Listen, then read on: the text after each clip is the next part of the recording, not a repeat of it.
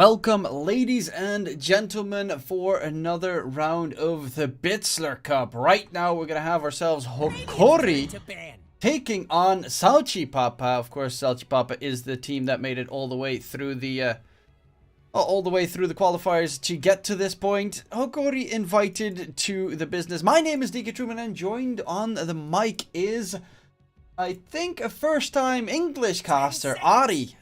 Welcome. Dyer's turn to pick. Yeah, and thank you. It's a big pleasure to be here.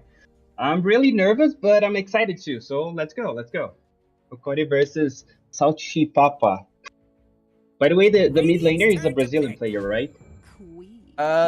Yes, the mid laner of Hokori is No, Salchipapa. from Salchipapa. I thought they were all no, I think they're all Peruvians on Salchipapa's side. Hokori mid laner Soothes is Brazilian. Oh yeah. You're right. Sorry about that. I'm a big fan of Suits. This game will be awesome, I'm sure. Well, it is a game where, of course, Hokori can try out new things. It's not the DPC, though they have a super important match against Lava, I think, in 2 days. The Hokori team, very detrimental to try not get relegated towards Division 2 next season. Radiant pick. And Salchipapa, well, they haven't won a single map, just like SG Esports. They are, well, Salchipapa's 0-6, and SG Esports is 0-8 right now. That's not too great, but these Hokori picks start off very meta. Right now, of course, Kunkka, safe lane, mid lane, off lane, wherever you want him, pretty much. You can play Kunkka wherever you want, that's for sure. I really like this composition, Kunkka and Mirana. We can X-Mark and Arrow. It's a laning combo, but yeah, as you say, Kunkka can play any lane you want. So Kunkka off laner maybe with Mirana 4 can works pretty good for Hokori. And on the other side, the Abaddon choice is pretty solid against, of course, the very lengthy duration of the Mirana stun. Isn't it magical? Yeah, and with Queen of Pain, I'm not sure if they are playing Queen of Pain mid and hard carry lately, but I'm sure this can work if they want to. But it's a kind of flex pick, right? To a degree. I mean, I did see it yesterday. I wouldn't necessarily say that I was super, I mean, I was enthusiastic, but it didn't impress me that much. The farming speed was insane, but if you get towards any other safe laner and the game does not end on time, then you kind of get completely dumb. Yeah, I agree. But I like this Abaddon though. It's a really great cover and save. I'm sorry about the dogs, guys. I can't do much about that. But Abba, it's a great pick. As you say, can save from the Mirana and Kunkka combo. So I really like this opening from Salchipapa. And about the bans, this anti-mage ban, I'm not sure about this. Anti-mage ban is a bit straight. You don't see too many anti-mages currently. I guess the most important thing is that you don't have, you've got the Quap, but it's not the greatest against split push. You kind of want to make sure that that disappears.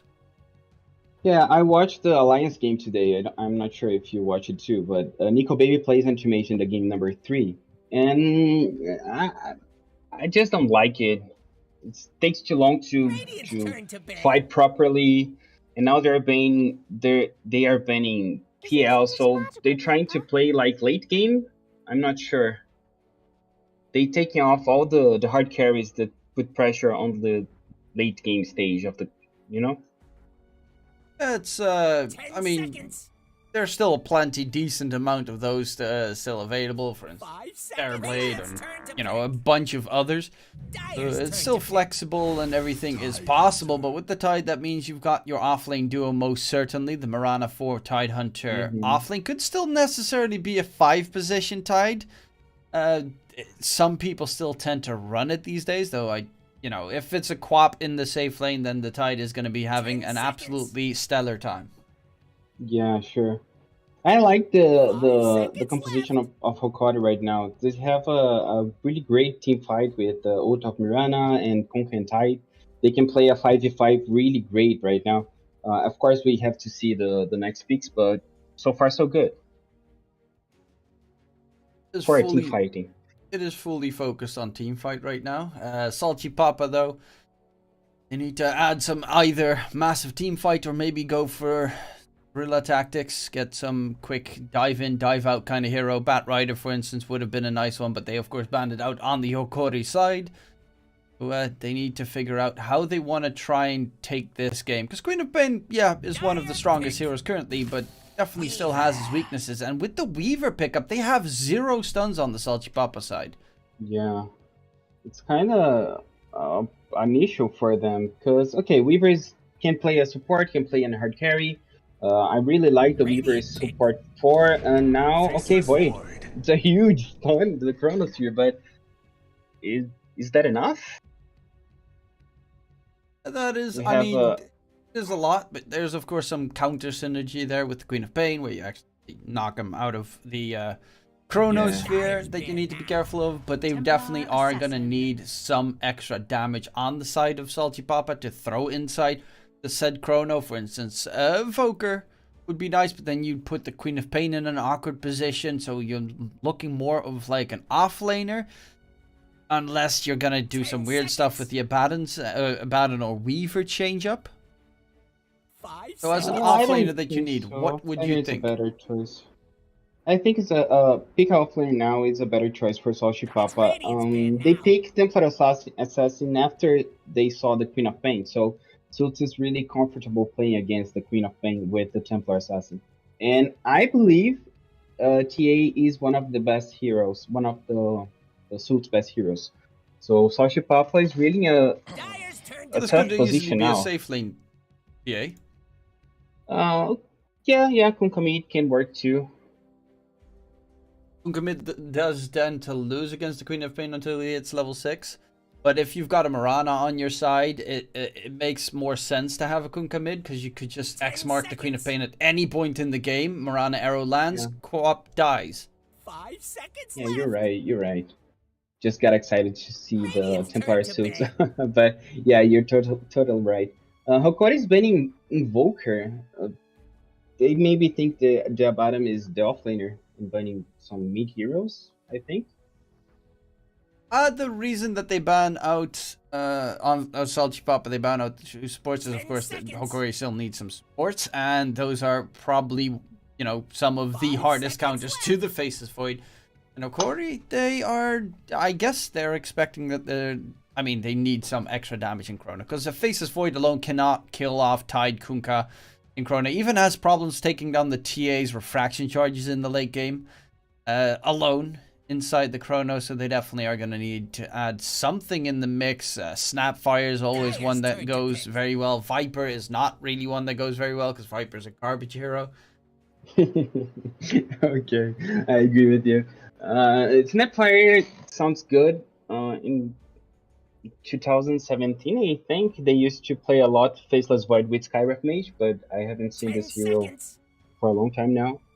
So I'm really curious to see the last pick of Salchipapa. They really need the damage out to complete the Chrono damage, right? Either that, or they need something with hard lockdown, because Faceless Void's Chrono is everything that they have at the moment on the Salchipapa side. Is also fairly problematic. They do have a lot of sustain though. Faces can jump. Weaver, of course, has his ulti later on. Abaddon with the shields and his ulti. And they've got a lot of mobility between 3 of their heroes, so there's lots of diving and juking. But the problem is, one good Tide Ravage and their entire team fight is going to crumble on the Salchipapa side. So they definitely need to be careful of this Tide specifically. But to finish up that lineup, something that lanes well with the Weaver that does damage inside the Chrono. I'm not thinking of something 1, 2, 3 unless you're gonna pull out some very weird heroes. I really like this Snapfire right now. Can combo with Weaver, kind of have a great damage, can reduce the armor of the Hokori team. Okay, Ember. Okay, so everything is gonna be weird now. I guess Ember mid quap off lane, Weaver 4, bottom 5, Faceless Void safe. Okay, that can work, I think. So we will see an Ember against Kunkka or an Ember against Templar Assassin. It's a great matchup either way, right? I mean, picking the Ember against the Kunkka, like right now, if they put Kunkka mid and he's up against the Ember, he's gonna be happy because Kunkka is, like, Ember is terrible against Kunkka.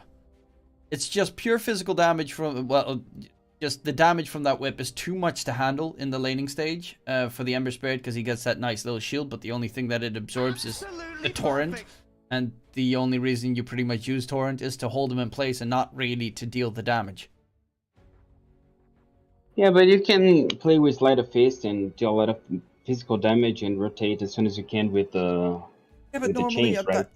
the thing is with Ember, with Kunkka is a Quap is annoying because the very early part of the laning stage is terrible for the Kunkka against the slow, but against Ember, at one point you get 2 bracers and you walk around without losing a single point of HP, and it does look like it's going to be a tied 5 Kunkka mid safe lane TA and an off lane Beastmaster against an Abaddon is surprising, but it is super good against the Faceless Void. Yeah, this Abaddon will be a main piece of this game because he can purge the ult from this monster, the Tide, and the Mirana arrow. So Jimmy Koff 666 have to play perfectly for Salchipapa in this match. And Blake eventually, when he gets his agony, right? Can save a lot of people too. Yeah, but that's gonna take a very, very, very long time until he reaches it. And the big question is he even going to reach it? Of course, game is about to be on its way. Salchipapa, can they finally win their first game? Are you expecting a win on Salchipapa's side, or do you believe in Hokori to take the W? I think Hokori has a really easier game plan. They have a great team fight. Their heroes farm really fast. So I think Hokori can just end this game really fast. And Salchipapa has to... I don't know what they need to do for real. I think I'm all in Hokori this time.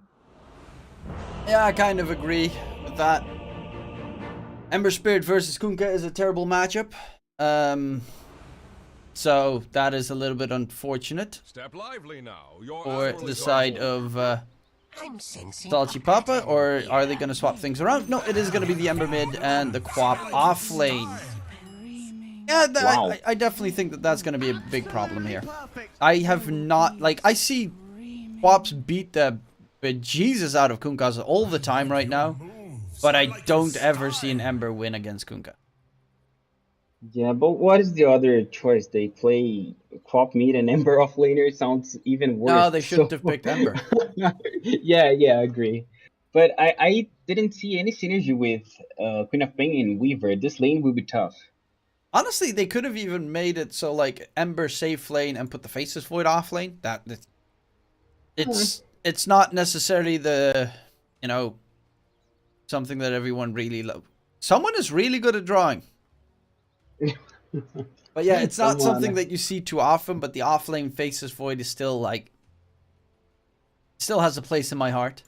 It won't be picked up anymore, that much anymore. Of course, no one forgets the Team Liquid mistake at TI, where they accidentally chose it as an offlane. Yeah. Old times, gold times. Well, I'm pretty curious to see this Queen of Pain playing the offlane, but this matchup on mid, I really like to see it more because Ember against Templar Assassin can go either way. I think the best player won this matchup. It's not necessarily the easiest lane for TA normally. If like a Quap plus Weaver means you're gonna have those bugs on you, and you don't have necessarily the fastest attack speed at the start of the game. Plus the Quap is constantly gonna get rid of your refraction charge. So it's actually a pretty tough lane for Yuma to be comfortable in. Luckily enough, does have a fat Tide right behind you at pretty much all times. And a big brawl towards the top bounty looking to come forward. I mean, Gardic, he's a support Tide. He can just stand there and give everyone the big smack. Yeah, he's make the front of the fight, so... Arrow. Okay. Not gonna connect. Yeah, From nothing much. The board? Okay. They actually missed the deny, so the boar got picked up by the Weaver. That's, oops. Too quick. Yeah, a little bit of experience. It's okay. We're very happy with this. My gratitude. So in the top lane, this boar with the arrow, I don't know if they can land or even kill someone. So they probably will play really passive. Mirana will secure the range creep, and nothing will happen in this top lane, I think. I think the Abaddon's probably gonna die a couple of times. Because he's got the shield, of course, which is nice, but if he gets arrowed once, he is dead. Bottom lane, actually, TA gets first blood, which is definitely not a big plus. The Tide doesn't fear anything in this game. And towards mid, Soothes against Kaloke, already dealing a ton of damage in the process. But one of the very important things that happened is...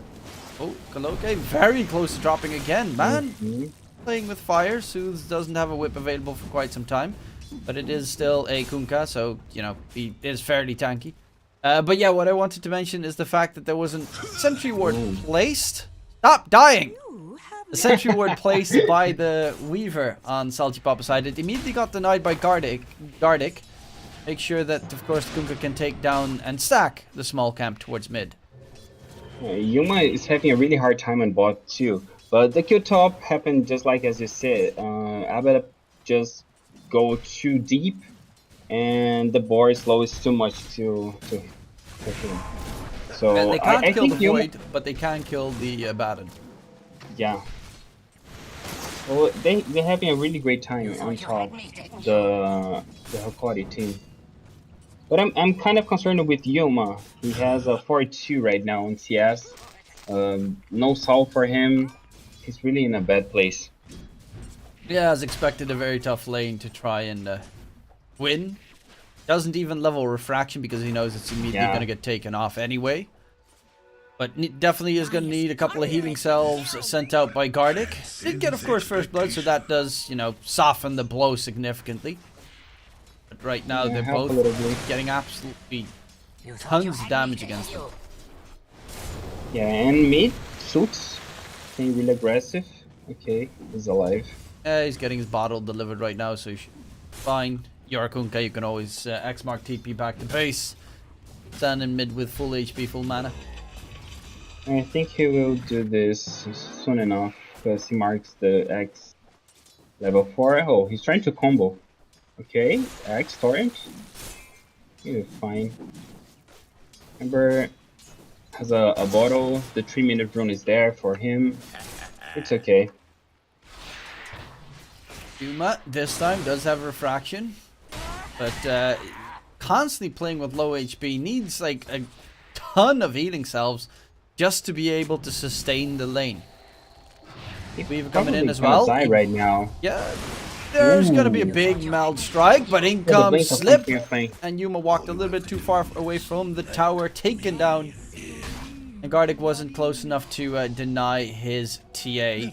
Which, of course, you know, it sucks that the TA dies, but on the other hand, he comes back with full HP, full mana, so it's not that problematic. He would have otherwise been forced to stand in the back the entire time. And if Salchipapa is playing really nice. Oh, sorry. Yeah. The Mirana is also making sure there are stacks for him later on, so should be able to always recover. Yeah, Ember is getting some pressure from Suits here. The X combo, ooh, okay, the dodge. Really well played from Loki. That whip though. Loki loses almost half his HP from one singular whip. We're gonna secure the top room. Loki, he's just absolutely getting hammered by that whip. Arrow lands. Jimmy. Nice. He just taken down. Elmisho just stands there, right clicks Jimmy Coffin. Okay, easy pickings. Sabaddon's having a terrible time against the Mirana. Yeah, Mirana's playing really good. The pressure top, kill Abba, rotate mid, kill Abba again. So I'll really be happy if I were this Mirana right now. Yuma is having a little space to farm, but Blake is putting real pressure on Tidehunter right now. A level 6 Kunkka right now. X-Mark, Ghost Ship available. Trying to bait everything out. And a lot of damage coming in. Most of it's, of course, magic damage, so it gets absorbed, but he will be able to secure the kill on to Soothes and gets himself the kill secured on the opposing Ember. Net worth wise, Elmisha doing pretty good. About the same net worth as the Dire's Ember. Yeah, really good. And I feel this Abaddon is kind of lost in the game, right? Because he was top and doing nothing and commit and do nothing again and die. Jimmy Coffees really have a hard time to find himself in this game. But Yuma, a bit of pressure. Well, there's a healing salve available for Kardik as well, and he actually doesn't even have a point in Kraken Shell currently, but the bugs onto Yuma. They're going to dive in aggressively. Kardik dropping low will be taken down. Yuma needs to be fairly careful here. But they do catch out and kill off the Tidewell in the meantime. Vitally in the top lane is going to get chased down as well. Yeah, but the core slow find anything.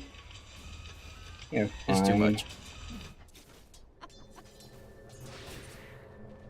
Okay, I'm kind of worried about the TA, but now I check his network and he's fine. He died one time, he's not having the best lane of his life, and he's top 3 net worth, so okay.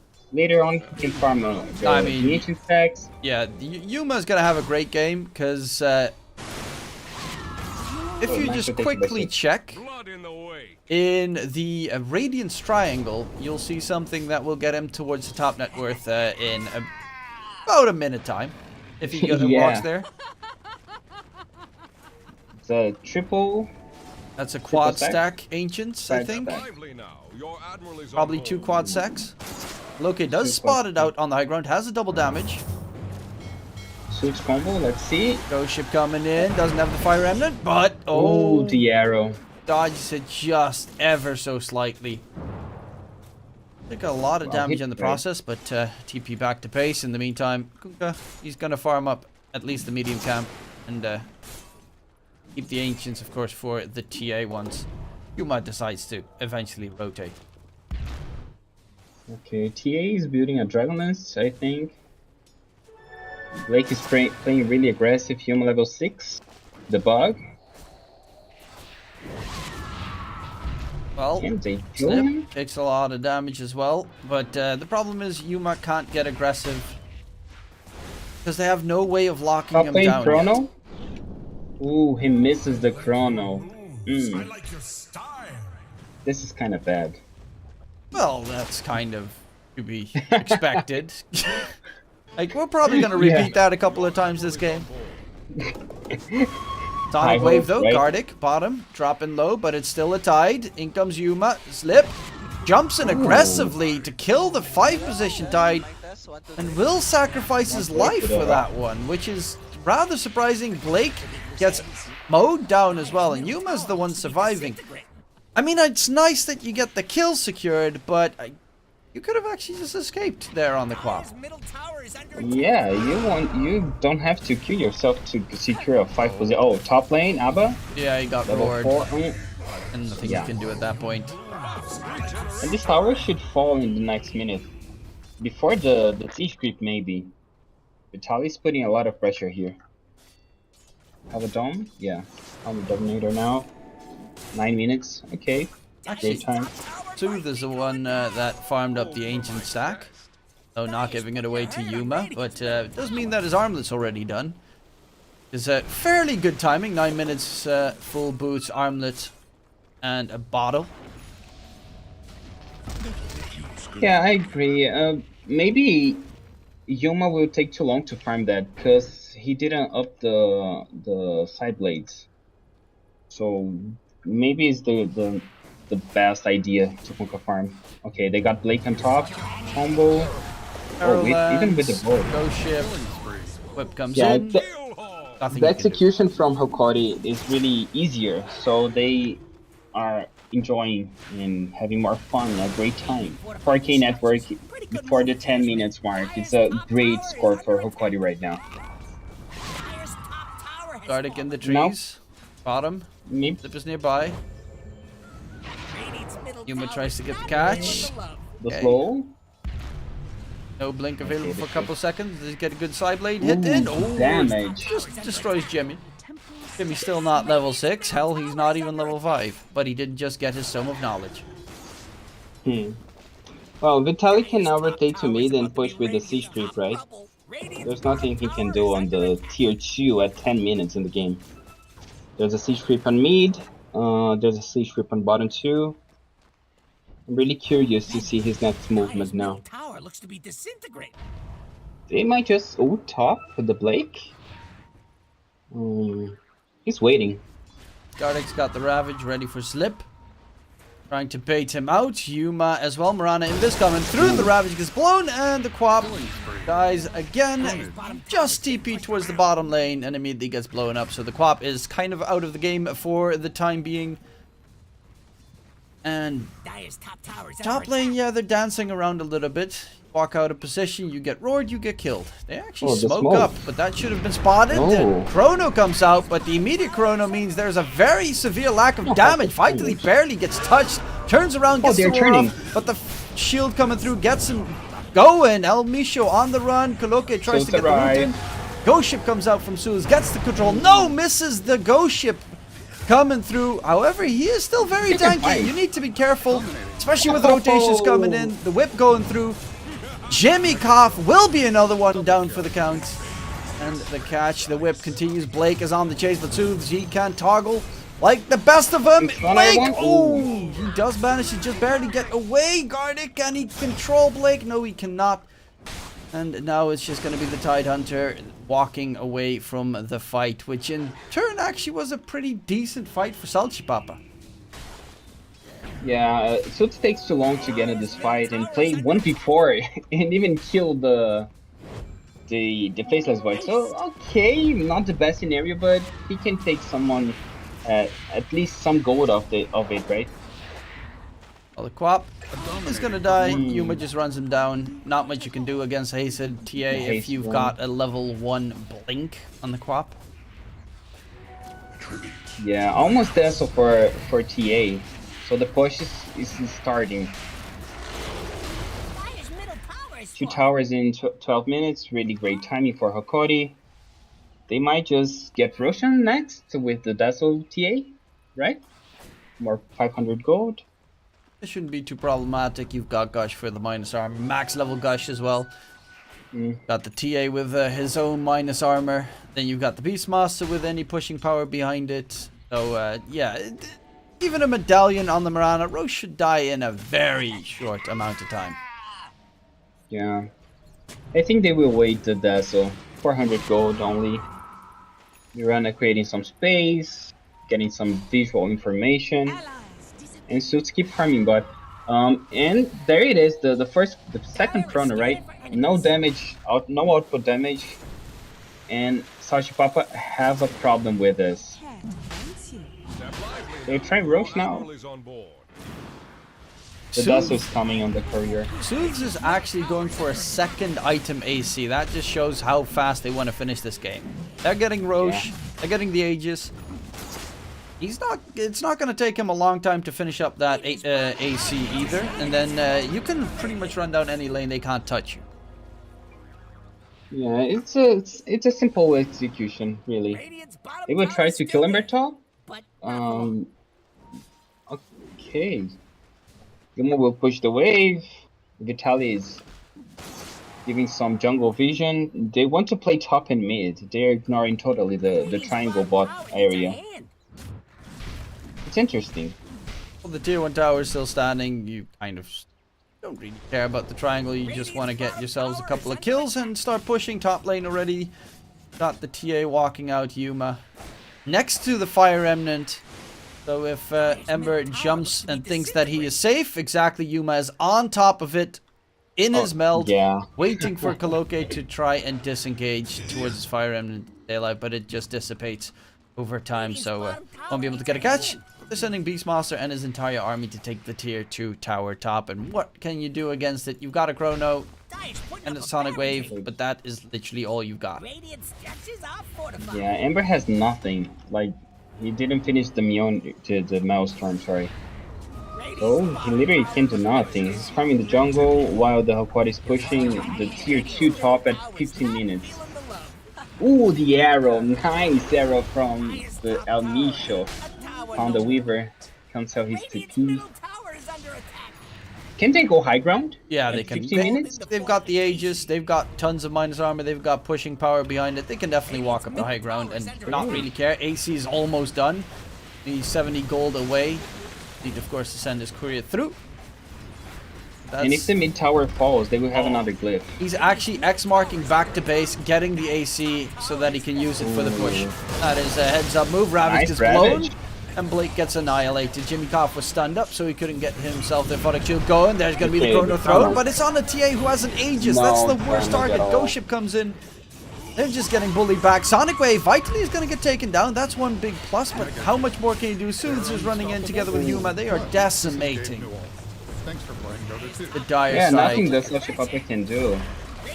There's too much damage and too little damage outside of the Chrono. It's like they use it all to kill the Beastmaster, and now they have nothing. The arrow lands. Ember caught, stunned, controlled, dead. Face Void trying to disengage. They did buy back onto Jimmy Koff. They're looking for the Kunkka, but he still has 1,000 HP right now with a bunch of armor behind it as well. Jimmy Koff about him.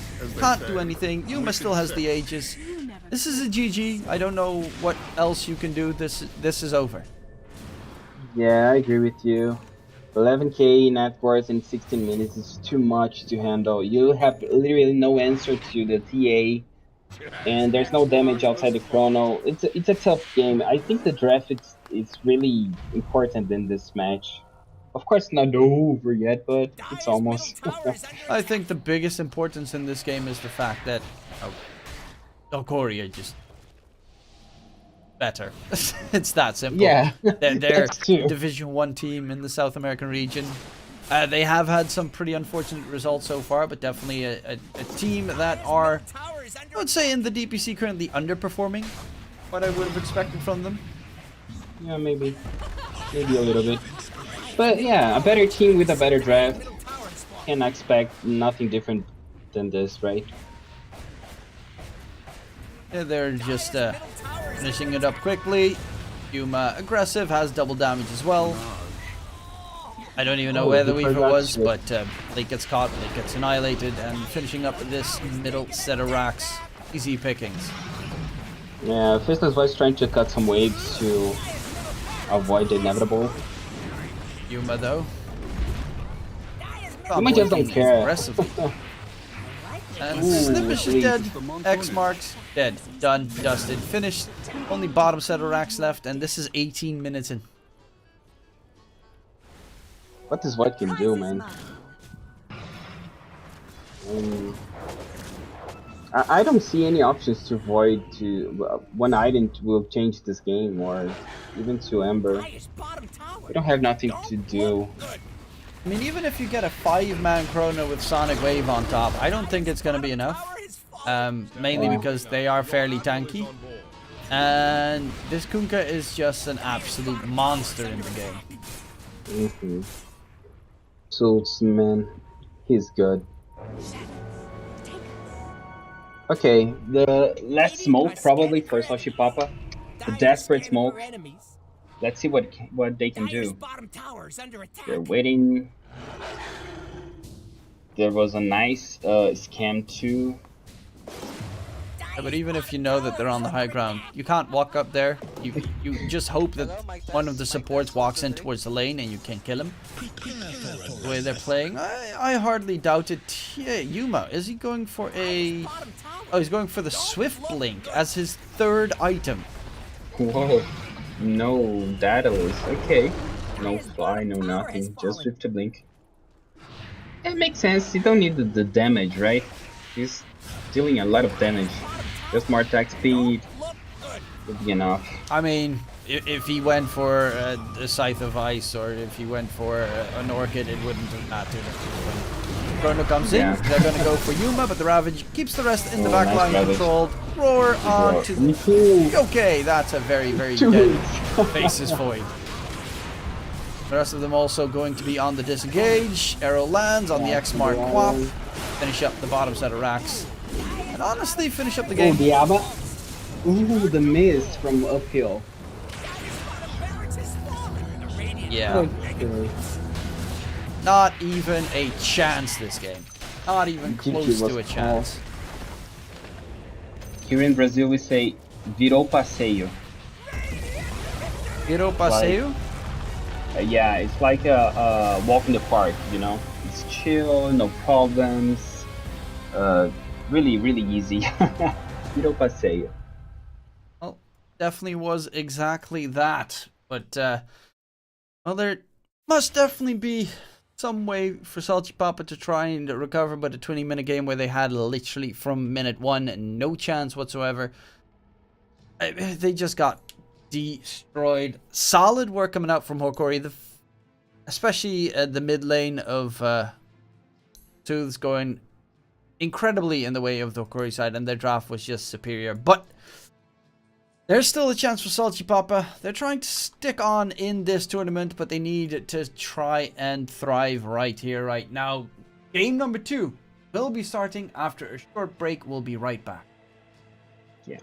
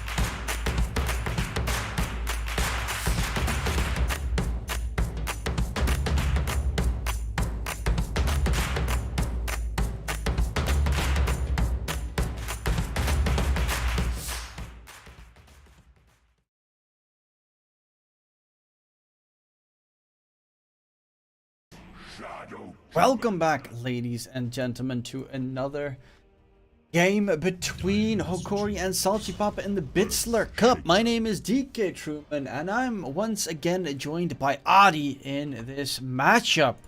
Well, Adi, could you give us a quick recap of game number 1? Yeah, hello everybody. The number one is like... It's like atropelo. I don't know this word in English, but was a stomp by Hokori. They just play insanely well, and there's no chance for Salchipapa to try to win the first match. So Hokori looks like 2 steps ahead. Let's see in this game 2. Well, there you have it. The opening couple of picks coming through. Spirit Breaker chosen by Salchipapa, of course, not too surprising. Definitely a heavy meta hero. Shadow Demon chosen for Hokori, one of the strong counters to the Spirit Breaker. But Earthshaker is a bit of a surprising one. You barely get to see some Shaker these days. Yeah, it's kind of interesting to see a Shaker now. It's kind of good because he can stop the charge from Spirit Breaker. He can stun from far the Void Spirit. And Shadow Demon is kind of safe too. So, okay, a safe opening, even if the heroes weren't so much. But I like this Void Spirit though. Oh, Void Spirit's also just incredible. The mobile heroes currently are heavy in the meta, either very mobile or very tanky strength heroes. I go for a little bit of the latter.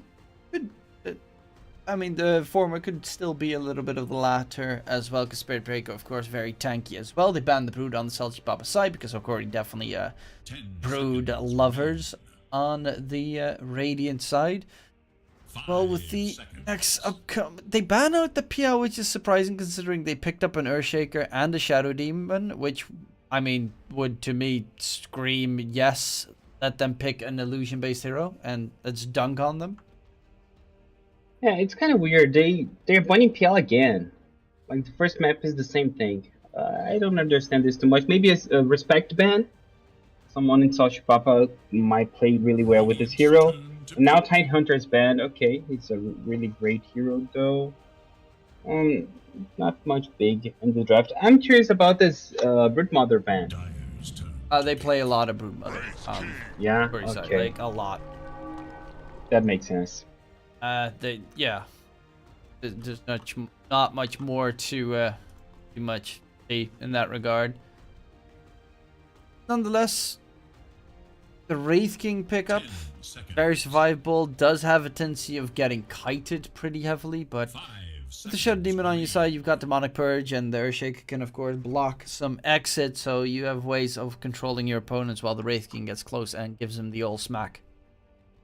Yeah, Wraith King is now with 56% of win rate in the 7.30 patch, so it's a really great hero. It's a solid carry in this meta. So okay, playing safe, not crazy. They could try something different here, right? They are technically the best team. They are 1-0. We can try some different stuff. Yeah, they are ahead. Of course, it is a best of 2, so every game pretty much counts. Undying, lane dominating support. Very tough to deal with, especially for a Shaker, considering he's going to have the Tombstone dropped, and it's going to be pretty hard to, first of all, kill off the Tombstone. Second of all, getting a blink going while the Tombstone is down tends to be very problematic if you have to get behind the fight. Yeah. Hokori needs a hero to deal with the Tomba. You're right. If there's zombies following them around the whole team fight, Hokori will have a bad time. And Weaver again. Okay, they like the bugs. Blake plays really well with this hero. A solid laning phase, great vision, scout work. I like this. Kind of great. But Weaver and Spirit Breaker lane? Spirit Breaker will play off laner, right? Probably. I would assume Spirit Breaker offlane, Undying 5, and the Weaver 4 for the most part. I mean, Spirit Breaker Weaver is a pretty solid lane. Shadow Fiend versus Void Spirit. Actually, that's... I mean, pretty reasonable of a lane. They can definitely both kill each other if you make a mistake. But the Void Spirit's advantage is, of course, that he's a lot more mobile and can gank the side lanes. But on the other side, I mean, it's honestly a hero that just can do a ton of damage on the Shadow Fiend. Plus, with the Wraith King as well, you've got the Minus Armor from the Shadow Fiend aura. Wraith King sends a skeleton and himself to the enemies, and you can, of course, also destroy, like, Roche dies quickly, enemies die quickly, towers die quickly. Yeah, it's a great composition so far. And Shadow Fiend is having a high win rate too, 53%. It's anything higher than 50 for me. It's a really great deal. So Shadow Fiend on one side and Wraith King on the same side. Sorry. So Wraith King and Shadow Fiend, both heroes with high win rate. I see with great eyes this. Well, it is couple of bans coming out for the Salchipapa side. Of course, OD, surprisingly enough, was still in it for quite some time, but with the Shaker most certain, probably going to be a 4th position. Quickly get rid of Beastmaster, who of course gives attack speed increase to take down the Tombstone quickly. There's still the chance of getting like a Snapfire, which is good against the Tombstone, plus lanes very well with the Shaker. So definitely still avenues. I do think that Salchipapa so far have a very lackluster late game.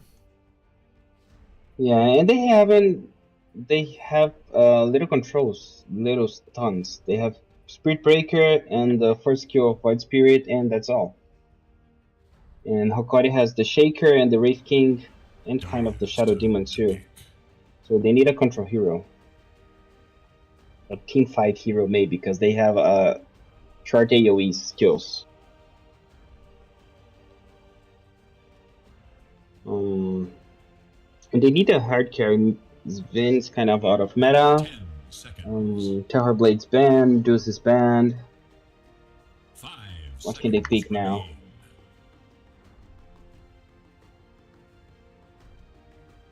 Luna maybe? The choice here, I think Luna is... no, I think Luna gets absolutely destroyed by anything. You get the Luna caught by the Shadow Demon, she dies pretty quickly. Gyrocopter is slightly more survivable, a bit more mobile in the team fight as well. I think it's a good choice. I don't think it's going to be enough, because Hokori's team fight, again, far superior. The Salchipapas, where, like, the Undying Weaver in the late game, yeah, of course, Weaver's got the Aghanim Scepter at that point, but they don't really do that much, especially the Undying doesn't do too much. Whereas if you're looking at just straight up team fight, you got the Echo to deal with, you've got Wraith King, the Shadow Fiend ulti, Shadow Demon, who can of course make absolute mayhem happen on the fight. Yeah, I'm thinking about the offlaner from Hokari now. Maybe Mars is the high peak rate of the patch. What else? I think Mars is the great peak here. But they probably won't. Other heroes, you could always go for like something fun like a Lycan, because Vitally is a micro playing offlaner, so you can flex a little bit with those choices. You could of course pick the... Let's think about it. What other heroes are nice? Darkseer is also still a decent one. You could go for some Brewmaster fun. Nature's Prophet's open.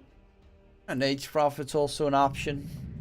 And it's going to be the Venomancer. That is the choice that I despise the most. It's not necessarily bad. I mean, in the laning stage against the Undying, it's actually pretty decent. But it is also one of the most boring heroes in the game. And I never know when the hero is actually good or not, because he just... randomly, either one game he does all your HP and damage, and a different game he does no damage. It's something like that. I really don't like Venomancer too, but okay, can work here. Plague Ward can hit the tomb, right? I don't think so. No. I think only illusions or heroes can tombstone. I don't think even summoned minions do damage. Yeah, they can probably hit, but no damage. Yeah. Interesting. Okay, but it's a range hero. It can slow everybody and deals a lot of damage. Asashi Pop is lacking control, I think, because they have Spirit Breaker and the missile from Gyro, And the Void Spirit. and the Void Spirit. Okay, but I think it's not enough because Kind they of have the the same save problem. from. Yeah. The game one was something like that too. Yeah, that's kind of the same problem as they had in game 1, so that is a little bit unfortunate. We'll have to wait and see what transpires. But I like this lane composition. Earth Shaker with Venomancer, right? Yeah, Shaker with Venomancer lane, which is pretty solid. Of course, Shadow Demon with the Wraith King lane, pretty solid. Like, the laning stage for Hokori should be just fine. They should be having a great old time. And again, Suits is playing with another comfort hero. Okay, let's see how this is gonna be.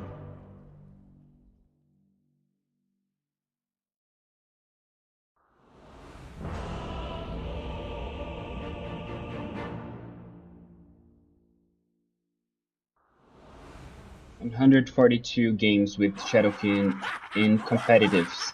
7.30 patch. It's a short amount of games, I think. And immediate Okay, smoke to get the ward placement. Yeah. This play is really become a common play after the TI. So the teams are doing this a lot. Okay, so let's get the ward. Ooh. Well, that is definitely spotted out, so that should be an easy deny. Yeah. That day, losing your ward at the start of the game. Nice Maybe. aggressive observer ward place, though. They at least have the high ground vision, which could be very surprising for Sachipapa. Yeah, I think Okada wants to fight in this level 1 rune. Because they have the Fisher, they can take the stone from Wraithing 2. Mic test, 1, 2, 3.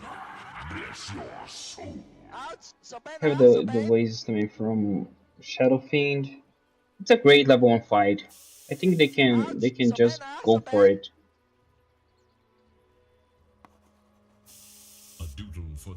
They're positioning really well. They're looking for a fight. The only downside is, of course, that if... I mean, there's still 40 seconds left, but you gotta be careful nothing gets yoinked. In the meantime, Gyrocopter doesn't look like he's gonna make a move for one of the bounty runes. Okori probably gonna be able to secure 3 if, of course, nothing changed. Yeah, Blake's kind of far too, and he wastes a lot of mana to place that ward. It's a great ward though. I love this count from Brave King.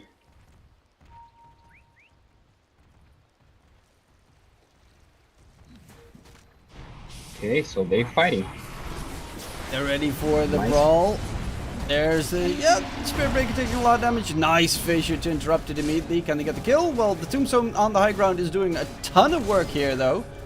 That is one big plus because Gardic, he's just getting taken down. And that is just all Tombstone damage. They find themselves 2 kills in return. And beautiful start coming out for the side of Salchipapa. Sooth's even being body blocked.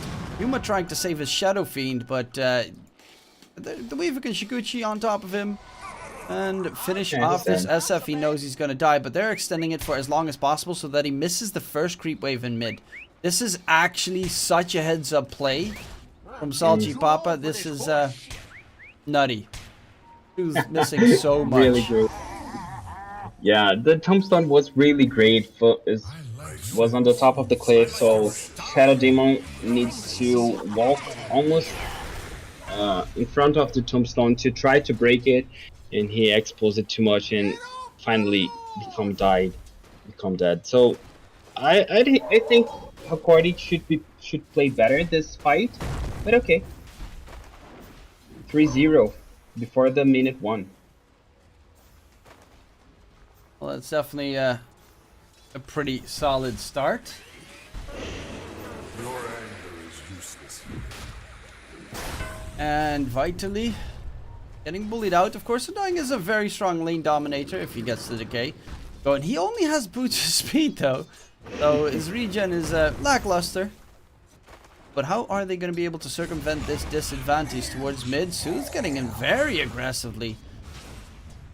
Trying to make sure that his debuff continues to stack, but no, actually it drops off, so Coloque should be just fine. And of course he is almost a full level ahead on that Void Spirit. Gets the catch onto Soothes. The Shadow Fiend's in trouble. Soothes is dropping low. Can he get away? Yes, he does survive. Well, in the meantime, Vitally does die top lane again. Tombstone coming in clutch. Yeah, the damage from the first kill of Undying is really tough to deal with on the early stage of the game. So they just follow Vitaly and hit him to death. No big deal. Really normal play after all. Oh, Soothes does die. Loki does die immediately afterwards, but of course the experience does go to the Void Spirit. Jimmy's dying top Jimmy. lane. That's a 3-kill streak picked up by Vitally. You need for the Veno to try and recuperate. What a very aggressive game.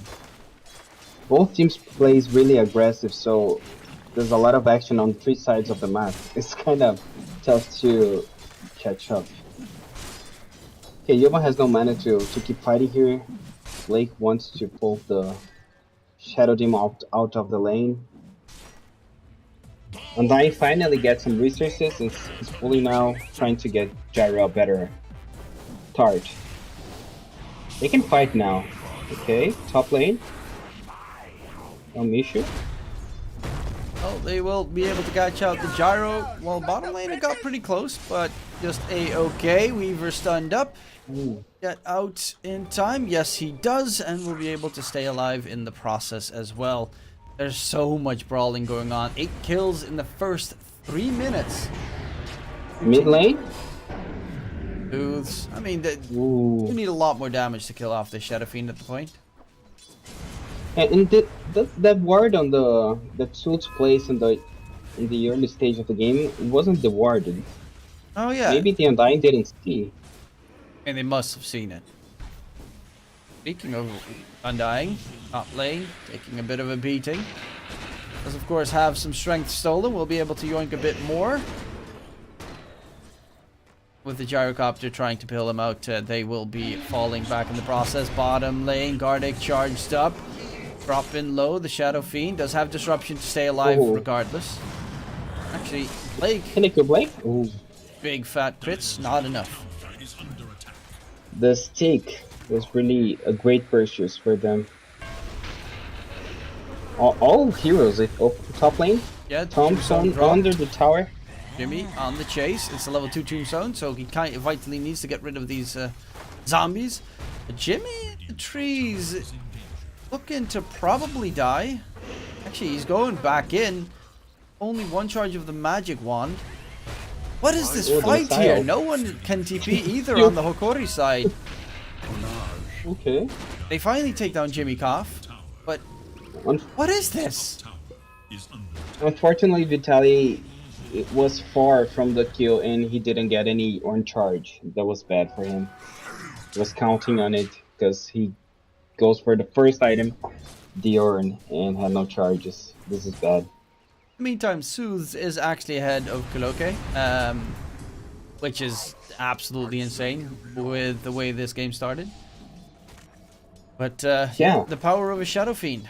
Very solid in farming. Bottom lane, Yuma being forced back, but he does also have Helm of the Iron Will, so he's not an easy target. Top though, the Gyro in trouble. Is the dot going to be enough to take him down to death? Yes, it is, and Jimmy Koff just gets himself a decay onto 1, and that Undying is going to be a next one in line. Vitally gets a double kill, and the Venomancer is starting to get to scary levels. This is take, man. All the time, Shaker has the mana. Thankful thanks to the stick. So, buy this item, guys. Buy this item every game. Almost every game. Okay, so it's farming some stacks now. This is putting him at a great place in the game. 6 minutes, level 6. Ooh. Regen rune for the Void Spirit, also level 6. He can solo kill Sult, right? With 2 charges of you have his infused raindrops, so I don't think you have the damage to take down a Shadow Fiend. Void Spirit has nice burst, but like most of his burst gets circumvented by that one item. Yeah. Venom playing really aggressive on the top. He used a urine charge on the gyro, making sure he got a low life. Oh, And Vitally. Tombstone. Yeah, gets a homing missile. He's gonna get stunned up in the process. Bunch of zombies chasing him, and he's just gonna tick down. Kill secure. 4 kill streak picked up Mid lane suits.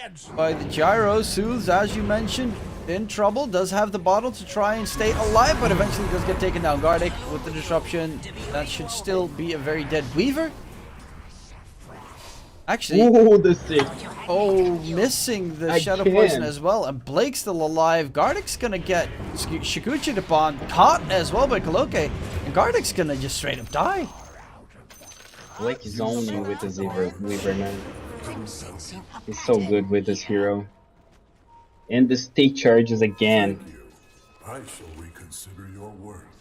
Okay, meanwhile, Yum is farming freely. Oh, okay. Sleep. Bait me with his ulti. Level 6 didn't get a point on his ult yet. Ult is Marky and Dragonlance. Great item, can disassemble after for the blacking bar. And Vitaly is buying a vessel. It's okay. The heal from dying. It's okay. Gyro, Level 6. terrified, but will be just fine. Oh, mid lane, Blake. This time the Weaver won't be able to escape. So Gardic, he's again in trouble. Tombstone is gonna get dropped. Gardic will be finished off, trying to keep the Tombstone alive in the process. Amisho's actually walking in, but they don't have vision of him, so he can just easily drop that Tombstone together with Soothe. Get that easy hundo 50 gold. Pretty, I mean, they lost the Shadow Demon, of course, but it's not that problematic if you get yourselves a Tombstone money for trade. Yeah, Shadow Demon is doing his job. It's alright, but I think Salchipapa should be applying pressure on this Wraith King because he's free farming and Gyro is not having the best time of his life. Venom Monster can be really annoying, like right now. Definitely Shaker, nice feature. Vitally drops his ult. That should be the Gyro ticking down to death.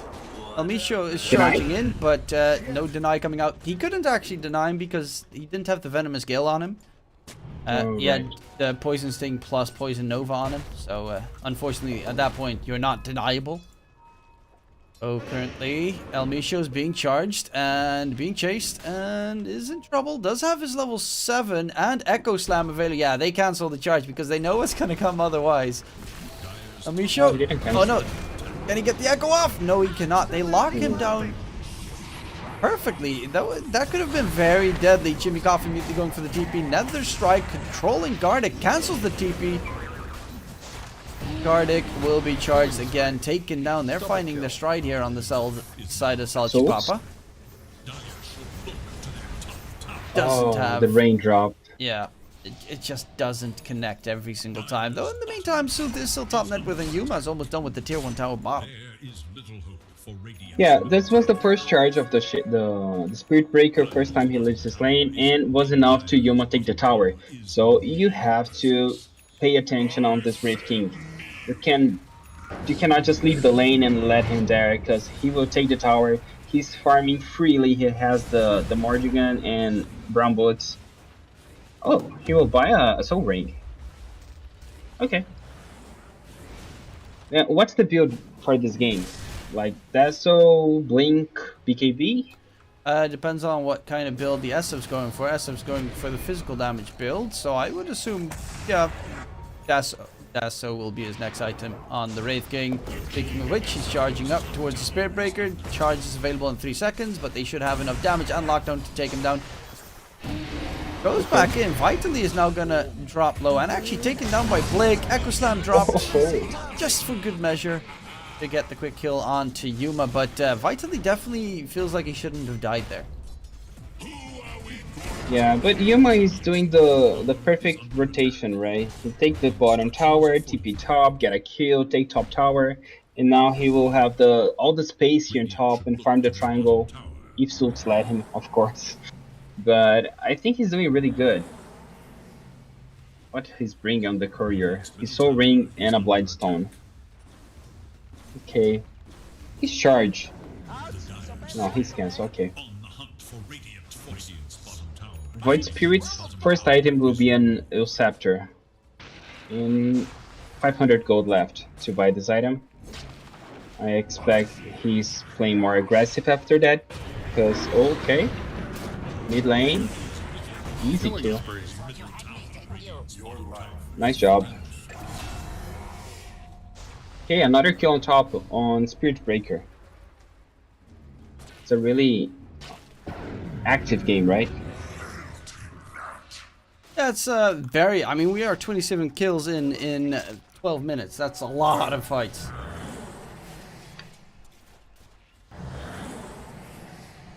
Yeah, and the net worth is really stable. 1k for Hokori is basically nothing at 12-minute mark. I'm looking for the Zeus Scepter. I think will be great for the Salchipapa team. Maybe they can solo kill Suits while he has no BKB.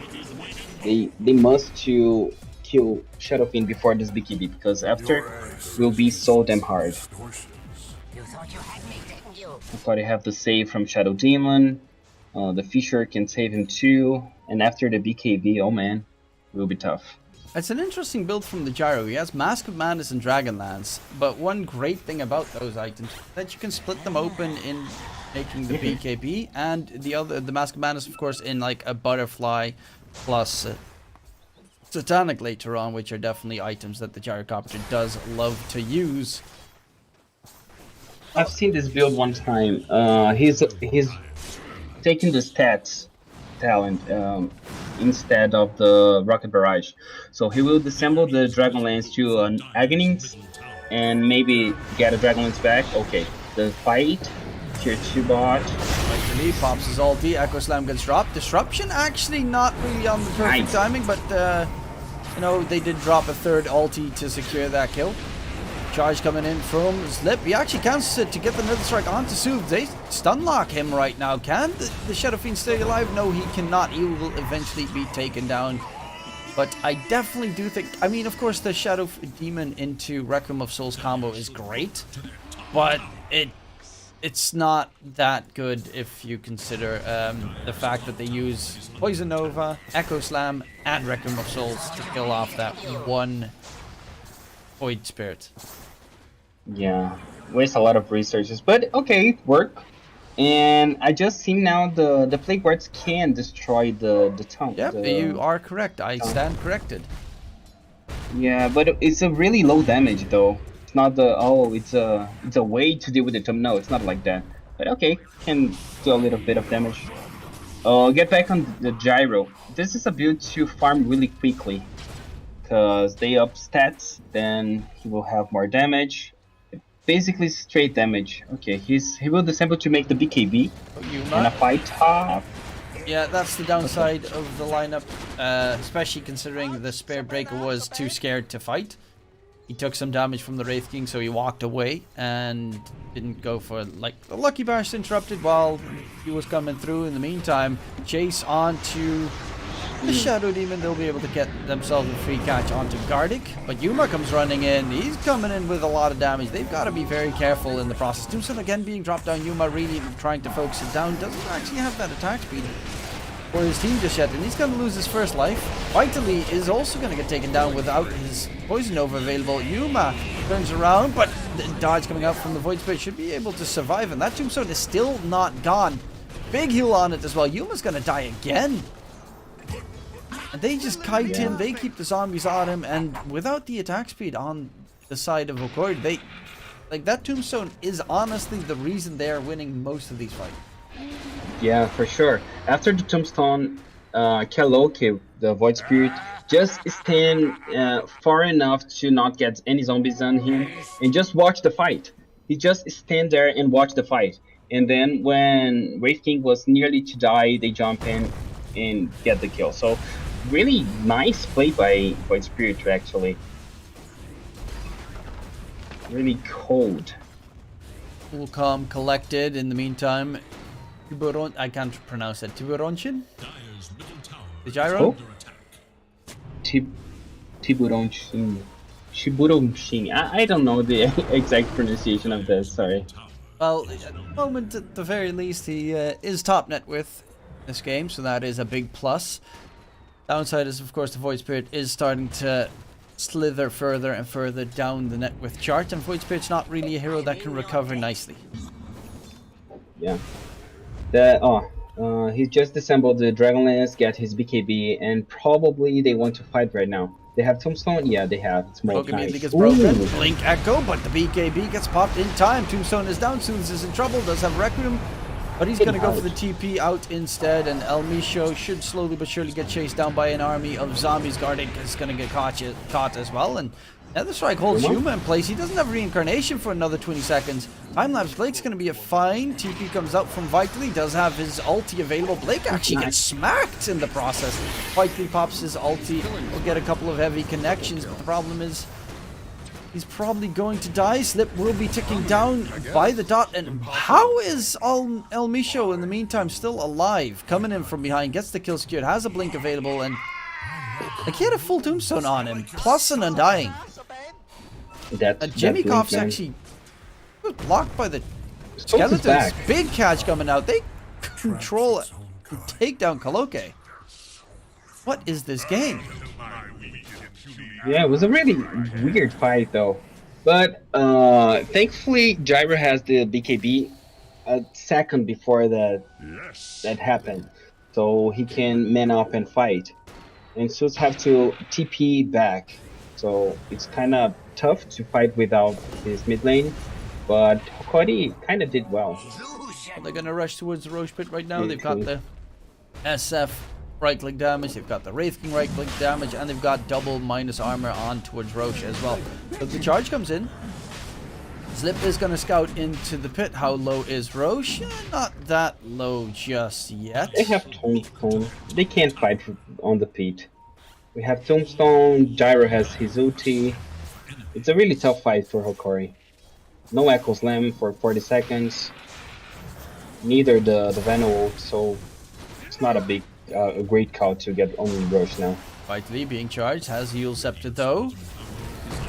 But the fissure block comes in and he uses him up so that he doesn't get completely controlled. Requiem of Souls doesn't really do anything, but the Tombstone, that's a big target if they can manage to take it down.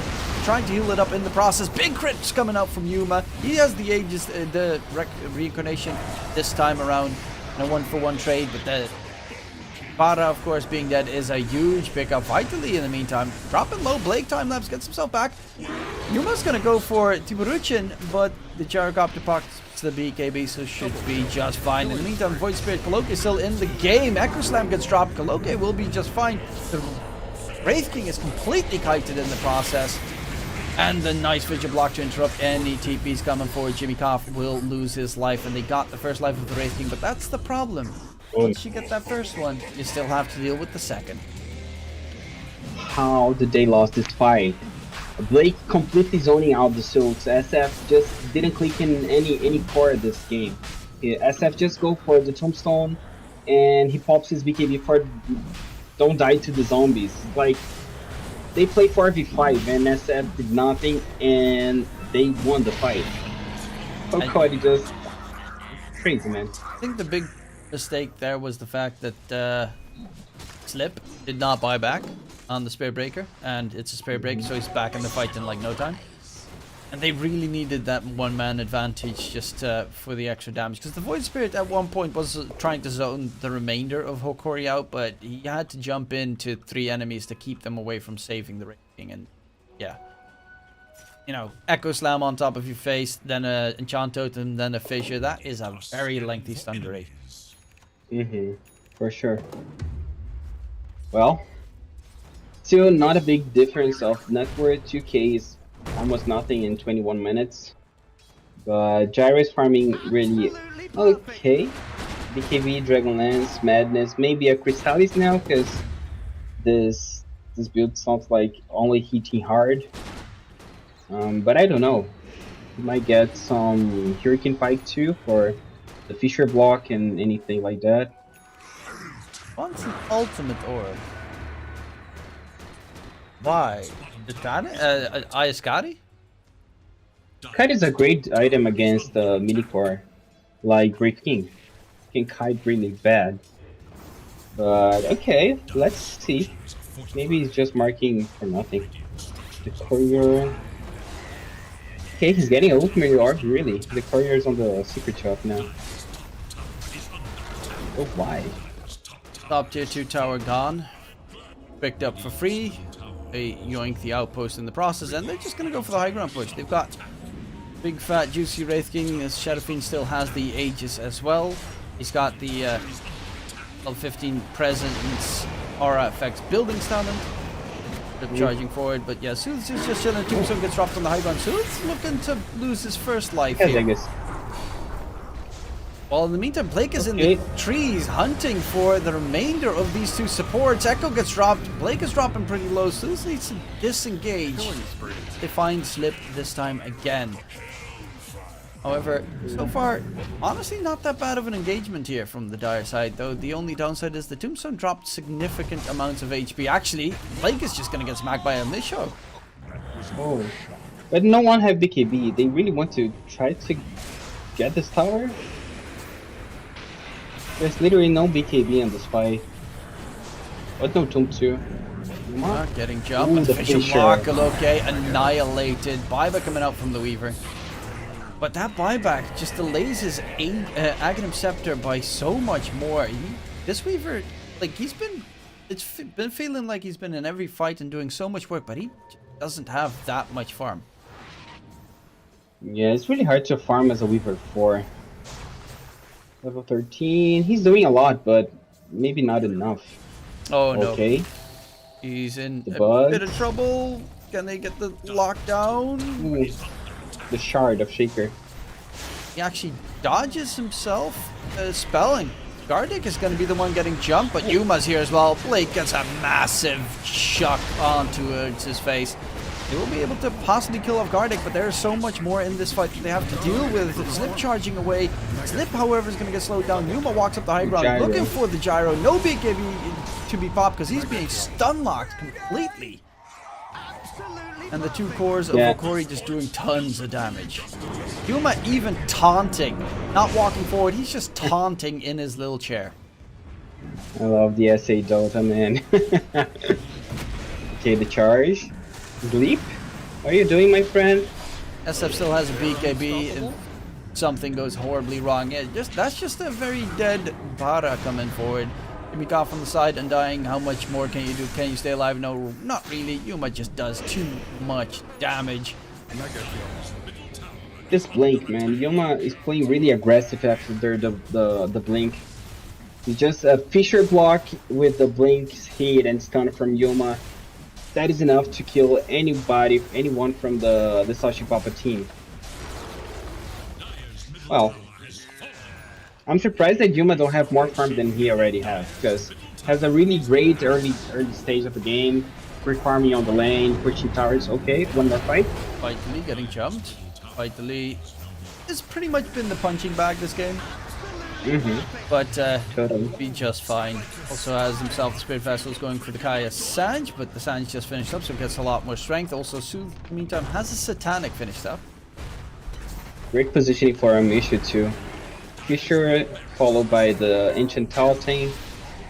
Okay, they're doing it. A lot of damage. He's getting charged, pushed all the way back towards the tower. Sooth is getting completely stunned like, but BKB Satanic turns around, gets himself enough heals to stay alive. Gardic in the meantime did get blown up by Koloke. We still need to be very careful. Blake gets annihilated. The Yule's interruption, Requiem of Souls, Slip. Yuma does so much damage. Echo Slam from El Misho, and it's just gonna be the destruction of this Dolce Papa lineup. Jimmy Cough, last man standing. The Undying will actually not be chased all the way down. Vision block not going to connect. Actually, Yuma Won the triple. Yeah, he wants to finish this right here, right now, and looks like he definitely make it happen. Yeah, really great fight for Hokori. Really patient play for El Misho. He just stand back there waiting for the perfect time for the Fisher, followed by the Ancient Totem, and suits with a great ult to make the Salchipapa team get back. And again, Yuma playing really aggressive. I love this play style from him. It's really working out for the team. And they're just finishing the Ancient. No, Yeah, GG just like a deja recall. vu, right? Yeah, well, it took a while before they finally got some control going. They're not even finishing the Ancient right now, they're just focusing on securing a couple more kills, full pub style. And even the jump onto Coloque on the side. Can he rush away? No, he cannot. Damage is too much. And now, I mean, this is... And we got a Rampage? Oh, shit. Nice. Ancient, oh, just before the end, too, gets himself the Rampage. That's a nice finisher towards the series. Okori take it 2-0. And I think currently that puts them at the top of the board in the Bitsler Cup. Yeah, they were already, well, they were with Infamous pretty much at the top of the board, but Infamous had one game less played. Right now, Hokori does take that solid spot at the top, while Salchipapa joins SG Esports at the bottom. Well, not a great place to be Salchipapa and SG Sports, but okay, Hokori deserved this first place at on the board right now because they are playing really good. There are a lot of synergy. The laning phase is really strong and solid. I really like the synergy with the support 4 and the mid laner. I think they are playing really well together, and I'm happy to see Hokari playing like that. It definitely Look forward to had the next game. a solid showing, but of course, there's more Dota to be witnessed. The next match that will be played will be, I'm quickly going to have to, of course, check. King of Kings versus Lava will be the next game to be played. That will be, I think, me covering it with Brightside together. So, thank you for joining me for the evening, Artie. Saved my life pleasure. on for this duocast, and hopefully everyone at home enjoyed the show as well.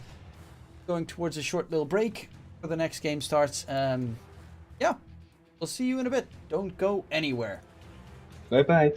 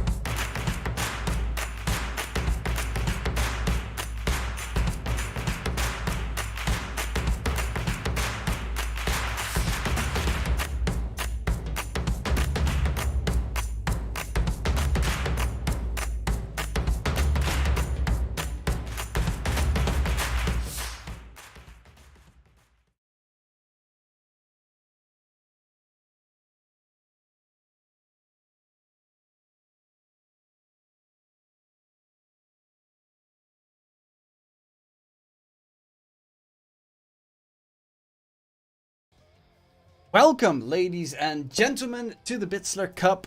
Another round, another chance for these teams to take each other on. My name is DK Truman, and I am joined here by Brightside. First cast together, so that is definitely, hopefully, going to be some fun. Hello, hello. Very excited. We've got one of the better matchups, I'd say. Lava Best PC versus APU King of Kings. I was just taking a quick gander at the DPC standings. So these teams are right next to each other, actually, in terms of standings. APU King of Kings 4-2, Lava Best PC 2-4. So slight differential there, but should be hopefully in store for a good one here. Of course, they just saw the Hokori game, obviously, because Lava and Hokori have to still face each other in the DPC, where it's going to really come down to, you know, who can dodge relegation. That's going to be a very close affair. But right now, in the Bitsler Cup, this is where teams, so obviously they're playing for the prizes, they're playing for the money. First place is 10k, second place 5k. That's, you know, 8 teams, 2 of them at least get a decent chunk of money with them home. But there's a little bit of wiggle room where you can try out different things, see if they work, especially if you're, right now, as you mentioned, playing up against one of the stronger teams here, APU King of Kings versus Lava. Both Division 1 teams, both very stable Division 1 teams. I do think that they, especially Lava, has been underperforming compared to the players that they have in the roster.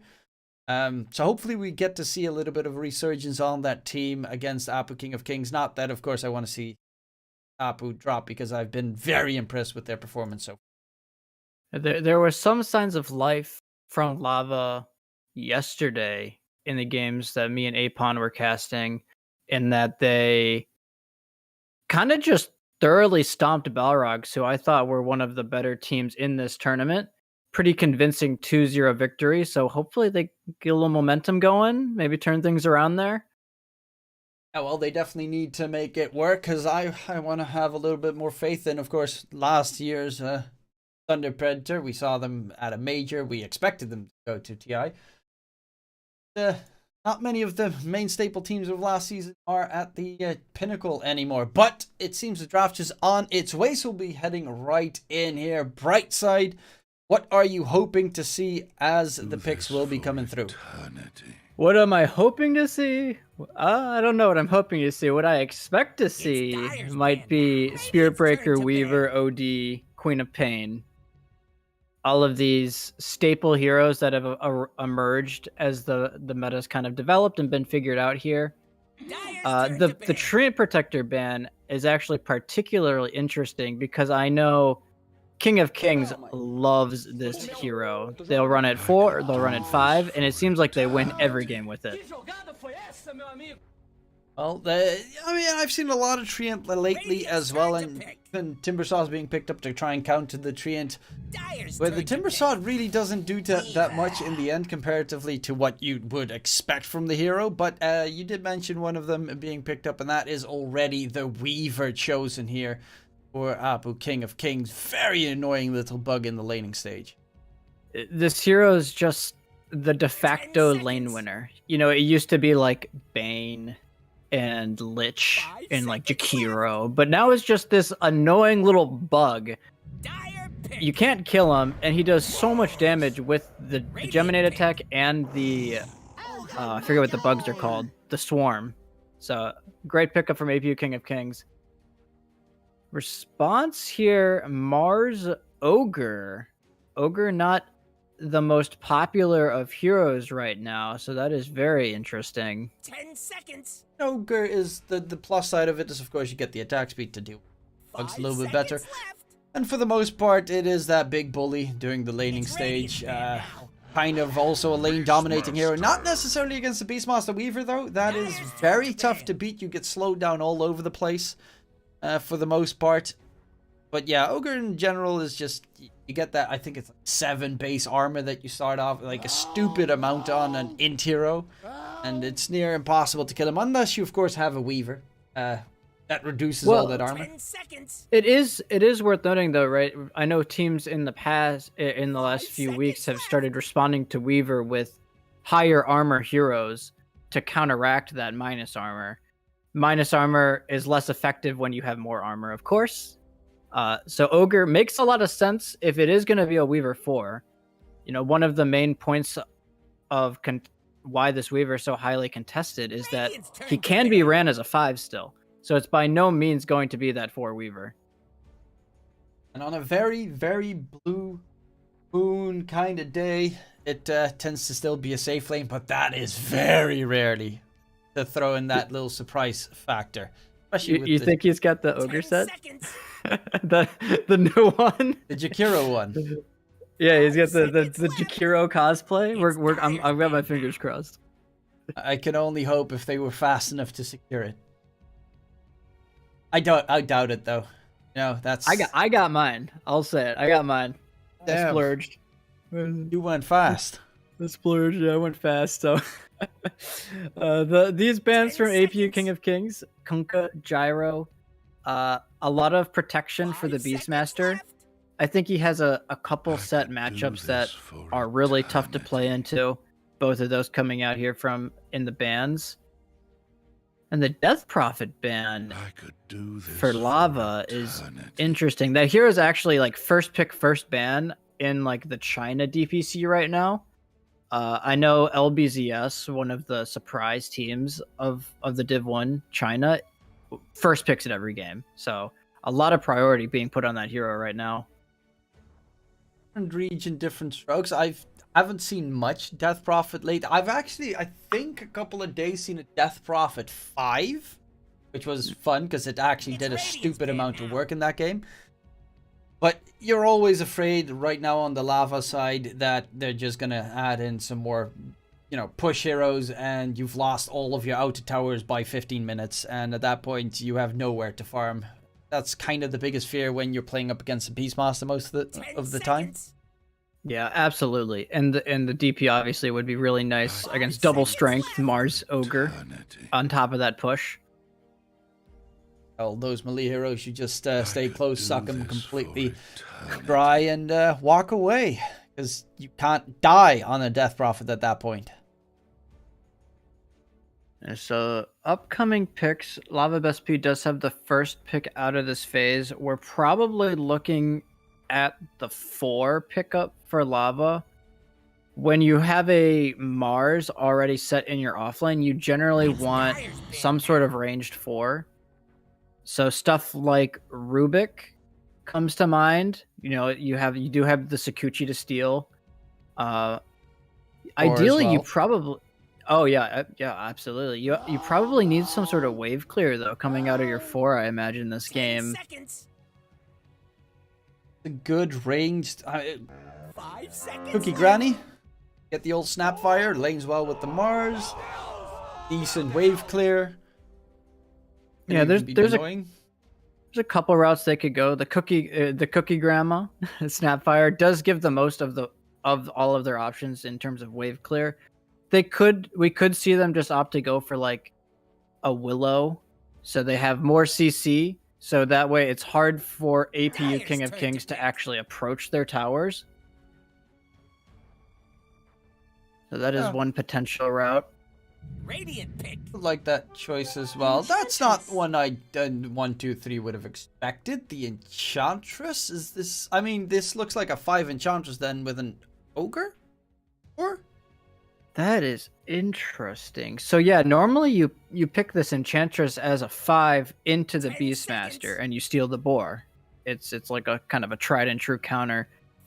But they do have the Ogre there, so you're kind of just left scratching your head a little bit. Like, is it 4 Ogre? Is it 4 Ench in the safe lane? That could be something they do, I guess. I mean, there are a couple players that I remember played a really good position for Enchantress. Bignum, for some reason, always sticks to mind. But that's a completely different region. We barely get to see any Enchantress, but in terms of just winning the lane or surviving against a Beastmaster Weaver, I think Enchantress 5 is a solid choice. The Ogre 4 is where it gets a little bit weird, depending on the item build, but, you know, I'd be okay with late Codex Ogre 4. You know, I would love to see that. Maybe you get the Abyssal and you start teleporting around when you multicast it. Hand of So Midas, perfect against the Beastmaster. Like, they counter the Beastmaster completely. Excuse the dogs, they're barking out nothing, I'm sure. So they have the Enchantress, though, it's probably, I mean, it could very well just be the 4 Enchantress, and they don't necessarily want it in the lane versus Beastmaster, but they value the mid-game steal of the boar and being able to contest him after the laning stage. Yeah, well, that's something that, of course, honestly, it depends also what kind of safe laner you're looking for, but against a Disruptor Wraith King, I mean, Ogre and Enchantress are both pretty decent against that lane. Mars, for the most part, survives. You just yeet the Wraith King away and you're completely fine for the most part. Disruptor, if you walk out of that lane even for a second, you just get pounced upon by whoever is still in that lane and you die. Yeah, it is tough, though. They don't have a great answer to the Enchantress creep. So obviously, we talk all about the boar stuff and everything, but you know, the Enchantress is a de facto lane winner as well. Like, the Weaver is probably, you know, 1A, and then Enchantress is like 1C maybe. Maybe there's another hero I'm forgetting in there. So not a great answer to the Enchantress early creep domination that he'll provide. I love the PL pick, though. I mean, the PL plus is, of course, you get the Fuse Blade. Wraith King has to get the shard, otherwise most of the time screwed. You don't really care about, like, any, except for the laning stage. That's kind of annoying, but afterwards, you don't care about the Disruptor, Beastmaster, or Weaver, because they don't really have any good lockdowns, and you can just dodge the drag back, the glimpse from the Disruptor for the most part. You can dodge the Wraith King's Fire Blast. Like, most of the stuff, except for Roar, you can dodge, but Roar you can bait. This looks like a very good PL game. Yeah, and not to mention the added laning prowess against the Beastmaster. This is one of the go-to counters against the Beastmaster. You can Phantom Rush the boar, and you pretty much two-shot it at all levels. So that is very, very valuable to have in your carry, on top of being high armor. So another high armor hero against the Weaver. So doesn't care as much about getting bugs, just still probably cares. It does reveal the real one if you bugs and then you doppel. So that'll be an interesting interaction to see throughout the game, but it's very solid pick overall. Now, last pick, Apu, King of Kings. They need something that deals with the PL. They, of course, ban out the Lesh, obviously. That's the first ban that you go for. Other heroes that are still available to deal with the PL, Storm, be a decent one. Sand King is not one I would have expected, even in the slightest. But, okay, I mean, it is a lot of AoE magic damage, especially if you rush the Aghanim Scepter. This is like a raw aggression pickup here from King of Kings. This is going to be a mid Sand King, and it's pretty much saying he's going to get blink, and they are going to run at you. High tempo aggression, and it's great because they have a Beastmaster to couple with it, right? You can go to the Beastmaster's lane, take the tower, kick the PL out. Makes a lot of sense in my head. Yeah, it's... Tanking offlane, then Beastmaster, Axe Rush.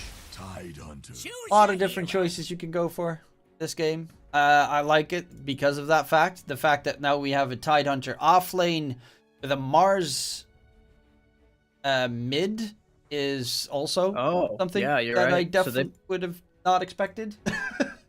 So this is like a clash of styles. So APU King of Kings, they want to bulldoze your towers. They want to bring that raw aggression early.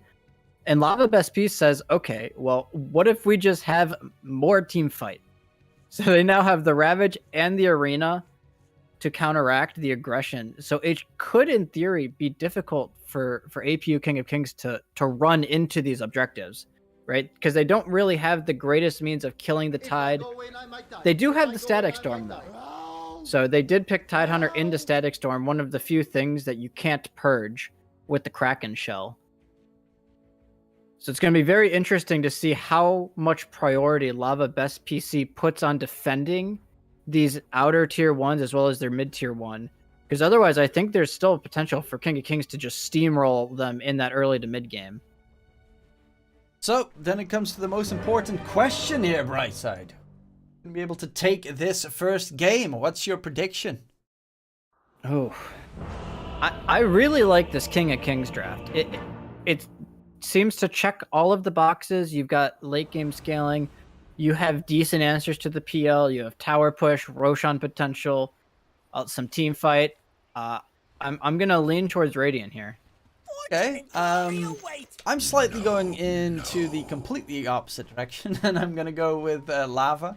I really like the choice of getting the Tide. Of course, you did mention one very big flaw in him is the Static Storm, where you kind of need to always catch him. But for the most part, the main reason why I really like the Lava lineup is when you get to like the late game. Of course, Wraith King does have, you know, the 25% crit, but you're talking about PL with, you know, Diffusal, Manta, Heart, Ayaskadi, and then he is just immortal and no one can kill him. It does feel a little bit like King of Kings is on that ticking time, right? Like you mentioned, this PL, it feels like at a certain point he will just carry the game. Yeah, and so it's really, yeah, a timer. They do have a very good lineup for a timer. Wraith King, Beastmaster, Roche Take, Tower Push. You've got early magic damage as well with the Sand King. You've got the Vision Game from the Beastmaster so that you can get glimpses, catch a lot of people off guard. You've got a Weaver, which is just annoying. I think for me, the Sand King is the X factor, though, right? You mentioned being able to bring that aggression, and that is going to be enabled fully by early Blink Dagger on Sand King, as well as the any sort of follow-up magic scaling items that he might provide. Frank taking a lot of damage right now. King Benny didn't want a level Mortal Strike just yet, or the Wraith Fire Blast. I mean, it's always a Tide. Whatever happens, he is a big beefy boy that you don't kill too easily. And it does seem to be that Enchantress in, of course, the safe lane to yoink every boy that you create. Okay, so they do...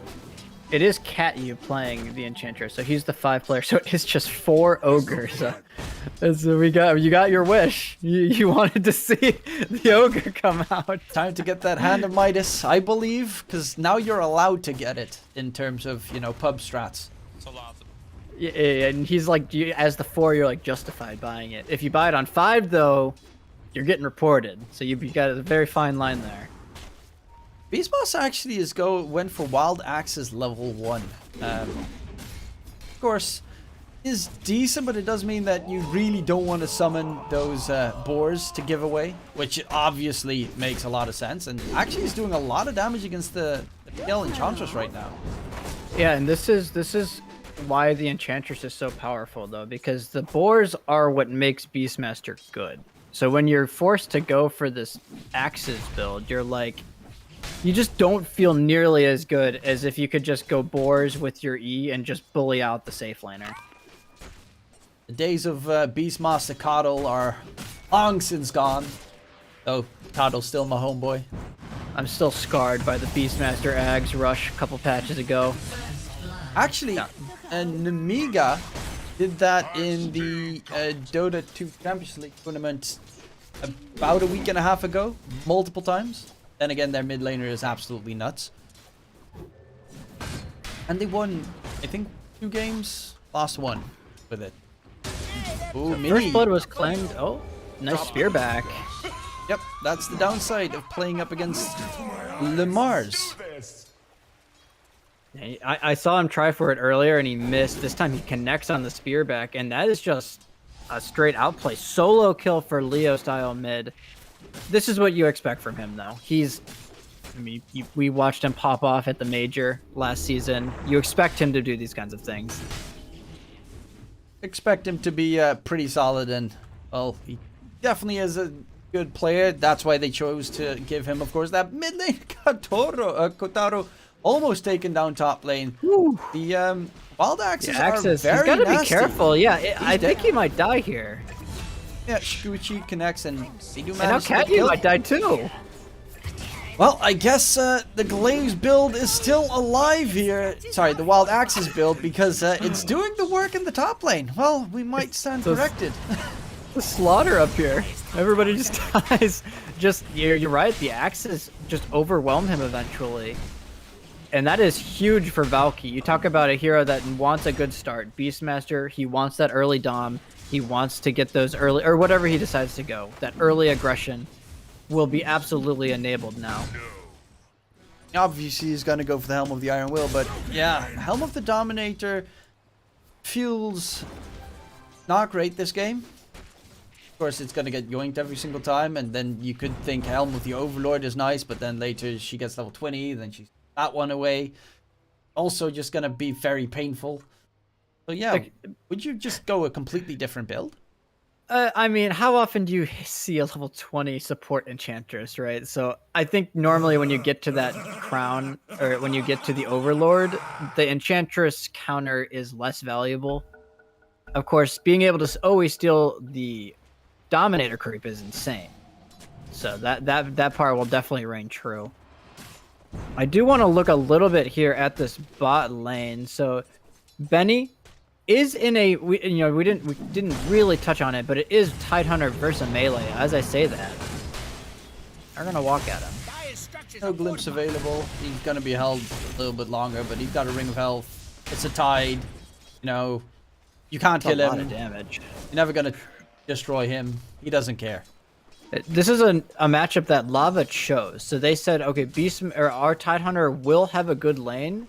He's doing fine, but Benny is completely free farming still. Not slowed down at the least. Got you.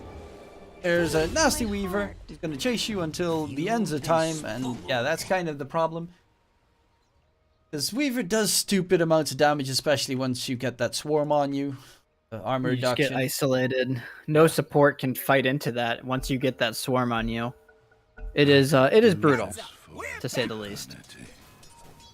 So I'll take your tribute. both off lanes in this game are kind of just owning it. I guess the off lane, the King of Kings off lane is having a grand time, whereas the Lava Best BC off lane, Frank, he's doing okay, but Benny is by no means slowed down. I know the Wraith King is definitely having free farm as well. Kind of like both offlaners are not the ones getting full free farm, but on the other side, they're also not dying.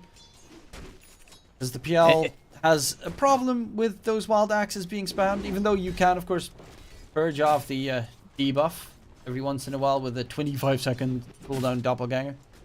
It does make you think, though, right? So this Wraith King is going to get a very early level 6. And does Lava really have the tools to go kill him twice at any point, really, in this game?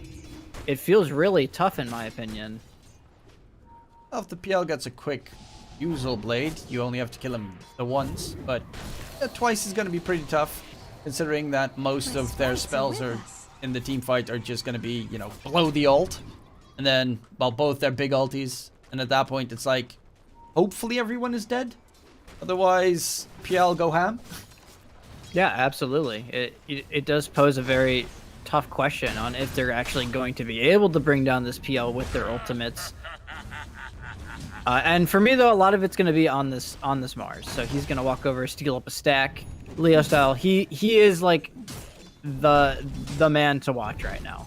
Sand King, he's got to farm up his Blink Dagger still. Leo style, on the other hand, he doesn't need to farm a Blink. He's going to rotate bottom with the arena. And Benny's not level 6 yet. About a full level off still. Yeah, but they spotted out Leo style. Trying to get close, but the block comes in. And that was a long rotation for Leo style. Well, in the meantime, and he's actually having a pretty grand time. TPing bottom lane. Rotate. They're gonna go in. Mini does not actually have the Epi, but he does have a level 4 Sandstorm that you need to be careful of. Kim is completely stuck as well inside the Sandstorm. Mini gets one kill. And now Frank needs to disengage, but you can't really disengage against a Disruptor. Just a great response from King of Kings. They saw this movement coming, and you did mention it was a long rotation for Leo style. They very clearly saw this coming. And that is terrible for lava, right? So this Wraith King is now level 6, so they missed their timing. Their Tidehunter dies, feeding the gold to... Who got it? Okay, the Weaver got it. So it wasn't the Sand King, but I mean, now Sand King's pretty much at his blink. So this small timing window is completely gone. This is also one of the most annoying things. Playing a Tide against a Weaver is also the same problem. The bugs. Oh, okay. Well, I did lie. He's just buying travels on Sand King. So what do I know? Wait, really? Yep, he just bought him. I'm watching him fly out right now. So he just goes straight travels. So he's gonna play this greedier style. I mean, he's a mid. Not too surprising. It's not. I mean, part of me likes it because he is one of their only true PL answers in this game. So him keeping his farm up is going to be critical. I hope to see an Ags this game, but it definitely could scream an Ags game with the Sand King. Not immediately. I mean, you're also looking at a Shiva's Guard kind of shenanigans going on later down the line. Kaya-san Shivas with the Ags, like something of the sort makes a lot of sense here. So and he is just top net worth. Him and Benny. So like we talked about the lava. Oh, in trouble. Tries to get any damage in return, and not going to be able to successfully get much done. Will be taken down. Lava looking to push out that tier 1 tower with everyone. And they're actually gonna find Mini here. They don't have a.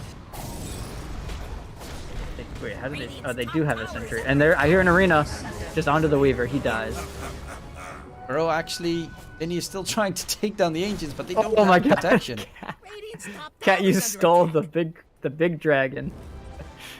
Just thank you very much.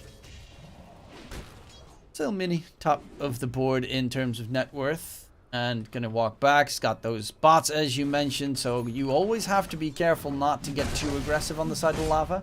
Because that quick TP should be in the back of your minds. And where Cat, you and Kim are walking the entire time. No fear.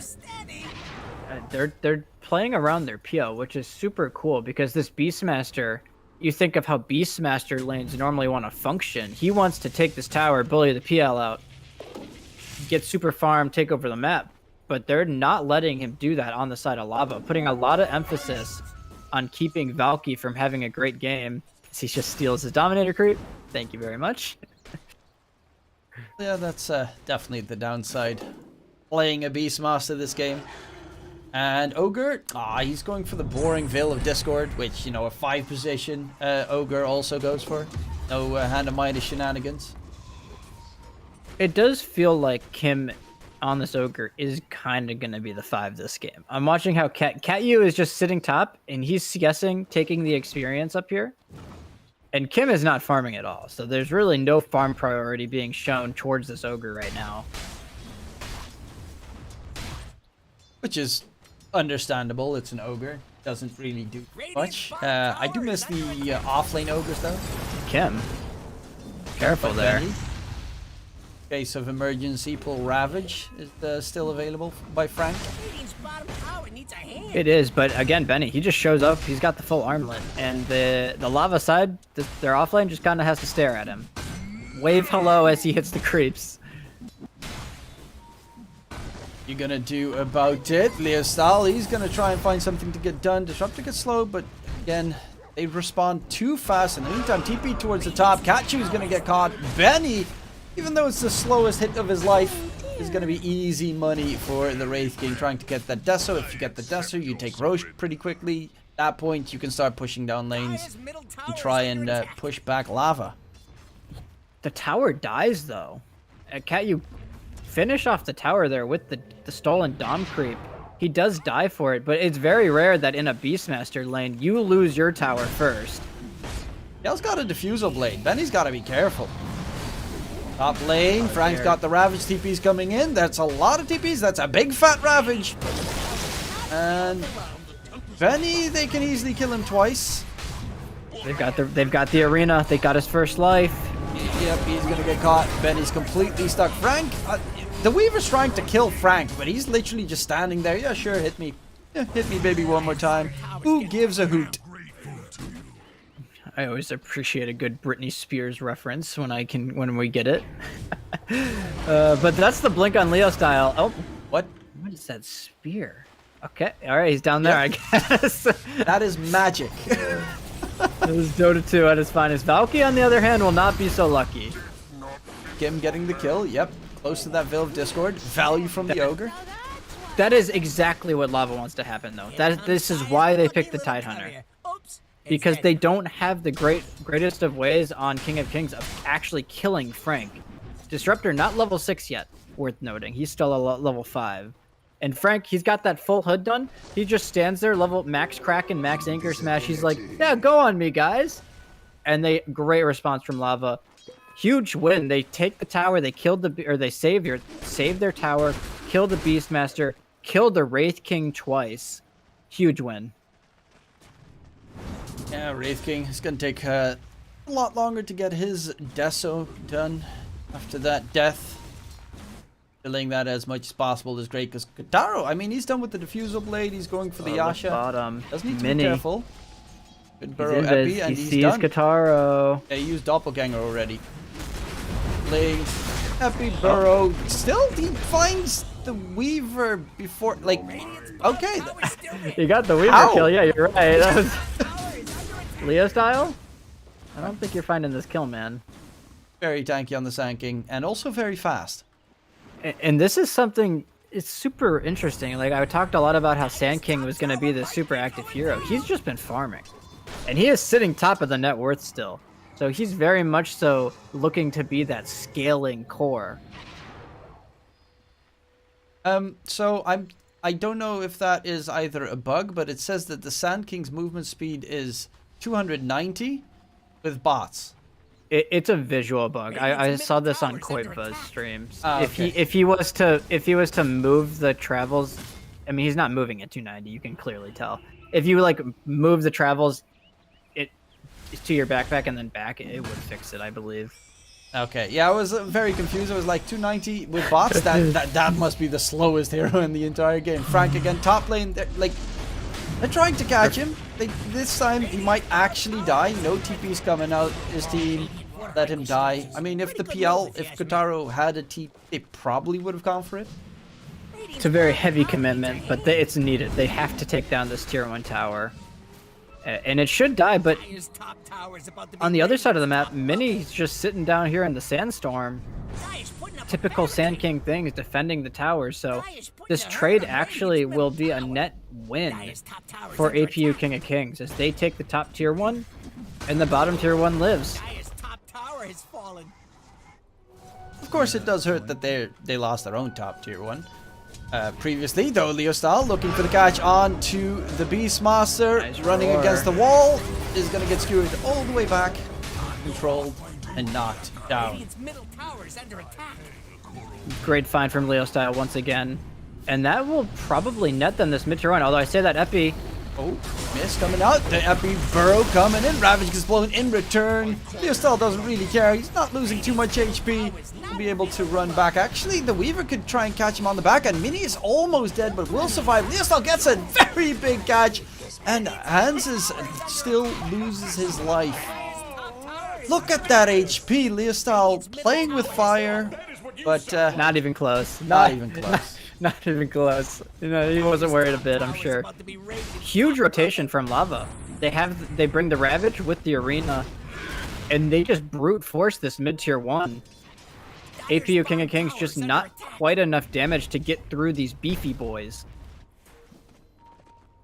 There's a lot of tank heroes, and currently Yell isn't one of them, but he's definitely going to turn into one. Same with the Enchanters. Like, it's a hero that is very hard to kill if you max level Nature's Attendance Wisps. Frank, again, they spend so much time and effort trying to kill off Frank. He almost has the defines. He's just going to be walking away. He lives. That will probably be the tier 1 mid dying anyways. But at this point, if you're Lava, you got away with murder there. Frank literally survived a murder attempt. And while that was happening, Kataro, I mean, we haven't talked about him in a bit, but he's 1,000 gold up on the next highest hero. He just takes that bottom tier 1. This ticking time bomb of the PL that we talked about is getting scarier by the second. Once he's got that Manta Salvcourse done, probably Iascati or Heart next, and at that point he's gonna be very hard to completely lock down. You're gonna need to hit him with a very good Static Storm kinetic field. A big rotation coming in here. They do pop the dust, but Weaver Going Orchid first item. Huh. That's an interesting choice for a Weaver Pulse War. You don't get to see too often. Mini's gonna get jumped. Skewered to the side. But do they have the damage to burst him down? No, they do not. Leostal, he's trying to disengage. Kataro's just letting him fall down. Did cost them a massive rotation, but they do finally take down Leostal for his first death this game. A bit deep there on the dive there, diving the tier 2s. Especially going on the Sand King. That's just such a hard target to go on right now. We'll pay for it. But at the end of the day, your PL is still farming. So I don't think you're too upset if you're Lava. Manta now done. I mean, I'm This is interested about this Orchid. How much it's really going to do. he has the Deso done on Wraith King. This is a huge timing. He chunks. Holy crit. Holy crit. Okay. Goodbye, friend. You shall be missed. Epi. Oh, this could be a great two-man burrow. Gets the singular burrow. Got you. Roaming around with his nature defenders, but Leosal comes through. And yeah, with Katara joining the fight. Mini, can they interrupt his TP? No, they cannot. Will be able to disengage. Benny, however, will not be able to run away from this chase down. Has Soul Ring and Wand to get mana. Yeah. I mean, do you really want to lose your reincarnation here? Diffusal up again, and Yeah. he just dies. He just gets caught out in no man's land. And that is another kill going the way of Kataro. Yeah, had a tough laning stage with the first levels of Wild Axes, of course. But right now, top of the board, pretty decent lead over anyone else. So it's looking still mighty fine for Lava. Yeah, and that was such a big timing that King of Kings was trying to hit there, right? Their Deso reveal, they get the static onto the Tidehunter, but they just ran out of resources. They don't have enough damage to deal with the PL and the Tide. And like we see them go on the supports, but the supports didn't even die. The Ench and the Ogre just kind of shrugged it off, I believe. Did Ogre die? Maybe he died, but just a bit too deep. And it's getting really concerning. The later this goes, the more you have to worry about this PL. The PL definitely is Anything good on it? scary prospect, but he's not alone. Leostal's been playing absolutely exceptionally. He's almost done with his own BKB. So the only thing that really could do him in at that point would be a nice roar coming in. And that Ogre Magi, he's going for it. He's actually going for it.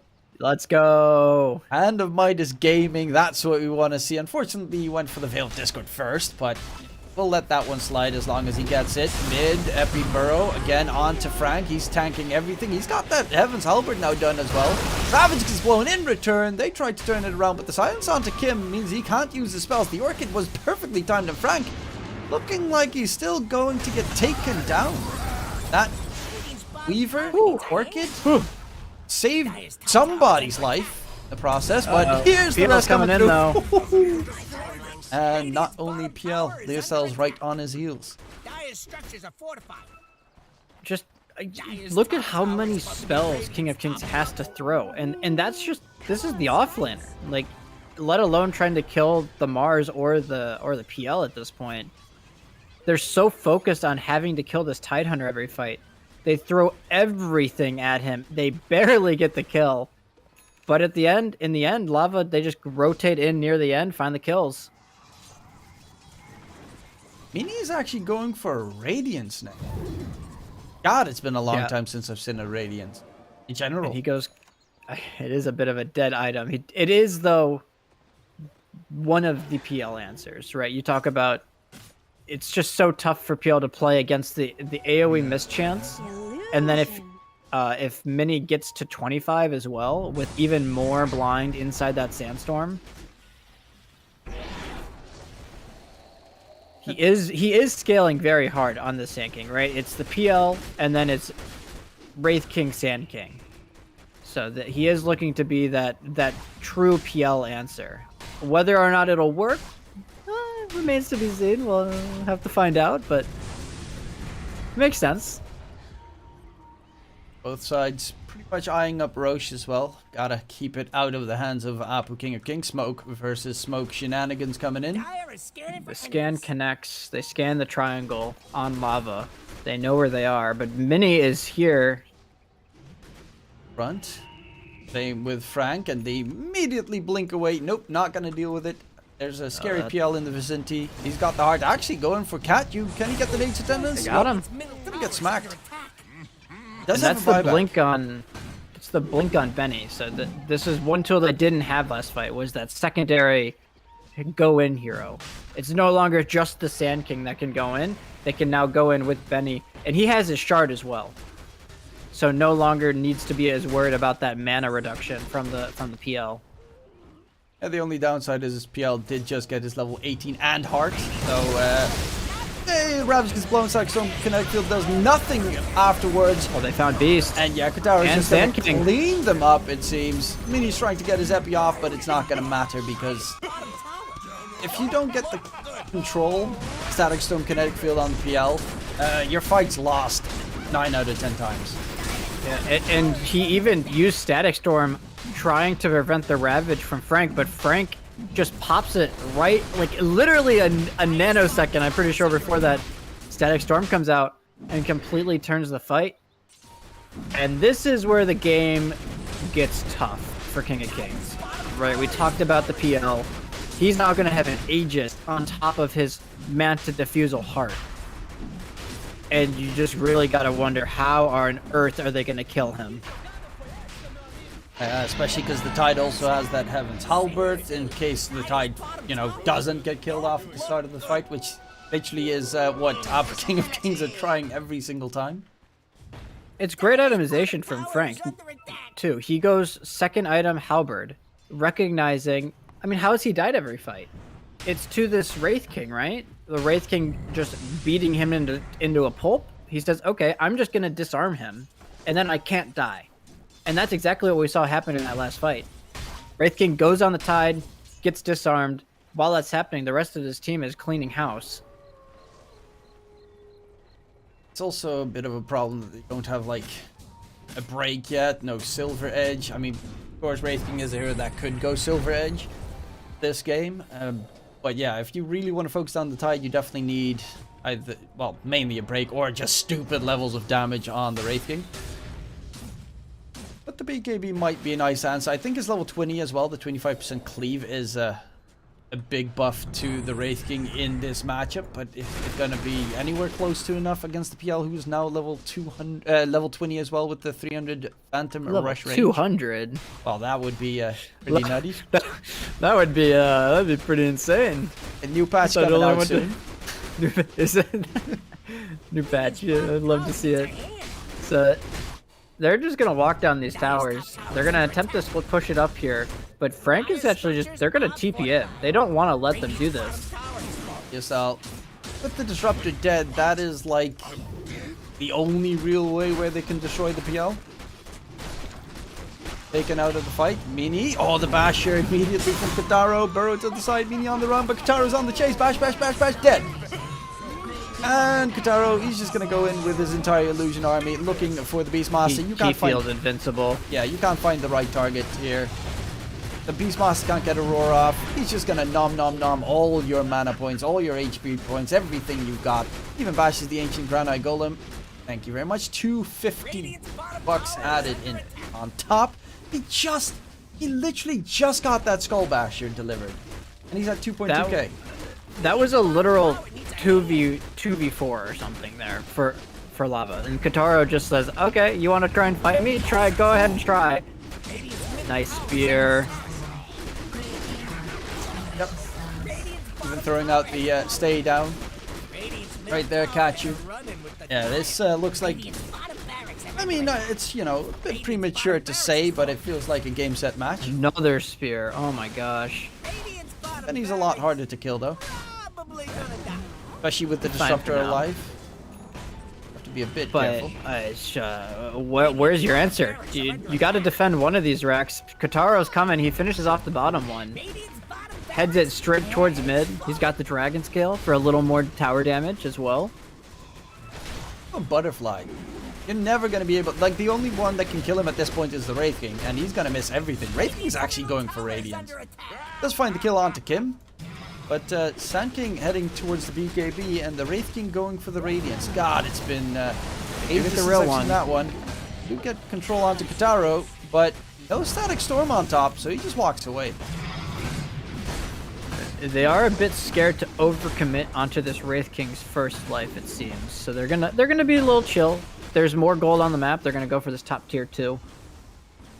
They're not really feeling stress at all on Lava. They can just go pretty systematically here, objective by objective, and they can just fully close the map off. Right? You look at where all of King of Kings heroes are. They're all in the base for the most part. Benny's slightly outside of base. But you get my point. Yeah, he's got the shard. You need to kill him twice. Still fairly tanky, especially without mana. PL doesn't really do that much damage against you, as you can see. It takes a very long time for Benny to actually die. So, nope, still alive, still running. Magic Wand used, and he just walks away. It's He hard to forces kill. him back though. Gonna go for Megas here. But you're not careful. They still have that Aegis for... no, it runs out 20 seconds. Big glimpse on Frank. He takes 3 steps back. What was it? To see? Was it the zero movement glimpse? Just, you know, make him get threatened in the process. So they're smoked up here. Lava is very ready to fight if they do find it, and it's all eyes on the Leo style. If he can get that spear. Benny surrounded. Benny, first life is okay. This time does drop very quickly. He is so toast. Oh Ravage man. is blown. No help from the Disruptor. The charge from Leo Style Serum is another one gone. No buyback available for the Wraith King, and yeah, I mean, this is Megas. At least Mega's probably game. I mean, they're gonna buy back here, and they get the static with the Epi. PL dropping Okay. low. He's actually ticking down. He's gone. That's a huge turnaround. 85 seconds, no PL. That they should be able to keep at least a part of their base alive, because Frank is going to be the next one down. In the meantime, yeah, Leo Style and Kim don't know what they will need to do. They're actually going to jump in aggressively. Meaning with the BKB, doesn't really fear anything in the process. Burrow comes out, he controls them. They're taking a lot of damage inside the Sandstorm. Meaning he's trying to get the splatter, and it comes through. The damage comes in from that Caustic Finale, and Cat used the last one to die. So, I mean, we thought that was Megas at the very Okay. least, but yeah, that's greed. That was Kataro's.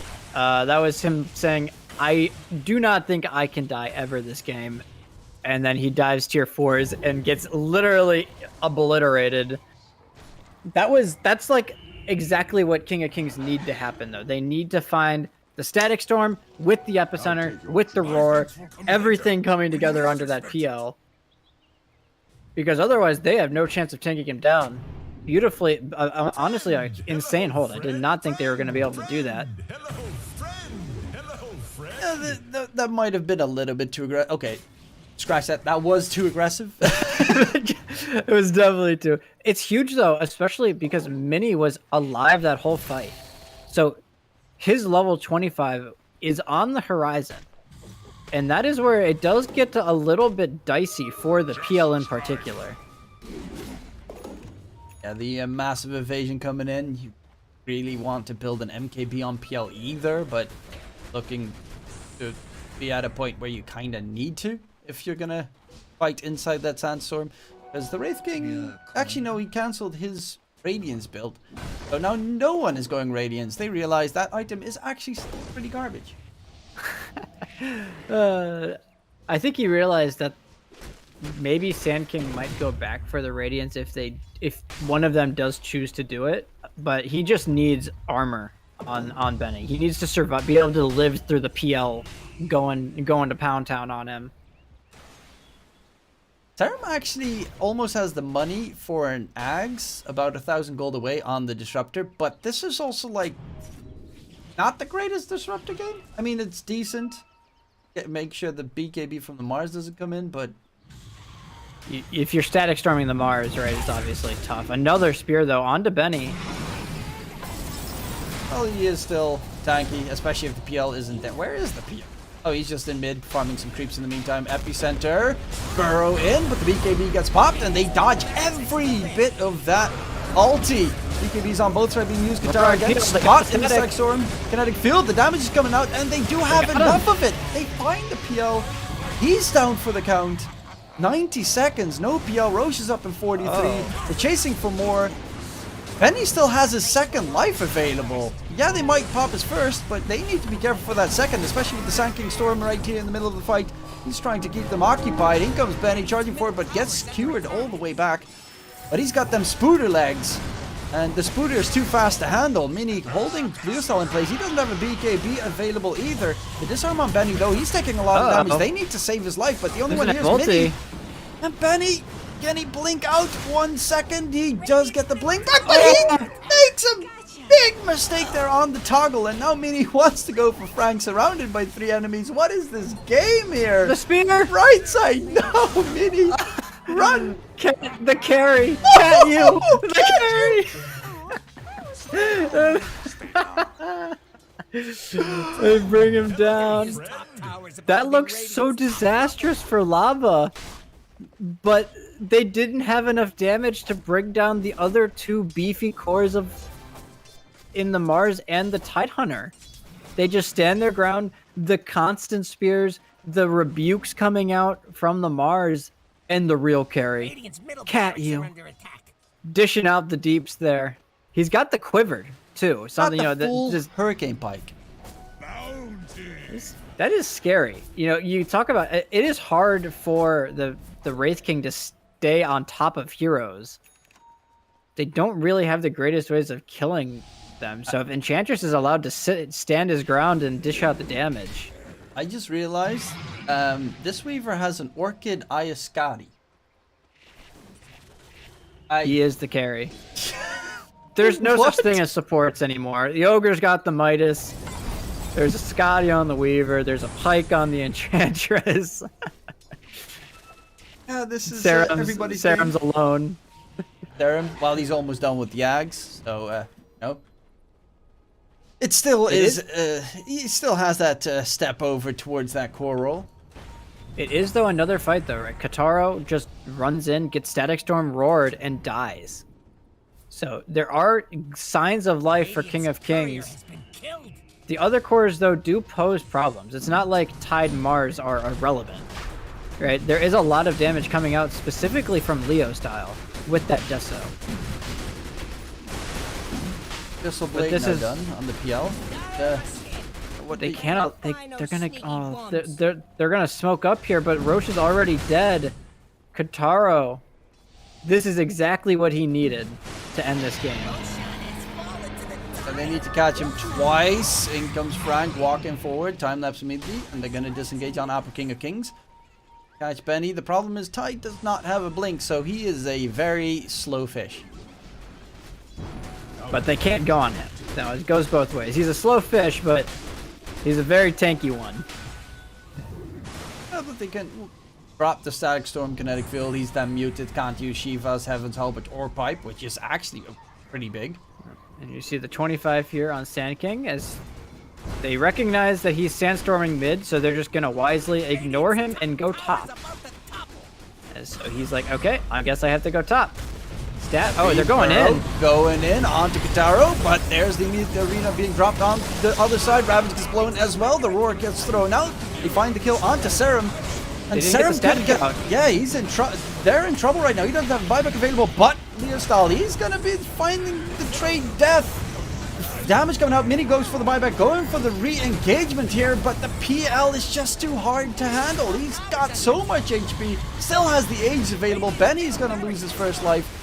towards this illusion, it seems, and Kachu is just lobbing spears from downtown. Damage coming in. Everybody fear this Ench. Oh, the Core Weaver coming in to try and get the kill on the Ogre, but gets denied. GG gets called, and Cat-You King of Kings beats the Apu King of Kings.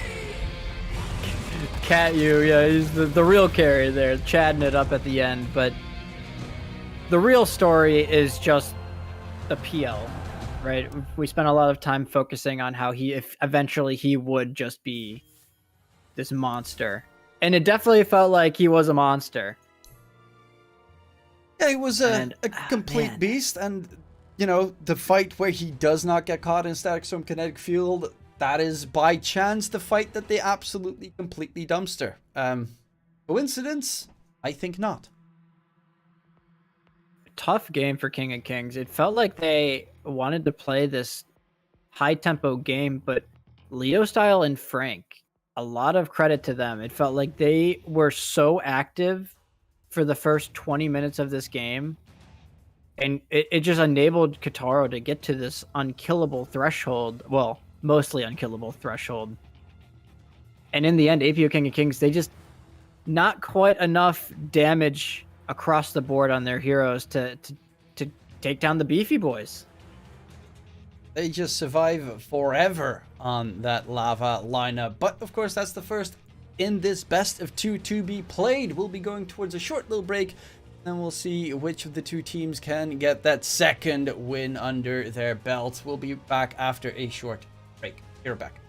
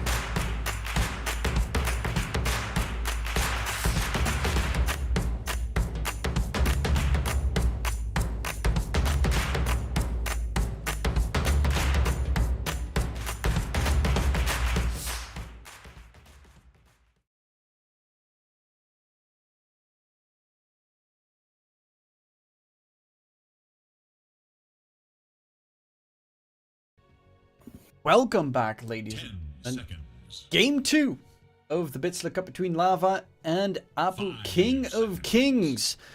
And indeed, we had ourselves quite a spectacle in that first game. Brightside, a little recap of what we just witnessed. Felt like we witnessed Lava Best PC playing this 4 Protect 1 almost. With this Kataro PL, and he just absolutely ran train on the lobby at a certain point. Lava Best, or APU King of Kings, they went for this earlier Beastmaster pick. It didn't seem to work out too well at the end of the day. So they changed things up here with a Broodmother. Mama comes. 10 seconds Mama, remain. together with the Weaver. Very similar. They even move about the same right now. But yeah, 2 bugs on the side of the Apu King of Kings. Ogre Magic getting picked up again for the Lava side of things, with the Queen of Pain this time let through as well. But yeah, do you think this is going to be a 4 or 5 Ogre? And do you also despise Broodmother? Turn to ban. Yes and yes. I don't know. I actually don't know where the Ogre's going. I mean, they ran at 4 pretty comfortably in that last game. For me, I just wanted to quickly point out the Mars ban from APU King of Kings as Lava Best PC. If you can run a hero multiple roles from the first phase position, it feels warranted to ban a Mars, right? Leo Style ran the mid Mars. They've run offlane Mars. Obviously, Frank can play it. So that leaves the Queen of Pain, which Leo Style quickly snags up. And of course, Mars very good against Broodmother because she smacked those spiders once and they're all dead. That's why much expect the Kunkka to be banned as well, because first of all, Kunkka's annoying. Second of all, Broodmother really does not like the critters being whipped into shape. Yeah, the games yesterday, Lava Best PC picked. It is Dire's They got the Kunkka into Brood matchup, and the Brood was miserable. So very smart ban from King of Kings. The Naga ban, very similar. It's hard for Brood to pressure these illusion-based heroes, especially Naga, because it's always 3 illusions, and the Brood struggles to kill them without nuking them and wasting resources. 5 seconds. I imagine we will see. I'm curious. A hero that pops into my head is the Grimstroke for Lava Best PC. It's good against the Broodmother, decent against the Weaver. I like the Grim. I personally love the Grimstroke in general, especially because Inks, like, there are multiple things that are good against Brood. Stroke of Fate's of course amazing, but you've also got the Soulbind to make sure that she doesn't run away, for instance. If you combo it with something else that's quick, like Bara is of course banned, but another hero that is rather fast, you can of course have good usages of the Inkswell possibility. No. Well, And I bring it up oh no, he disagrees. I only bring it up. I bring it up partially because the Lava Best PC in their games yesterday against Brood, they ran Grim Kunkka into the safe lane. So it could be, they could potentially just do Grim plus a different hero that can kill the Broodmother and shut the Broodmother down early in a similar vein. Okay. Yeah, I mean, there are a wide variety of heroes that are pretty solid against Broodmother. Of course, the laning stage, she doesn't really do that much till level 6, depending on what she's up against, because some heroes she doesn't destroy, but those heroes normally suck. So TA ban, very interesting. So they are respecting the safe lane TA. Another strong early laner that can kill the spiders at, later into the game as well. So it could have been a solid pickup there. Looking at bans here, so APU, they're gonna ban out the Bloodseeker. So it does partially protect their Quap. Although Queen of Pain is the only hero in the game that can actually dodge the rupture damage from blinking. Yeah, where you blink and do like one step and then haha, no damage taken. I think you take like 2 steps and then blink max range and you dodge the damage or something. It's very cool. Earth Spirit. Ooh. Okay, I always love a good Earth Spirit game. It means that Ogre is most likely a 5, unless this is all of a sudden a core Earth Spirit, which would make everything even better. But yeah, Earth Spirit can definitely try and hunt down the Weaver Broodmother, 10 seconds. or run away from the Weaver Broodmother for that matter. And the silence is always nice against the 5 Weaver. seconds. Plus, if you add in, let's say, Darkseer as a combo with the Earth Spirit, nearly every safe laner is going to have some struggles. Earth Spirit gives you the one thing you absolutely need against Broodmother, which is long range gap close. Earth Spirit, Broodmother is notorious for being this, elusive, fast hero, right? So heroes like Mars, like Earth Spirit, that can get on top of her, lock her down, and keep her there are so value. A lot of reason why they picked up the Earth Spirit. And they do have Earth Spirit plus Queen of Pain is a great game synergy combo. Just 2 heroes that can go anywhere on the map and kill anyone. Queen of Pain is such high damage output that, especially, right now with how Quaps are building with the pure magic damage builds, so much early damage. Dio's turn to pick. Ember Spirit. Okay, Ember Spirit. Also not a hero I necessarily too often, but with the Tide, I'm getting slightly confused. I'm going with the fact that this is an off-lane Brood, but is this then a 5-position Tide? Because I did see that one literally in the series before this, and I know that still some teams tend to run it every once in a while, but you expect this to be a 5 Tide against the Earth Spirit in lane? Yeah, I think this is a 5 Tide right now. Because, like you said, the Broodmother's offlane, and the Ember is definitely their mid matchup into the Queen, right? So, the benefits of 5 Tide, he's got very solid early laning. Gush is one of the most value level 1 abilities in the game. You can always kill a hero with Gush plus right clicks, it seems, early on. And then in the mid game, he's just a walking team fighter. You have to kill him or he gets Ravage off, and Ravage is obviously such a powerful team fight tool for teams to play around. And of course, one nice combo is the Weaver, minus armor plus Tide, minus armor plus Broodmother means Roshan dead. It is Dio's ban. That is actually a very good hero against the Broodmother. Gets rid of the spiders pretty easily. Does mean that Lava still probably need an offlaner as the last pick. Still, of course, interchangeable if they really wanted to, but I would expect them to still get themselves an offlaner in the process. But so far, I don't really know which side I prefer in the draft. I love this gyro pick. You mentioned it's good against the Brood. It's not just because you can potentially kill the spiders, which is obviously much needed, but you can kill the Brood early as well with this hero. Level 3, if you have 2 levels in the rocket barrage plus a missile, if the Brood messes up or gets caught isolated, she's dead. And that's such a powerful tool to have in the early laning stage.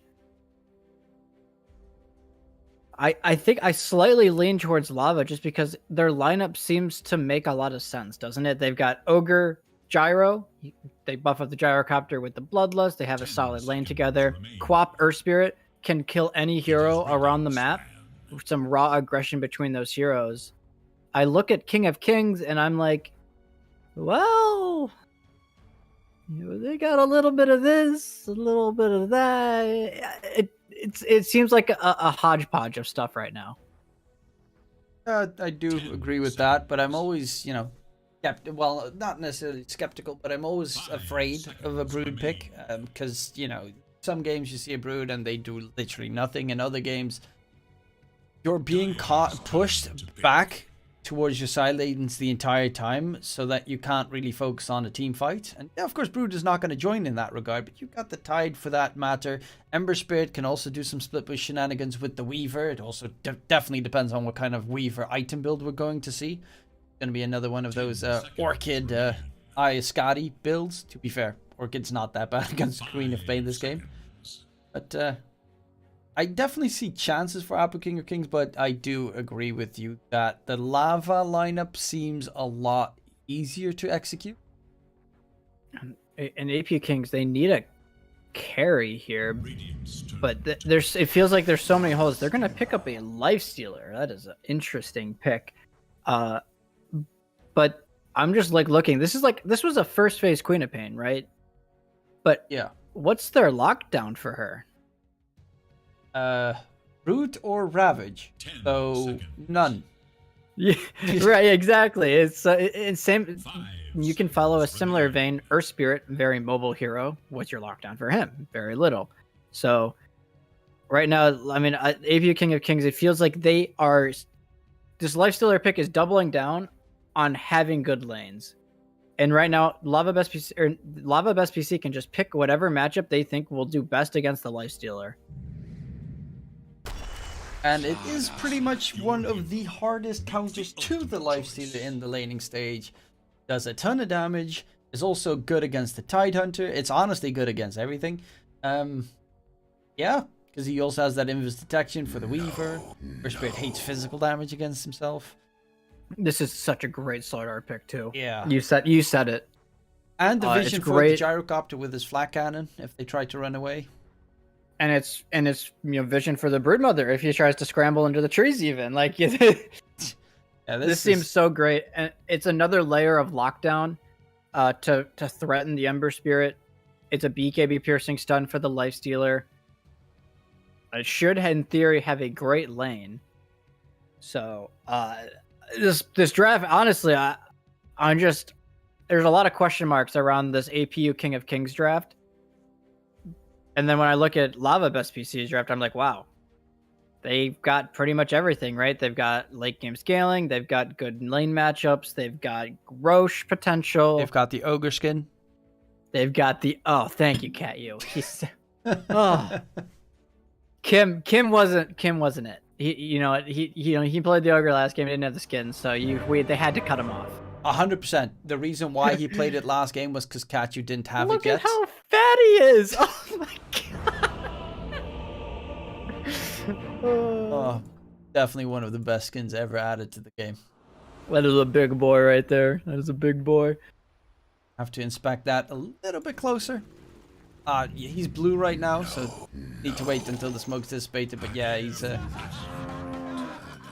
very cute. That is good stuff. So smoke on smoke here. They gave Weaver the ward on King of Kings, and he will sprint over to try and get this ward down. But Frank is already here.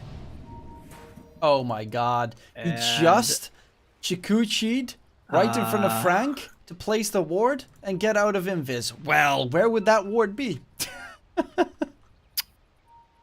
And it's tough because you generally against Queen of Pain you want to block the small camp, but they are well aware of that. Frank just books it to protect them from blocking it. Very clean gameplay. There will be pain. Oh my god, now I can watch the ogre and Screaming. this is Just 30 beautiful. seconds now. The zipper on the back as well. Pressure builds. Double tails. I didn't even notice the zipper. Oh my gosh, that's so good. Got a belly button. Love it. Oh, he's got a button for his belly button. Oh, beautiful. So Benny, he's trying to be a little sneaky here. Will they scout him out? Kim will find him. He's gonna kick him away. Yep. And the 2-for-2 bounty trade coming in. With, of course, Saren playing that position at 5 tide. And as you mentioned, it's just going to be that harass in the lane, or attempt to harass in the lane at the very least, which is going to be very hard because you really don't want to walk out against the bash with the deep Slardar. Look at this play from so they've put Sarum on the 5 tide, but he's going bottom with the Brood, and Caillou is actually just we got a mano-y-mano here. Yeah, but Ogre's just, that's the int hero. That's just tankier. Magic power of that fatso. Indeed. The 7 armor. Don't care as much about the gush when you have 7 armor. Got you, so And already, everything. it does feel like Katara will be well set up just already for another very, very good, decent lane into a great mid game. As you can see, they're just zoning Valky, just right clicks and spells. That's all they really need. This Brood can't up. Look at what is happening. He literally can't walk up. This is why Ogre Magi still gets picked up a decent amount. It's not necessarily like it's a super late game hero, but the laning stage, you know, it's like Undying and Weaver. It's just very annoying to deal with. How And incredibly very strong heads they up. are. Look at this play by Katyu. Run He catches faster. the next wave. He sees Serum dragging this wave, and he immediately connects it. Although Range creep's that gone. range creep has other ideas. But yeah, this But is a very weird place to fight for creep kills. Some wild lane shenanigans here, but this is all going to favor Kataro. He is going to get more creeps out of this. He'll Looking sell top, mid, though. Looking just pretty solid. briefly. Oh. I mean, Valky has 0 CS. And Zero denies. That's exactly what a Brood Mother wants. Absolutely nothing. Whew. This is that's a brutal start so far. Top lane, they get the bash onto Benny. With the roll, he's fine, but it does. Frank is having a great time. 9 CS already to his name, Got you. No fear against 2 enemies just running in. and Serum's just dead. Yeah, Serum's actually going to be first blooded here. Kachu gets the kill because why would you give it to your safe lane? There are 5 positions that deserve it more. But he is the carry. He's gonna get that Midas, surely, right? Why is that ward in mid not counted? Again. That is a bit strange, isn't it? I don't know. They looked like they saw him place it, but maybe not. Maybe it was the nighttime vision or something along those lines that sprays being thrown out bottom lane to show Valky that he's not wanted in that lane. Well, he 15 denies on Gyrocopter, by the way. again 16. 1 creep kill on the Brood. We're focusing a lot on this lane because I mean, Brood wants a good start. He wants his early levels and to get that level 6, but they are just not giving him an inch right now. Got you. Come here. Come here. Smack. Smack. Go away. Mid lane, Leo style, 24-10 to the 18-1. So Queen of Pain, they picked this matchup, by the way. They picked this Ember versus Quap matchup, but Leo style just doesn't care. He's having a great time no matter what. I mean, that's kind of the thing with Quap. Oh, they actually find Serum in the bottom lane again. That's the thing with Quap. There are very little heroes that can actually beat a Quap in the laning stage currently. I mean, Puck is probably one of them, and the other one being Lina. For the rest, I don't think any other heroes really beat her. Have fortified their structures. You're absolutely right. Leo style actually glyphs. He might dive this. He does. And now the Tide TPing mid. I get to farm some experience. Yay! Yay! He gets to get level 3. Congratulations, Serum. But that's pretty much a solo kill for Leo style. And we had concerns about, you know, Quap having a free game. He's off to a very hot start. Valky is literally just hiding in the trees to only soak XP and get his level 6. Kachu is actually ahead on that Ogre Magi. He's got And 2 top kills. lane, they take down the Weaver. So a roll kick with the bashes. Healing salve as well. Frank's going to be just fine. Cut himself out. And it really just does feel like Lava is just having... They set up 3 great lanes for themselves. Lifestealer still farming. He's not shut down right now in Benny, but already a 1k gold lead for Lava really tells the tale of this early laning stage. They did rotate the Weaver down towards the bottom lane.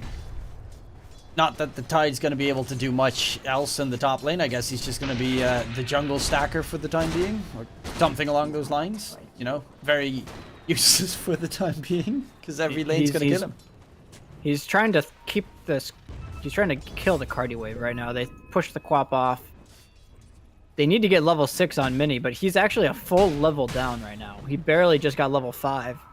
And now Serum, well... No Kraken Shell, so can't even get rid of Nice the juke. debuff. Cute juke, but does not matter. And Leostal also has that nice arcane rune bottled up that he just used. So full bottle, heal up to the max. Benny's actually having a very good lane top against Frank. I mean, the plus side is, of course, he's got that Helm of the Iron Will, and that makes all the damage be a lot more lackluster. Well, Mini can't just catch you off guard. Actually, Kotaro, he's going to go for the straight TP. They have no way of interrupting and almost get the damage to take him down. But Very heads up TP there. He was absolutely dead if he doesn't TP there. Cat U dies, but that seems fairly inconsequential, I have to say. an Ogre 5, The Ogre 5. I think he was. Did he get the bounty rune? He probably got the bounty rune. I wasn't watching it, but yeah, he did. He got their bounty rune. Gotta bring that value to the Jakiro suit. Die for the team. So the good news though for King of Kings is that they forced Kotaro out of lane, so that will enable Valky to nearly get his level 6.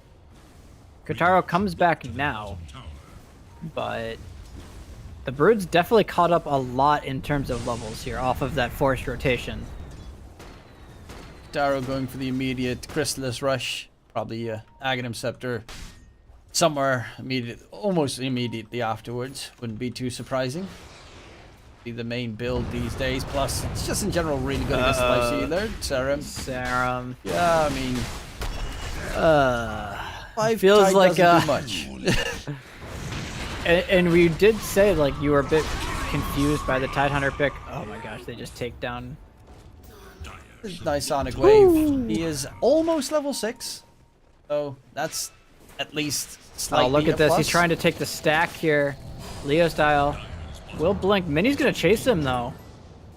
Doesn't have a root available on the Ember. Does have damage, no Quap Got him. Blink, and that's actually a very big kill there by Mini. That is a huge kill. Much needed. Gets him back into the game a little bit. Actually, Frank is losing a man fight against Benny. Life Stealer. Armlet's completely done. He does really hurt, and it's hard to kill him considering you need to make sure the stun timing is perfect. Well, he also probably purged off the corrosive haze too with that rage, so that makes it a lot easier to man fight. Kotaro When you in trouble. Oh, Leostal joins in. Kotaro might die. He is going to get taken down. Can they turn this style on? is gonna clean up here though. And Hanzus, Ishikuchi way. Old Boulder comes in. Hanzus, Ishikuchi's in a semicircle to stand right on the other side of Leostal and then die. Yeah, they got the gyro, but at what cost? Yep, that's a couple of painful deaths, especially because, well, he does have his level 6 now, but he died twice at the very cusp of getting those spiders. On the bright side, no pun intended, Mini did take his big, large camp stack there. So, you know, that while his entire team was dying, he was farming at least. I mean, he's pretty farmed up on that Ember Spirit. Looking a lot better than his laning stage originally went. Yeah, I mean, you consider he got solo killed pretty much. And now he's near only 400 gold behind that Queen of Pain. That is... Yeah, and doesn't have Kraken Shell, so he can't get rid of the dots. And so he's going to be another one dead. Hanzus. And Hanzus? No ulti available. Probably dead, yeah. Just a tickle. Is little hope for Dire's middle tower. And this is the power of the Queen of Pain with the Earth Spirit. They can just run anywhere on the map, and it feels like they can kill anybody. Except for, you know, maybe the Lifestealer, but I don't think they're too concerned about Lifestealer, given that they've got this very farmed Slardar, very farmed Gyro. Frank being bottom. Oh my god, Valky takes a beating from that hit. Kim is nearby, he's got the rolling boulder. Can he get the connection? Boulder smash, slow him down? Nope, not yet. Oh, he got him. But he will be able to get the kill with it secured, and at least the spiders managed to secure the tower in the process, so Valky still gets something out of it. And while that happens, though, they chase down Mini with the tip. Add some BM, you know, break their spirits. It is really great awareness, though, from Lava, recognizing that they can actually kill the Brood with a rotation from the Slardar there. Oh, Benny And on Benny, the run. oh, No Sonic Wave, so he's got the infest. gone. Well, he can be gone. He'll stay in the area. He's not under too much threat. That is the great thing about Lifestealers in this game, right? If the Slardar isn't near you, you do feel pretty invincible. Side's got Ravage. He's walking up towards the top lane. Gotta be careful right now for a big Ravage play. I mean, you know the saying. The threat of the Ravage. That is true. Yeah, the threat of the Ravage is there. The question mark does come in, like, so you get a Ravage out, but where's the other damage coming from? Weaver, he is deceased. Gonna get taken down. Mini hit by the stun as well. No signs available this time around though. Leostyle doesn't have his ulti just yet. Serum drops the Ravage. Quap. Blink is still available. No root on Mini, so Leostyle can just disengage easily. And now that Sonic Wave is up, are they going to continue for Benny? No, Benny's just going to disengage and they're going to go in on Benny. He nicely sidesteps it, but the problem is silent Sonic Wave, arm the toggle. Can he keep himself alive? He's trying to turn it around. In comes Frank. Uh-oh, Frank's here. Yeah, Benny. I mean, his toggling is going pretty well, but eventually, without any backup, there is not much you can do. And they are 17-3 ahead. This has just been a brutal outclassing so far, really. All of these lanes were so greatly set up for Lava, and they're just punishing the fact that AP... Okay, Leostyle might be dead, actually. Okay, well... You'll take that if you're Mini, thank you. But they're just punishing, like, there's no reliable lockdown on the side of APU. And, well... Speaking of reliable lockdown, Frank has the completed Blink Dagger, so... Now you've got the Slardar, Earth Spirit, and Quap to hunt you down at all avenues on the map. Yeah, and it's really just like, what's the saving grace? Maybe Mini's the saving grace. He's gonna run into Katara, but he immediately runs away. They might try and chase him down here. They know he's in the area still, but he'll leave a remnant. Should be fine. I always find Earth Spirit plays like the most mesmerizing because it's such a tough hero. Oh, yep, that was just beautiful. You said it was mesmerizing. That was super clean from Kim. Hits the silence while rolling onto him with the chain stun from the ogre. That is perfectly done. Leostyle. There's no Ravage. There's no way to hold Leostyle in place. Has a. He had a bash prime too. Benny just barely escapes. Oh, rip Serum. Goodbye, Serum. Yeah, I mean, I feel like we said that a lot. He's 1-8. Oh no. Tide 5. It sometimes works, but this is not one of those times. He's just been toyed with this game. He's been like a lot of lanes. A lot of games, it feels like the Tide 5 is really valuable because you can combo with the Gush lane and then the Ravage, but APU King of Kings lineup, they seem so low on damage as a whole. Leostyle getting chased. Mini does get the root in. Leostyle is gonna die. That is a huge kill. Again, the only one that they seem to manage to find is Leostyle for the most part, who's on his third death. That's more than 50% of the lava deaths. Noob mid, feeding report. That's atrocious right there.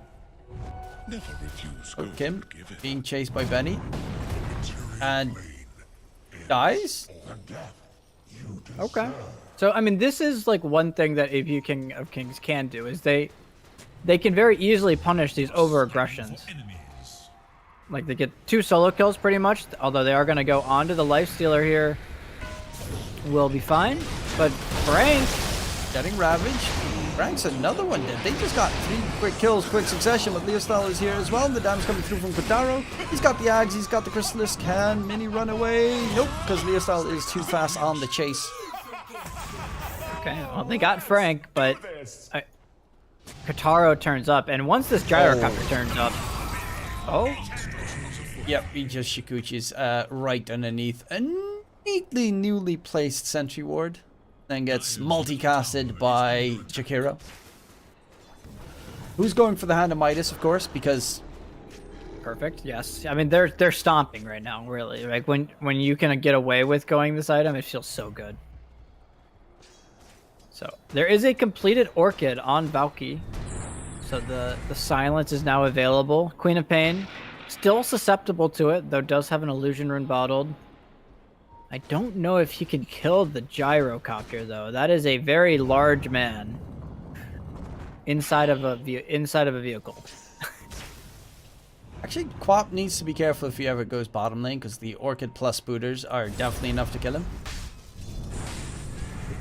He does if he doesn't have this illusion rune. So he could go bottom right now and be completely fine. But they're just going to walk into Roche, and this is what Slardar really does.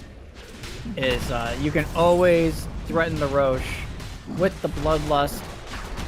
Although only level 1 Bloodlust, but this will be a free Aegis. Chrysalis. Gyro also has the Morbid Mask right now, so it makes him pretty survivable. You get that Aegis, you can run down most parts of the map, immediately smoke up as well.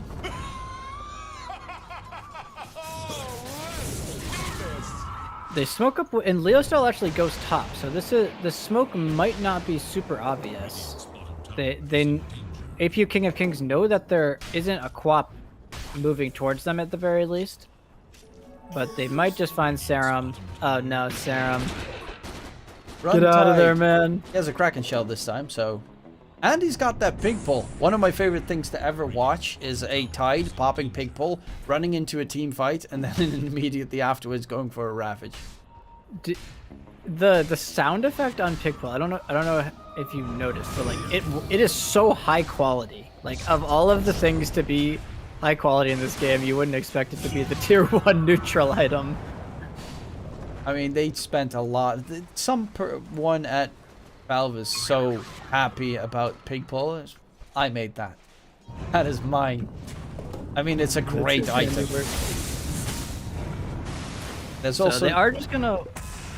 There's also that one person at Valve that created the, you know, clumsy net, or even worse, the repair kit. That person, nobody liked. Whoever designed repair kit should never be allowed to design stuff again. Like, they should have their privilege revoked. Was that the single most frustrating neutral item in the game? It had to have been. Yeah, add that with you know, every game lich or treant, and you're like, oh, I can't Frank. push. Benny getting jumped. They have the silence, stun lock, drop him low, and they knock him out of the entire game. With Serum. And they're just gonna chase on for more. I mean, it's Serum. 10 is a nice number to have on your death. You rounds it out nicely, the double digits now. Yeah, it's a lot cleaner than 9. 9 feels a little bit weak. Ogre does complete the Midas, though. You gotta keep eyes. Does he multicast on it? He is 6-1 and 11 on an Ogre 5. He's having a great time here. He's flying it out. Does he multicast? Oh, Kotaro, don't you dare. Kotaro, get away from the creep. Oh my gosh. Classic carry. It's fine. He'll get the wave. Nice. Value.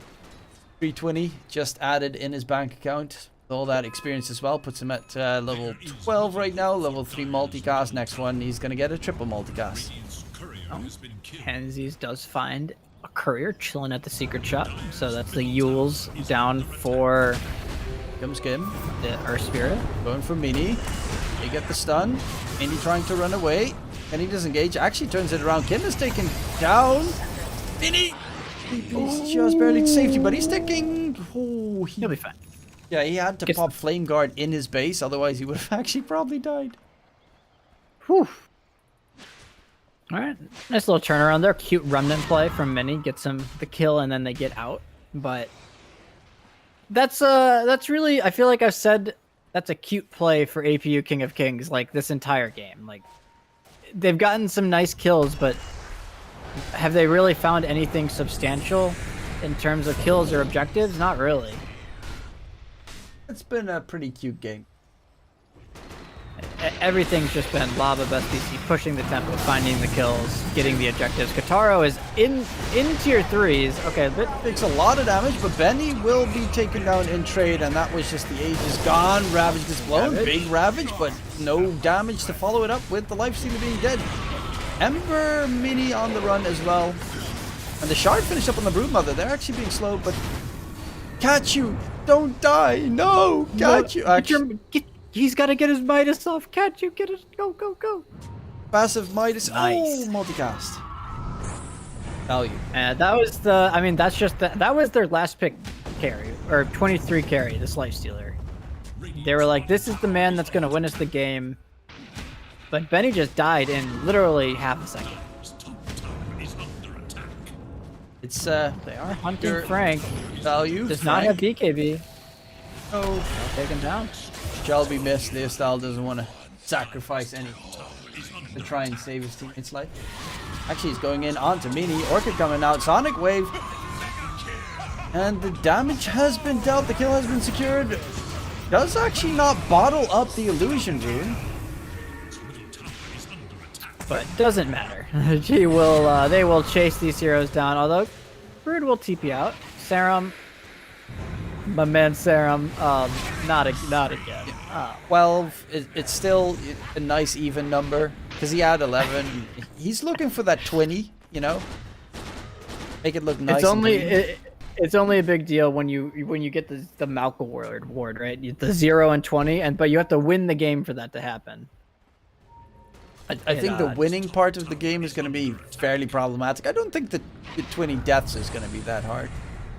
You could very easily get there. Yeah, I do agree. The winning seems tough as well. It's 11k gold lead, and they haven't really shown any inclination of stopping Kataro. Diving onto the Brood. Valkyrie in trouble. Gonna get taken down. Signs on to Benny. Benny immediately just TP. Immediately gets annihilated. Has a buyback. Not really something that you want to use at this stage in the game. Got that armlet Deso, but yeah. I mean, they can kill the Gyro, possibly, if they fully lock him down with the Ravage and everything, but with the full standing now finish on the Gyro, going for... Am I saying that correctly? Oh no, he's going for the AC. I was afraid that he went for Moonshard. To be fair, AC, same story, like, that's gonna be hell. I mean, yeah, it's good itemization. It's dealing with the only way that they could possibly lose a fight, which is this Lifestealer with the bugs and the Sleight of Fists, just all this minus armor reduction. There is the Deso on the Lifestealer, by the way, so just shoring up their fronts. Just in case, right? There is the Solar Crust as well, so a lot of minus armor. Oh, it's one of my favorite things to see. Ogre Magi's that, you know, use their core staffs on enemies, and you see that multicast pop off, and the entire enemy team just gets splurred all over the team fight. No one knows where they are at. I wish he had gone Yules. That one's even more amusing. Yeah, your entire team fight from your team gets completely screwed over because you lift everyone on the opposing side in the middle of a big team fight. Like, sorry guys, I Yulesed everyone. My bad. Just get another multicast. Sometimes you buy Midas on this hero and then you don't multicast when you use it, and you want to cry, really. Like, or like disconnect or something. Ooh, Leocel's got the shard. Weaver. And the Weaver. 07. For good measure. Make sure you don't accidentally lose him there. Valky, he will be going down as well. He's in no man's land. He's actually making good progress to join Serum. Yeah, he's rapidly approaching, but Serum, he's like, I'm not to be beat. Oh, they're just having fun right now. This is just a complete stomp. Buyback from Serum. He's like, no, I gotta make it 14. He buys back Solar Crust his carry. Excellent protection gameplay. But that's the Rax going down. Aponzeus is almost on 10 as well. Getting there. Dire's top barracks Okay. has Yeah. It does feel, part of me is kind of happy to watch Weaver players lose. He's gonna Sakuchi in the infest bomb. And run away. Never mind, they will run away. Mission failed. We'll get him next time. The real gameplay is to Sakuchi in, drop your lifestealer off, and then you ulti out, and you leave your lifestealer out to dry. That's the real team play. Dire's Oh. middle tower is under Yeah. attack. Oh, actually going in onto Kim. And Kim, can he roll out? No, he cannot. Lifestealer will be able to take him down. And Benny gets a kill secured. Now he has participated in 3 kills, the Weaver in 7. So 70% of the kills that Apu King of Kings have secured, Hans has had a hand in it. That is true. He is pinging his team relentlessly, saying, "Why aren't you guys in more kills?" Yes, Sarah. And I'm in their comms. Yeah, Sarah. Yes, Sarah. I'm actually in their comms right now. And just I have a separate Discord account. I'm tuned in. That is what's happening. Can confirm. No, not the ogre. Force staff. Force staff them. Use the force staff. Damn it. No. Had you on the run. Oh He's gonna still no. get taken down. Raven's gonna get blown. Katara's actually dropping low. Benny, does he have enough damage? Oh No. my gosh, the lifesteal. There it is. And the And GG. that's the GG. 14 That was a, deaths on the tide. Nice even 10 on the Weaver. This was not much of a game, really. The lanes for APU King of Kings, just none of them really went as they wanted. And you can contribute part of that to draft, but Lava, it felt like they just outplayed them in almost every lane. And that's how you win in 27 minutes. Very quick, very clean there for them, and that secures them the 2-0. I have to say, I had my doubts. I casted, I think, probably the first game. Yeah, I casted the first game that Lava had in the Bitsler Cup, which was against Doping. And that was one of the most disappointing series from both sides that I've seen in a long time.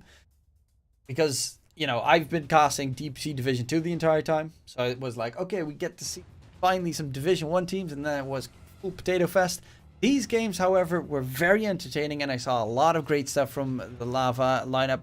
I do have to say, Apu King of Kings, both games definitely had some problems with their draft. And it, of course, their playstyle didn't go that well either, but a massive problem really did come through in their drafting. Yeah, it seemed I didn't mind their draft game 1, but it did seem like Lava Best PC specifically. It does seem like they've kind of found their stride a little bit for a team that you had such high expectations for coming into the DPC, into the Bitsler Cup, given their lineup and their past success. You'd hope that they can start taking these more convincing victories off of middle tier teams. I mean, APU King of Kings right in the middle of the DPC for SA, of course. So a very nice series for Lava Best PC to take at the end of the day. It was definitely a very entertaining game, and hopefully we get to see some more of this version of Lava. But of course, we'll have to see another day. There will be one more game for the evening to be played. Indeed, I'm quickly going to have to grab my cheat sheet because I know that you're going to be covering that game together with Apon.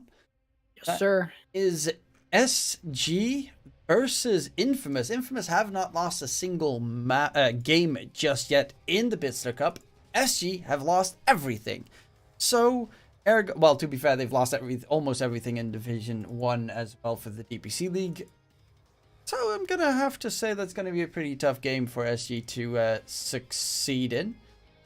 Of course, for me, that means the ending of my cast. You enjoyed the show, and do you have any more closing words for the people at home? I don't. Be sure to drop my man DK Truman a follow on his Twitter. Don't forget He is da bomb. Beyond Insanity. No, but yeah, Don't forget to follow Brightside Dota on Twitter as well. Hopefully you enjoyed the show. And in case I don't see you, good afternoon, good evening, and good night.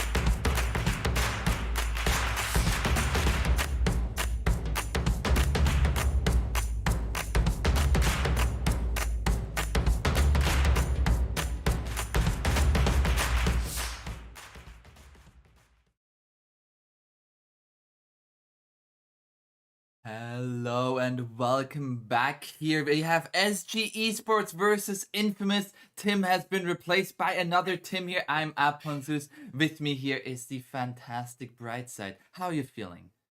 I'm feeling absolutely great. I go from one great Tim to the next great Tim.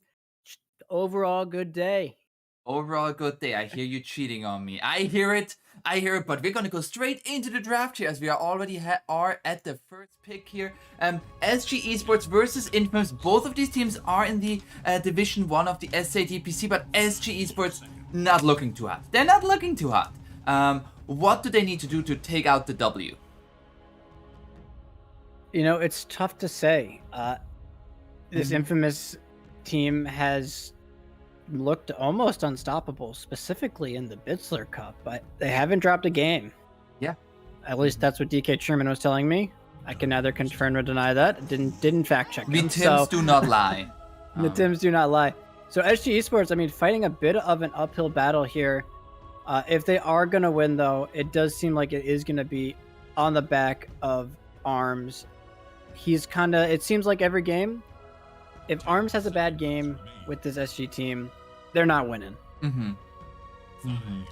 Yeah. So set your safe lane carry up to success, and Ogre Magi already a very good hero to enable that, as it's just a strong laning prowess, and the steroid in the Bloodlust later on is fantastic. Meanwhile, Infamous turning out a little bit of a different hero. We see the Tusk in the first phase. What do you make of that? I'm not sure how much you've been following the Chinese DPC, but this Tusk hero is first priority for these teams, which is interesting because you'd think he'd be bad against the Spirit hero meta that we're kind of in, but it's just the lane capabilities as well as the Roche potential on top of the save. Just his whole mixed bag is his utility is so impactful throughout the game. Is it mostly played as a 4 or as a 5 or maybe even as a core? Mostly 4. Yeah. So I would expect this to most likely be Michael's. So we'll have to see. They partner it up with the Kunkka. This hero also just first pick every game in other regions as well as this one. It can go carry, it can go mid. It doesn't lose many matchups. So already love the opener here for Infamous. And SG, well, you can't say no to the Spirit Breaker. You can't say no to the Spirit Breaker. It's just, the hero's just so good right now. The hero's just so good. So out of these two openers here, SG Esports, they might have a Spirit Breaker position 3, but it could also be a Spirit Breaker position 4 with the Ogre Magi 5. Neither team really revealing too much, which is unusual. I would say, like, usually we see the first pick at the first pick has that ace pick where we usually see a little bit of a reveal of what they want to go for. It's just a Spirit Breaker which doesn't reveal too much. Are there any particular heroes that you're scared of right now as SG Esports? Oh, I mean, it's tough. You said it best, really. There's so many options that both of these teams can go with. Ogre Spirit Breaker, for SG, you probably assume they're going to pick a ranged support or core here for their 16 pick. And then for Infamous, you probably just pick up a 5. We see the Shadow Demon banned out actually by SG Esports. Something that, if it is a core Spirit Breaker, can do well and can, have impact on the game despite playing against Spirit Breaker. A lot of teams have been leaning towards just beating the Spirit Breaker in lane, and then if you beat him in lane, you can then group up and kind of counteract his global presence by transitioning the lanes into mid-game towers and objectives. We have seen a little bit of the Dawnbreaker position 5 as a way to counteract the Spirit Breaker because of its own global potential. Might be something to come in handy here. It would then be a 3 melee already for Infamous, but still, like, Dawnbreaker, also really good laner.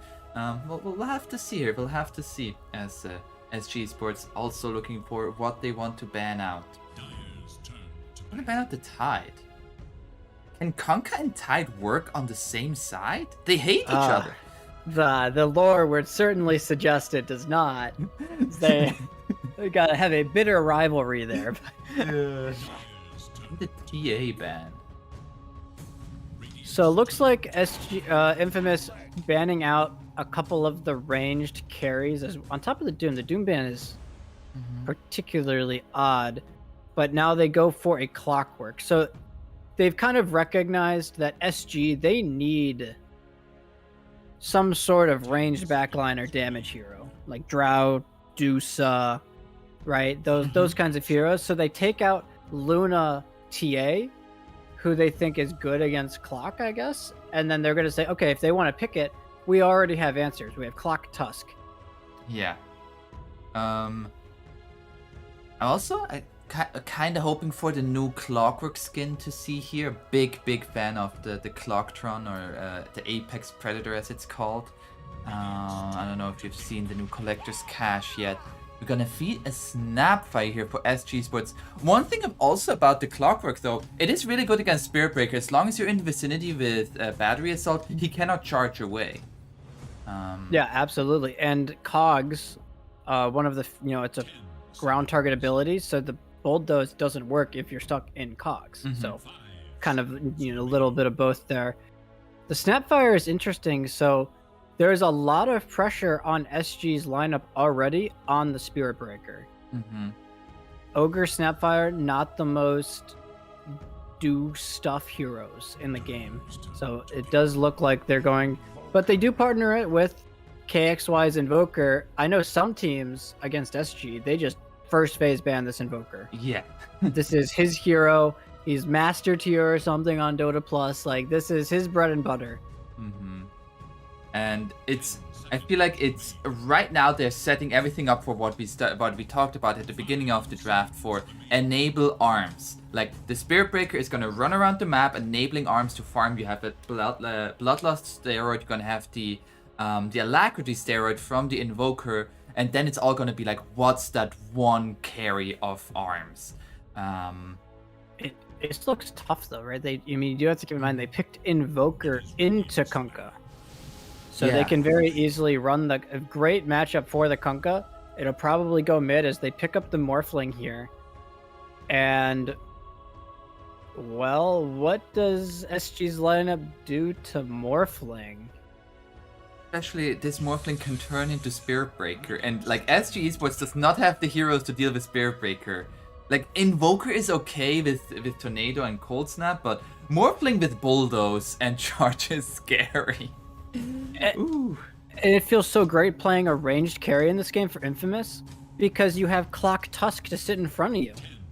You have two great protection heroes. You have Boat Rum to work with. So this Morphling can play fights I don't want to say super aggressively, but he's not scared. Like, there's no reason for him to be scared of SG going on him, because he has so much save, so much counter initiation available to them. They're banning out the Venomancer. They might be looking for the Faceless Void. I mean, Faceless Void plus Invoker sounds really great. But I would assume that's going to be banned out here by Infamous. Yeah, and it makes Faceless Void make sense too, because it's a hero that can get out of Cogs, can get out of Shards. Can kill the Morphling. Yeah, there's the ban. Period. So that does lean a little bit into what kind of pick they might want on SG, right? You probably want some sort of carry with built-in mobility. So that you don't have to worry about the Cogs, you don't have to worry about the Shards. The problem is what's left. PL's out, Void's out, Luna TA are out. You can't really go Gyrocopter, then you're picking Gyro into Morphling. Yeah, it's got to be like Ursa. Okay. Medusa? Okay. I mean, you mentioned earlier, like, the Clockwork and Tusk are able to get on top of her, but there are also, like, Invoker and Ogre Magi are going to be around her to try to peel them off of her.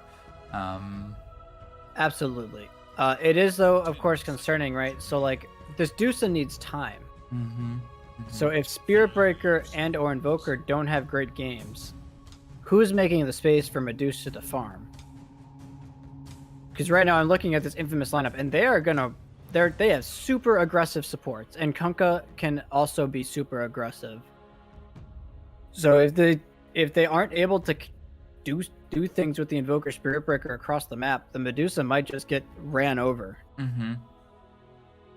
And Infamous still has another hero to pick here, and they can pretty much counter the Medusa in however way they want. If they want to like completely counter her laning phase, if they want to counter it a little bit more mid-game oriented.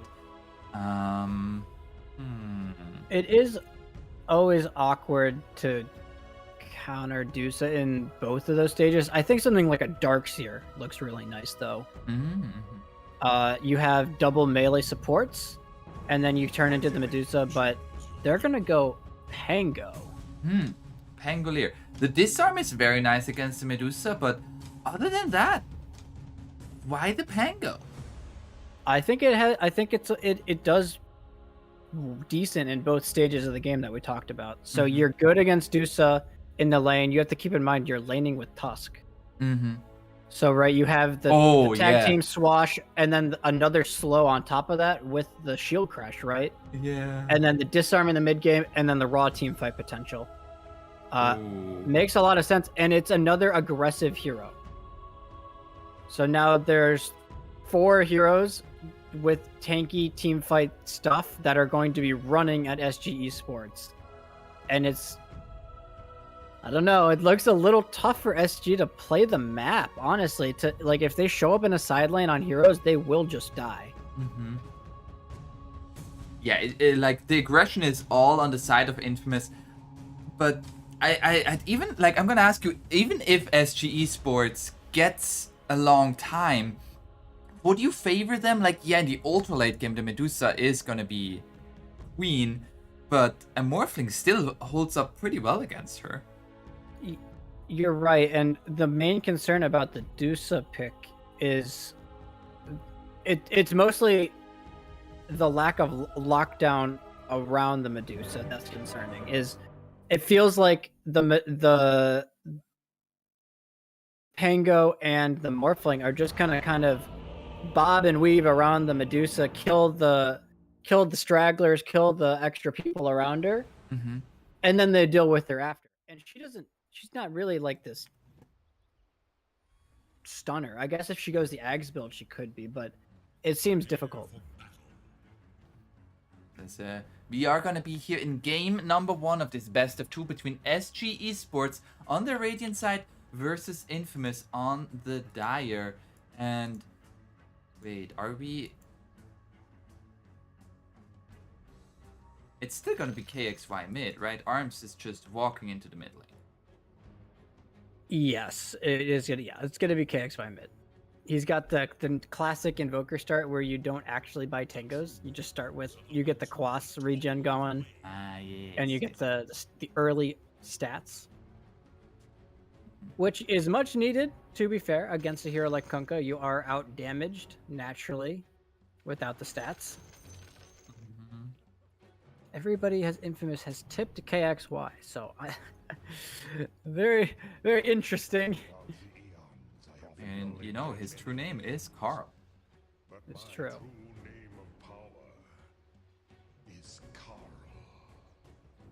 Now, everybody's just gonna be standing along the river. And nobody has placed a mid ward, actually. So Infamous, they placed a ward on this high ground down here, but neither side has opted to put that like true mid ward down. Yeah, the Radiant put one in front of the Roche pit even. Yeah, and that's become a little bit more meta now, where the mid flies out a ward on his first courier and places the mid ward then. So you prioritize wards scouting other areas right now. In your first set, at least. Yeah, and we're gonna have a 2-for-2 boundary and split. Nothing crazy gonna be happening. So what side lane is gonna be the one to look out for? Is it gonna be bottom? Like, how's Medusa gonna do against the Pango? I'm absolutely looking at bottom lane. There is so much kill threat in any Tusk lane, especially with a hero, a hero like Pango, that combos well and has another slow/stun, right? So absolutely looking at bottom. Top could be action, but very unlikely. If it's anything, it'd be like the clockwork dying maybe, but that's about it. And then I think for mid as well, we're looking to see, does KXY hold his ground against Kunkka? Because this is historically a fantastic matchup here for Alone on his Kunkka. Now the fight resumes. But will it follow the They're same in the bottom lane. Always ready. I'm a little bit disappointed neither the Ogre nor the Clockwork have the new Collector's Cash sets. The Ogre in the last game did have Yes. the Ogre set, so that was very nice to see. Yeah, he looking like Shakira, so you have Ogre and Shakira in your game. Very nice.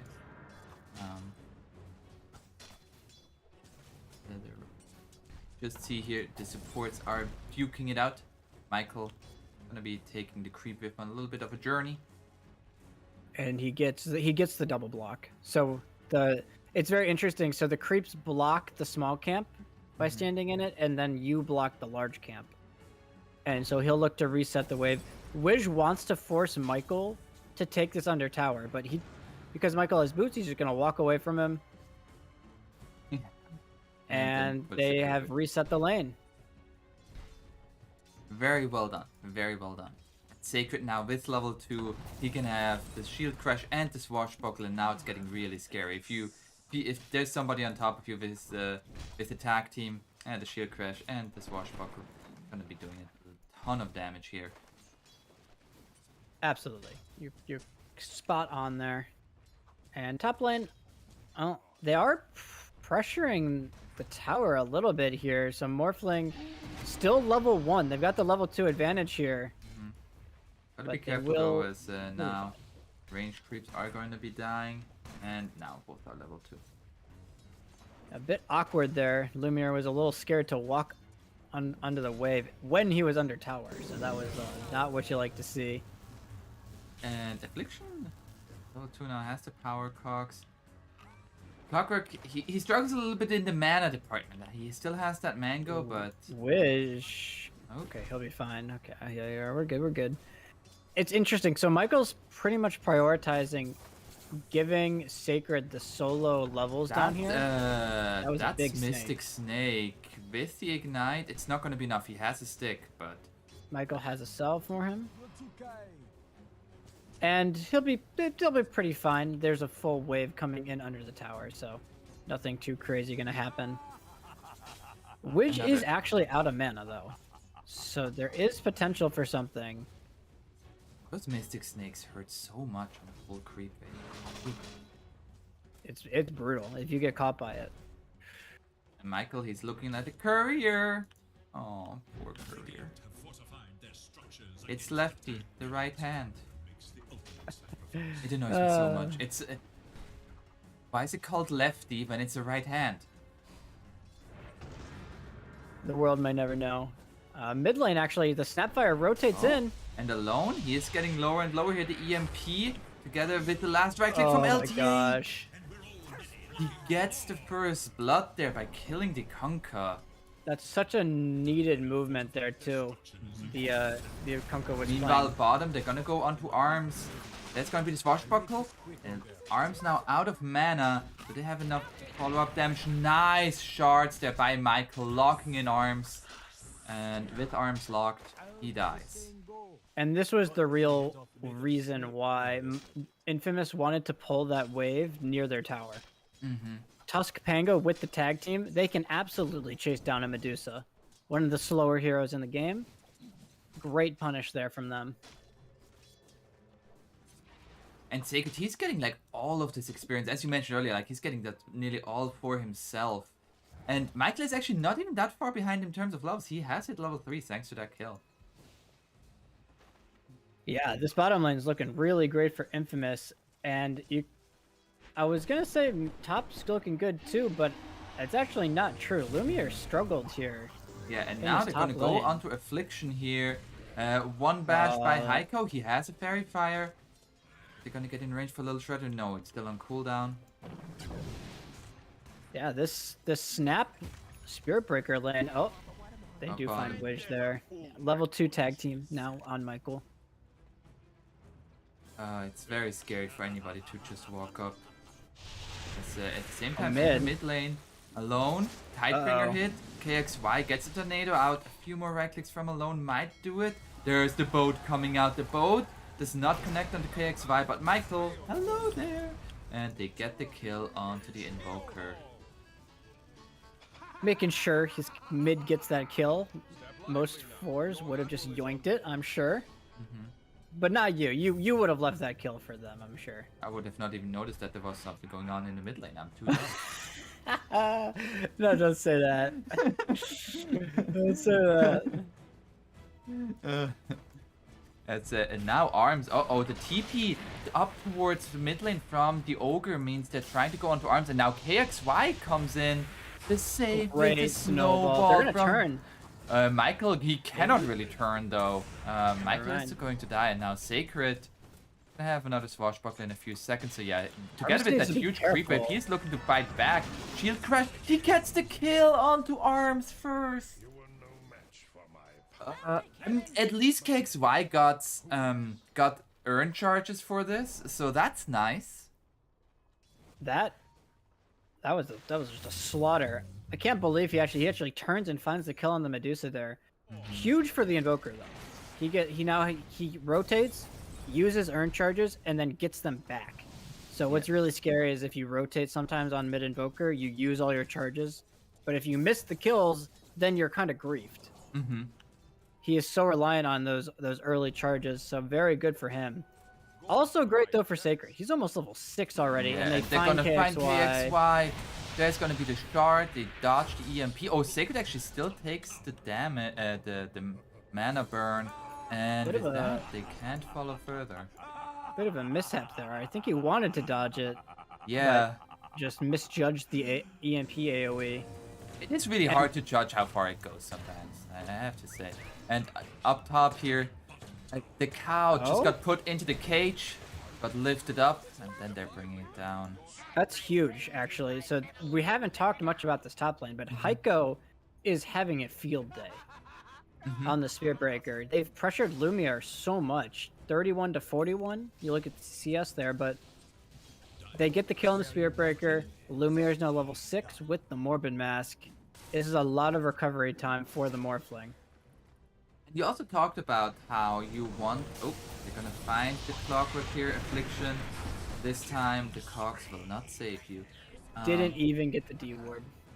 Oh, it feels bad. This feels That's the worst part.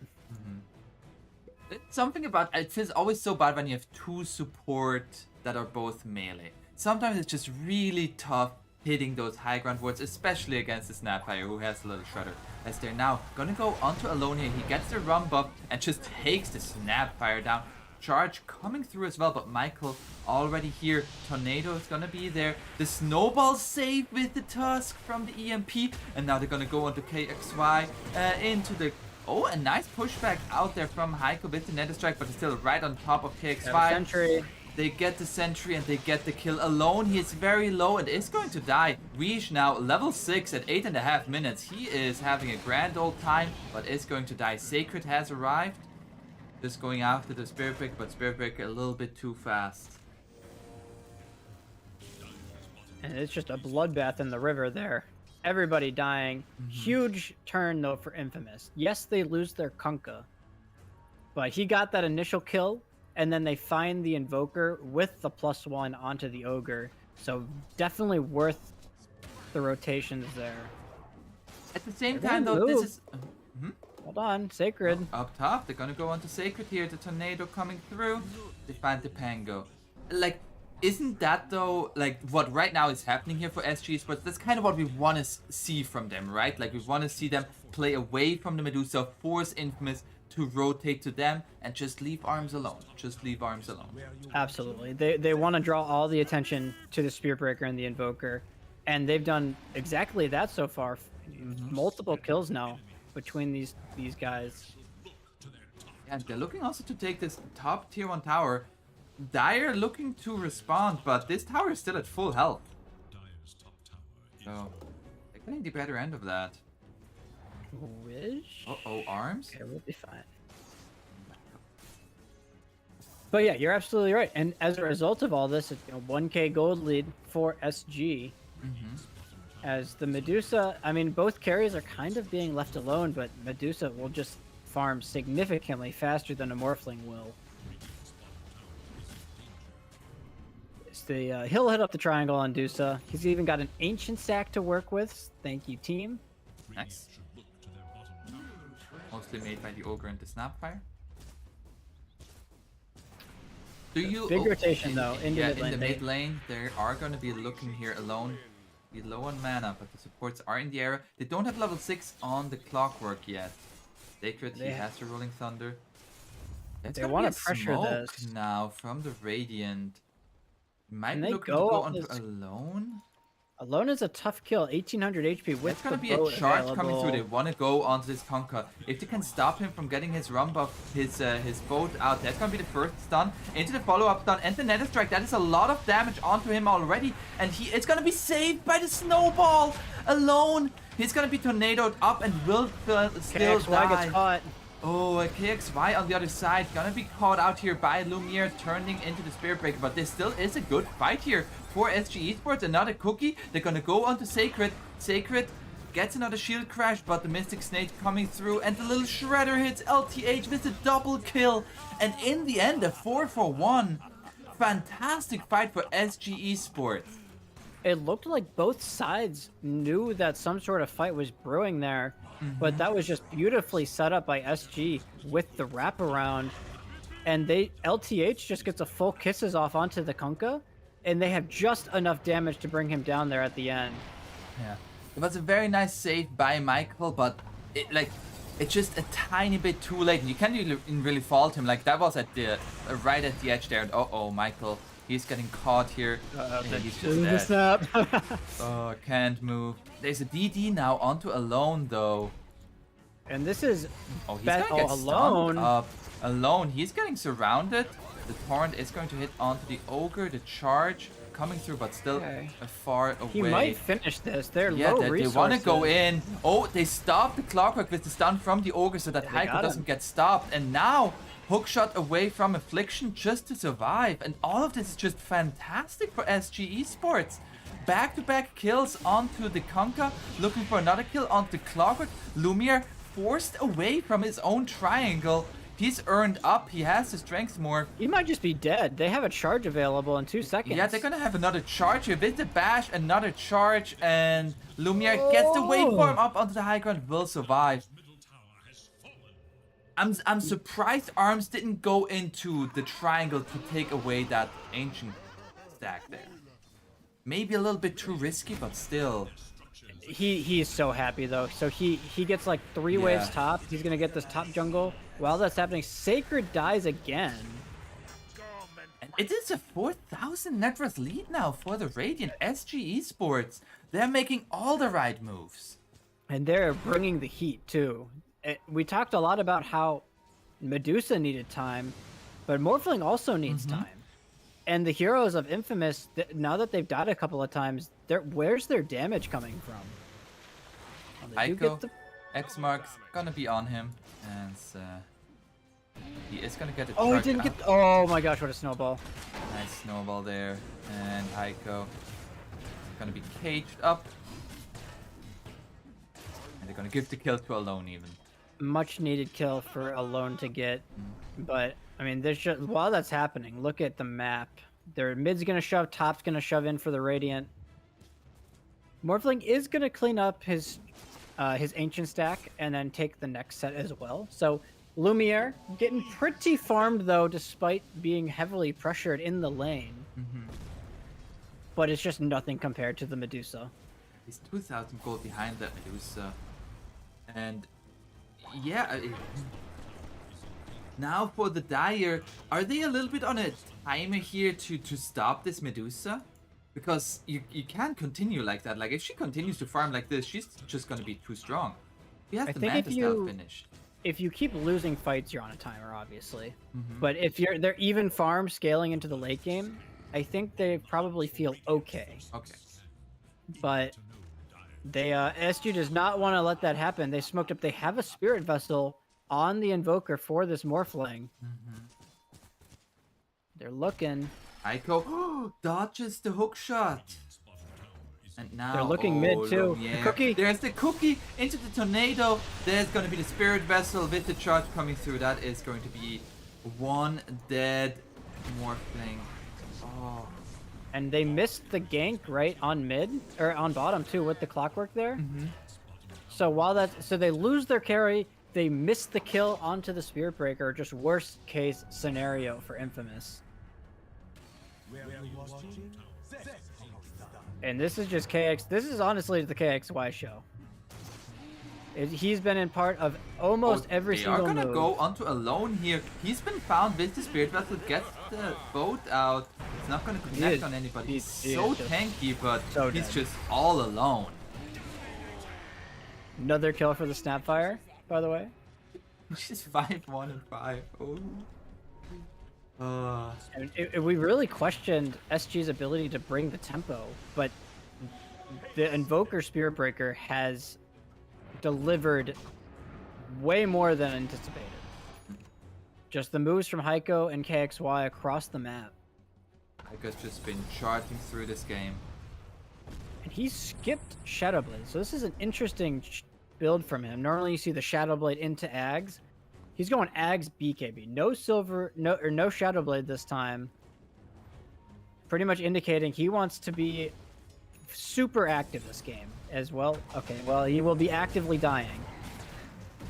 If he can get out there. Nope, he cannot. Yeah, he's just dead. He does have an Agnum Scepter finish though. Like, he is pretty farmed. He's more farmed than the Morphling. As Lumiere might find the Ogre. Ogre just gonna go for the TP. At the same time, LTH turning this around onto the Tusk here, but they're gonna go onto KXY. KXY with the Rolling Thunder, they're gonna go onto him. A nice Cookie Thunder by Lumiere. Perfect. Chain stunning him. And they find this kill. LTH not gonna be able to TP out. And that's some easy kills that a Torrent. Not gonna be enough damage. Sacred has a Blink Dagger. Okay. Okay, they got him. Everybody wanted to do the cool guys don't look at explosions. Just a bit split up there, and that's the real crux for SG. If the Invoker gets gone on, he has a lot of their damage and control still. Especially if the Spirit Breaker is dead. Just great identification from Infamous. They get the kill on the Spirit Breaker, they follow it into the chain kill on Invoker. And that's a lot of space for Lumiere specifically, as well as some nice gold for Sacred. As we see, he was bottom of the cores, but he now passes up KXY, who, you know, despite his great start, all of his great movements, he is starting to fall a little bit behind. Also, one thing I didn't really think about, like, but with the Clockwork plus Spirit Breaker, like, you get the vision from the Rocket Flare, and then you can just charge with the Spirit Breaker. If more, actually, Spirit Breaker's on the side, never mind. I don't know what I was talking about. I want to sound smart. I'll leave that to you. You do realize they're on opposite teams, right? Yes. Okay, just making sure we're on the same page here. SG does have the Spirit Breaker. Infamous has the clock. So different. You don't have to rub it in, Brett. You don't have to rub sides. Smoke up by Infamous. They want to find the Medusa. He is going to go find him too. Gonna go back into the triangle. They saw him with the rocket flare. Oh no! There's gonna be the boat. Can he get anything off? So He is. And now follow also blink. looking for KXY with the Blink Dagger. Cookie away. There's gonna be the shards from Michael, but now looking to turn this around onto a long. Great kisses by LTH, and they're gonna find the Conquer. They're gonna go onto Affliction, and he is going to die as well. At least they're finding 2 counter kills for it. LTH, another double kill for him. A great response there. They found the Medusa chain stun. They're already looking for more Sacred. He's gonna get charged here. Heiko, he does not want to stop. It's gonna get punched up into the air and has to stop now though. Doesn't want to, but has to. This is actually really scary. So Lumiere TP'd down here to get these big bottom waves, but SG immediately invade his triangle, and now he's all alone down here. So he was a bit scared there, but it looks like he'll be able to farm this still. Now in the mid lane, nice snowball there by Michael. It's still gonna get caught. Hookshot coming in from Affliction. But Sacred gonna go onto KXY. There's a nice Rolling Thunder hits onto the Invoker. They find the Invoker already, but they lose their support oh duo. my gosh. Oh, that Rolling Thunder there from Sacred. We're talking about KXY being mastered here. Sacred is mastered here on the Pango as well. He knows how to roll. Just a bit too deep there from SG. They're nearly at the enemy tier 2, practically almost diving it there. It's tough. They have so many tools on Infamous to jump you and then stay on top of you. The Pango, the Tusk, the Clockwork. It's really hard to escape if you get caught initially. The Medusa does have the Scotty now finished though. They're gonna go on to the Morphling Note. Just a little bit of a charge. Netted Strike now too. He gets the waveform away. Another charge. Oh no, that's a rough one, and yeah. He's out of there. That was really unfortunate. Otherwise, he may have died there actually. But you said it, right? So 4K gold lead for SG. All of that is off the back of this Medusa, who now completed Scotty, gonna go for the Chrysalis. Said at the beginning, Affliction here, but KXY getting caught by the Xbox spot, and now the cookie forward, a 4-step. KXY just wants to get away. There's a charge coming through from Lumiere. They're gonna go on the Invoker. Invoker is going to die. Nice kisses, but it's gonna be stopped by the Clockwork. This Rolling Thunder again, Sacred, he is just making it happen. They will still get a dieback on the Clockwork. His arms has now arrived and he's still at full ammunition here. And he is just clicking away at them. And despite... Wish with the Aetherlens gets the stun and the kill onto the Pango. Might pay the price for it. And alone though, it's gonna... The cookie stun alone? Has the Halberd. Happens Halberd. But there's the charge coming through from Heiko. They're gonna find alone Lumiere.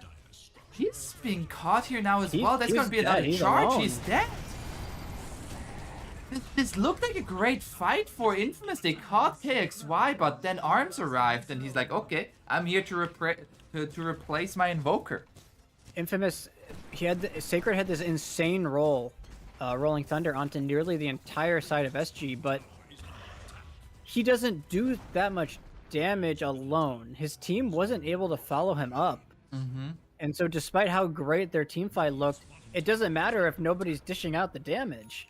Actually, the most damage was dished out by the Ogre in that fight. Interesting. Haven't talked about Wish, but he has lived through seemingly every single fight. He's level 16 at 23 minutes. He is 2 levels up on his Invoker, for some reference there. He's also higher level or same level as everybody on the Dire side. Damn. He is living life. He's living life. Of course, Arms is level 19, so you know he's not passing Arms, but it is kind of funny. He's only died 3 times. I think 2 of those were in lane. And he will have a 4-staff as well soon, so that'll be 2 4-staffs on the supports done. Yeah, very and KXY shortly. is going for his own as well, so they're gonna have 3 4-staffs against that Clockwork, desperately needed. But now they have Solar Crest, they have Alacrity, they have Bloodlust, everything for this raid boss that is the Medusa. This is starting to get really scary. If this Aegis goes to the Medusa, which it doesn't look like Infamous is going to contest. Yeah, they scouted it out with the Rocket Flare, another one being sent in. But the rest of the team is not really approaching, so this Roche... They're coming over now. There's gonna be a charge just trying to stop anything from happening. The hook shot off the mark, and now they were trying. That was cute. In the hands of the Medusa, and now Affliction gonna be charged. So that's gonna be a Rolling Thunder from Sacred, but nothing more. That was a 1-stun and Affliction. Oh no! That was the Rolling Thunder down too. Sacred just a complete swing and a miss there.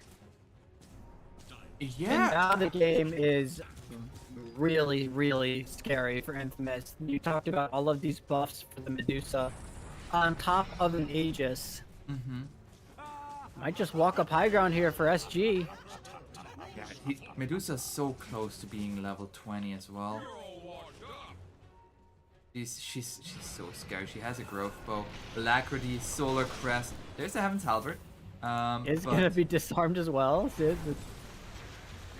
But it will get chipped away here. Another disarm coming in.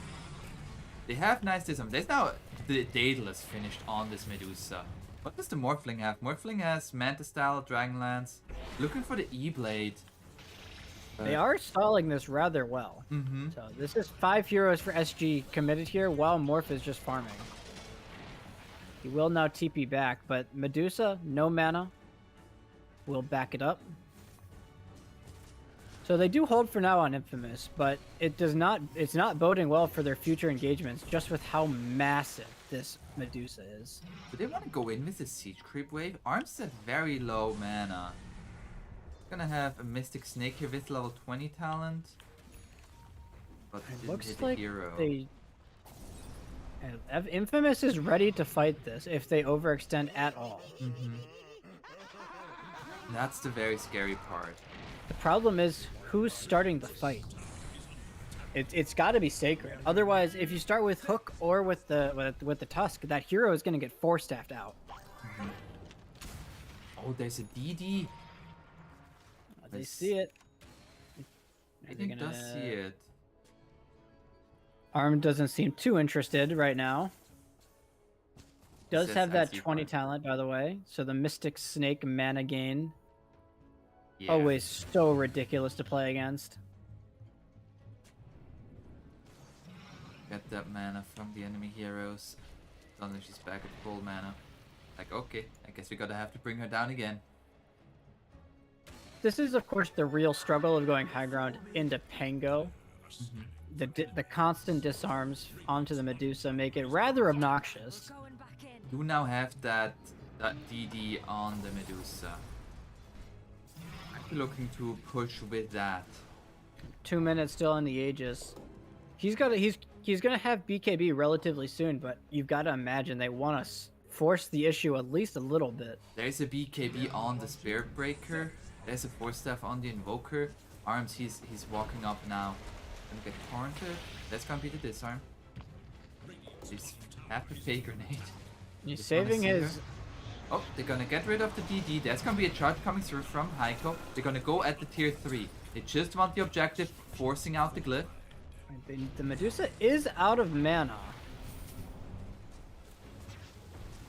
They don't want to give up the Aegis for free here. Arms, they're gonna go. They're gonna go in here. The hookshot connecting onto 2, but the 4-staff out. Affliction gonna be stuck in there Backline. with the meatball. With the meatball coming at the same time. KXY gets away from Michael, and on the other side, Affliction already dead. They find the Aegis of the Medusa, but they lose alone for it. That's gonna be the disarm, and now Lumiere finds Wish. It's gonna get charged up though with the Spirit Vessel on him. He doesn't get much mana back. The save from Michael, but where do you go? The tornado's gonna be there. Lumiere gonna be charged. Oh, and now Sacred. He's gonna have the ball away, but the charge, it's just too much. SG Esports gonna take this set of racks here, if not more. They're gonna go for tier 4s. They want to end this right now. No buyback on this Morphling. Kunkka dead 15 seconds still. This Morphling bought out for the BKB, and GG's called. This SG Esports, which we both thought were a little bit on the back foot in terms of the draft, in terms of the current standing in the DPC. Infamous looks so good in the Bitsler Cup right now, but SG Esports says, XD. That's a lot of XDs. Sacred XDing, although he was on the losing end there. You're absolutely right, though. I thought that this Medusa would have a tougher lane, but it really was the story of SB Invoker that game. KXY and Heiko. And LTH. I mean, that's Snapfire. And LTH, absolutely. 10, 4, and 14 on the Snapfire.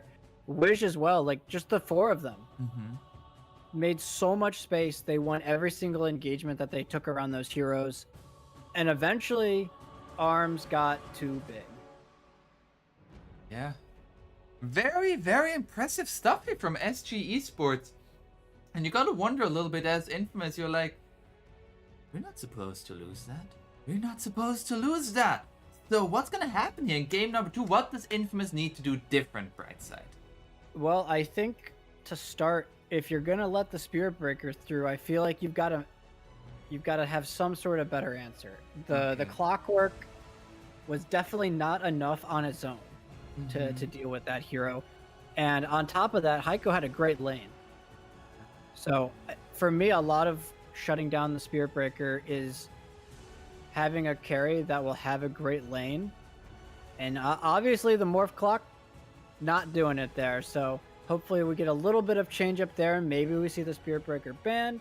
Perhaps some different lane combos.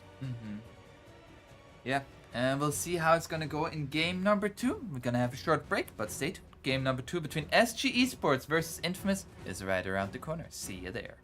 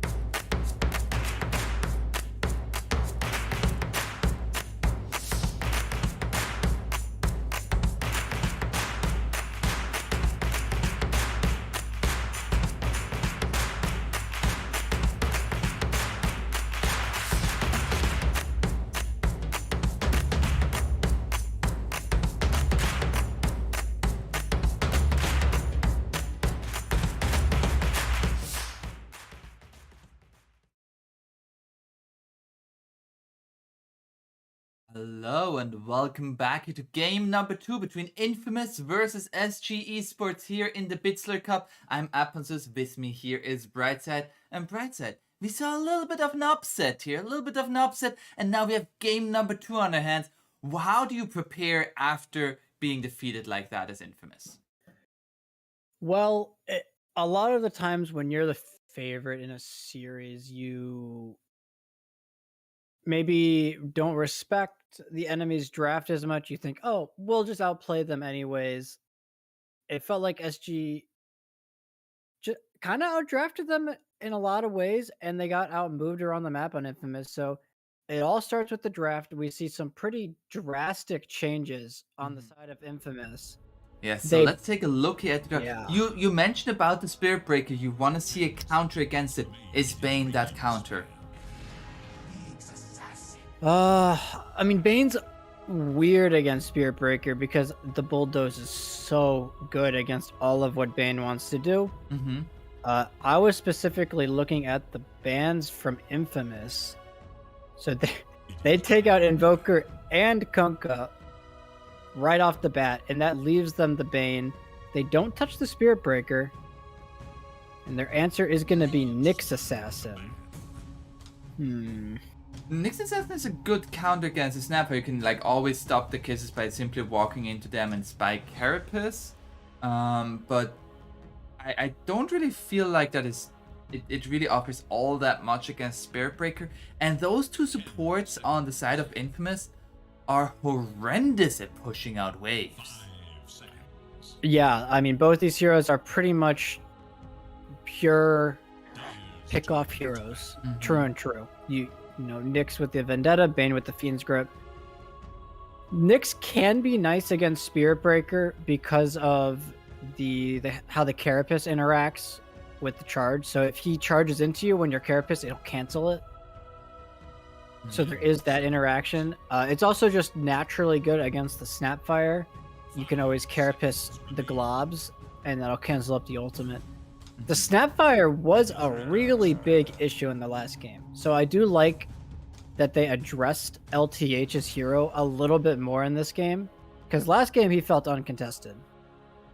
Yeah, LTH, he put on a show there as the Snapfire. And just like time and again, like very good cookies. Sometimes even just cookies to close the gap so that the hero that was cookied is able to get the stun out. So very creative movements there around the map. And I do like the Medusa ban.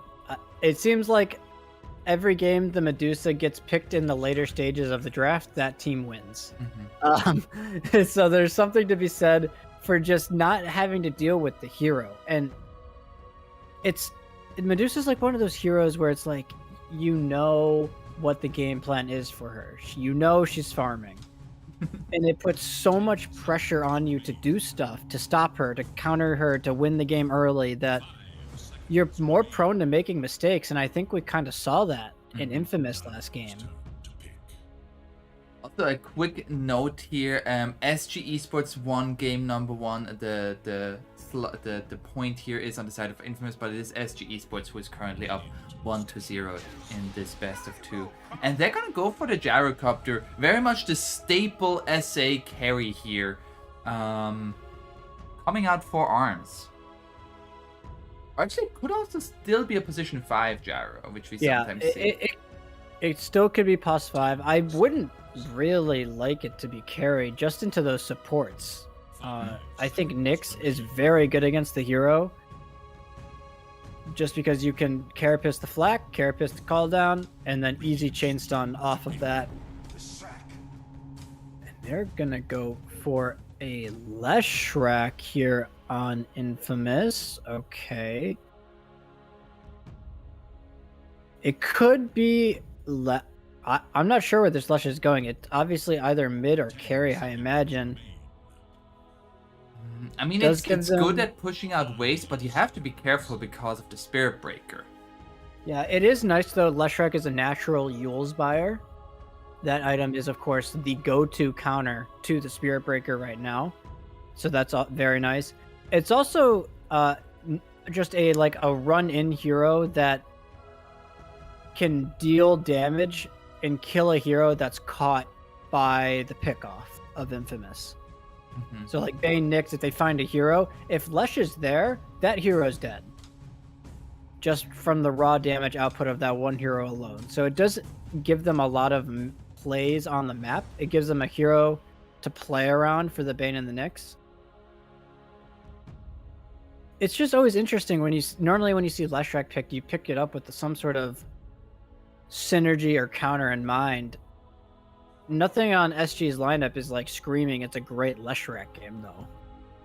Yeah. They also they don't have any saves with it. Like neither Bane nor like you can Nightmare dodge, but very finicky and this like can be great in certain situations, but overall I'm not quite sure where they see this Leshrac. And they're gonna go for the Morphling. Morphling is great against Gyrocopter. You turn into him and you use the flag cannon and you hit everybody. But what if it's a Gyrocopter support who doesn't go flag cannon? That is that's a great question. And once again, it's probably gonna be the Spirit Breaker Snapfire lane. Yeah. Last time the Morphling struggled a lot against SG in that lane, so does the Bane change the equation there? It very well could. Bane, I mean, he's not as strong of a laner as he used to be.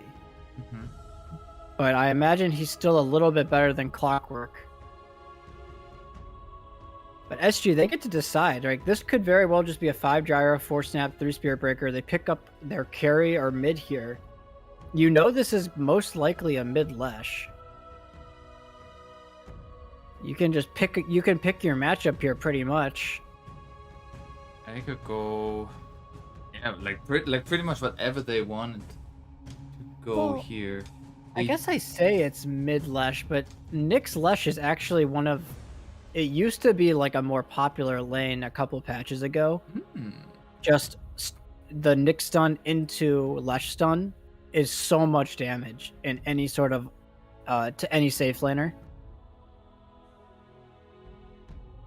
So there is that. I mean, like just like double stun is always good in a lane. So yeah, it's less likely, but it is a possibility.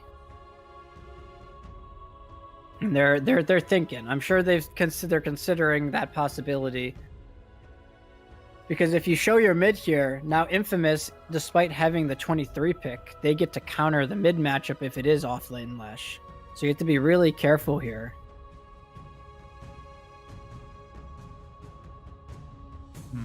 So they could. What if they want to go for a carry hero here? Oh, Tiny. What? I believe that's their mid. I haven't really seen Tiny mid a lot. It certainly fell out of favor compared to what, 2 patches ago or whatever it was. But the hero's core is still there, where he's a blink, toss, blow up somebody kind of hero. And you look at Infamous's heroes, there's a lot of squishies. Yeah, Lush, Bane, it looks like a game where the Tiny could really pop off. Even more, Fred, if you catch him before he gets the strength morph off, he is dead. So if it is mid Tiny, it's definitely going to play into that. We're going to burst you, kill you before you get your spells off kind of idea. Which, you know, in practice, you know, you're playing with the Spirit Breaker. The aggression potential of those 2 heroes, similar to the Invoker, is very strong. The puck here on the side of Infamous. It's an interesting ban. They ban out a carry and a mid, so they're not quite sure what the lanes for SG are. It could very well just be the carry gyro, like we mentioned. Carry gyro position 4 Tiny and 5 Snapfire? Or, yeah. I'd find it more likely to be a mid Tiny still. I think 4 Tiny is terrible. Even SA teams, like 4 Tiny was their baby, and they just threw the baby onto the side of the road. Don't do that. That's rough. Yeah, it is rough. It's not that good. Yeah. So Infamous has to decide where they're putting the slush rack. So potential mids that are still in the pool that are good against Tiny. Yikes. There's nothing great that comes into my head here. I do like the Batrider ban from SG. That could have fit this this aggression that the Lesh Nyx Bane will bring. Okay, hear me out here. Earthshaker mid. With the Earthshaker Morphling combo. I've heard crazier. I've heard You need crazier. to have so many stuns. You could also Shaker off lane, Yeah. but that might just be strictly worse with a Nyx. They're gonna go for a Brewmaster. So this hero is less thought of when you think of purges, right? Normally the counter to Spirit Breaker are purges for the bulldoze. Yeah. Storm Panda does have a purge built into it. So that is a counter to the Spirit Breaker bulldoze available to them. It's also just a protection hero for the Lush and the Morph, right? They needed some sort of chaos factor on Infamous, and the Brewmaster absolutely provides that. I do feel there is a lot of pressure on the Leshrac to get pretty early boots of travels here, because I feel like he's going to be on lane duty 80% of the time. What is nice about the Morph this game, though, is that he's naturally a carry that doesn't die to Spirit Breaker. So he can actually show on waves more reliably. And the Brute doesn't really die to Spirit Breaker either, as long as you have the split up. So I'd say their waves are probably better than it might seem on paper. So now that we have the full draft here for both sides with the PA last pick for SG Esports, which side would you favor, Brightside? I mean, this PA pick seems really good. One of the better carries against Leshrac. Pretty good against Morphling. Morphling doesn't like buying MKB and items like that. But I do think that Sacred is going to have a free lane. The Nyx Brewmaster lane seems kind of tough for PA to play.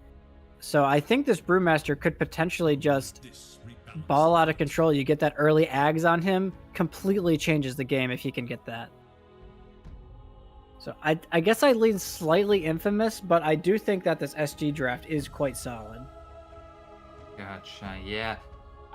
I just gonna say, I have a hard time going against the Spirit Breaker and the Snapfire, like LTH on the Snapfire again. And they're gonna be, once again, laning those two heroes against the Morphling. Lumiere, they have to show, like, I feel like they need to a little bit change their approach to that lane. So that, like the Morphling had a rough time. But we are now here, game number 2 between SG Esports versus Infamous. At the top, the score is wrong. It is 1-0 for SG Esports. I'm just gonna repeat that every like 5, 7, 10 minutes. So it's as 1-0 for SG. 1-0 for SG. As we have here the smoke on smoke action. Everybody just engaging into the addiction. I'm gonna see a little early brawling going on. Smoking is bad, kids. Don't do it. Don't smoke. Don't smoke. Don't So smoke. this would the LTH, he's gonna break the smoke. Oh, that's a great ward. Oh. Did they see him? I think they saw him place the ward. Yeah, they're pinging it. Is that gonna But go Michael up? is Michael still and here. LTH gonna try to walk away. Impale not in range. If they were to find the Nightmares, somebody would die. There's a lot of chain stun off of Nightmare this game. But they are unable to get it. Although, alone... Oh, Weege is just gonna go in here. That's gonna be the homing missile coming out. Impale misses, but so does the homing missile. First few stuns of the game miss on both sides. And Alone actually goes for the Lightning Storm instead of the stun level, so I guess he just values that against the tiny lane. Normally you see stun level 1 regardless. Very interesting there. I guess it's more damage on the Split Earth, so. Quite odd. And it is going to be a 2-for-2 bounty rune, even though it was a little bit of a weird pickup there. Now, so the lanes are going to be unfolding. Oh. It's going to be the Bane with the Brewmaster. And they're running the Nyx Assassin in the bot lane. It is a 4 Nyx from the safe lanes. Michael is playing the Nyx, so... Nyx is much better than Bane at protecting the Morphling. He can very much so be more of a frontline hero with the stun to protect if need be. It's an interesting adaptation. I still think I like the Spearbreaker Snapfire, though, into this lane. Yeah, and up top, Affliction already taking a ton of harass here from Rage and Arms. And both side lanes, I feel like, very easy to get kills if they're just able to walk the enemy down.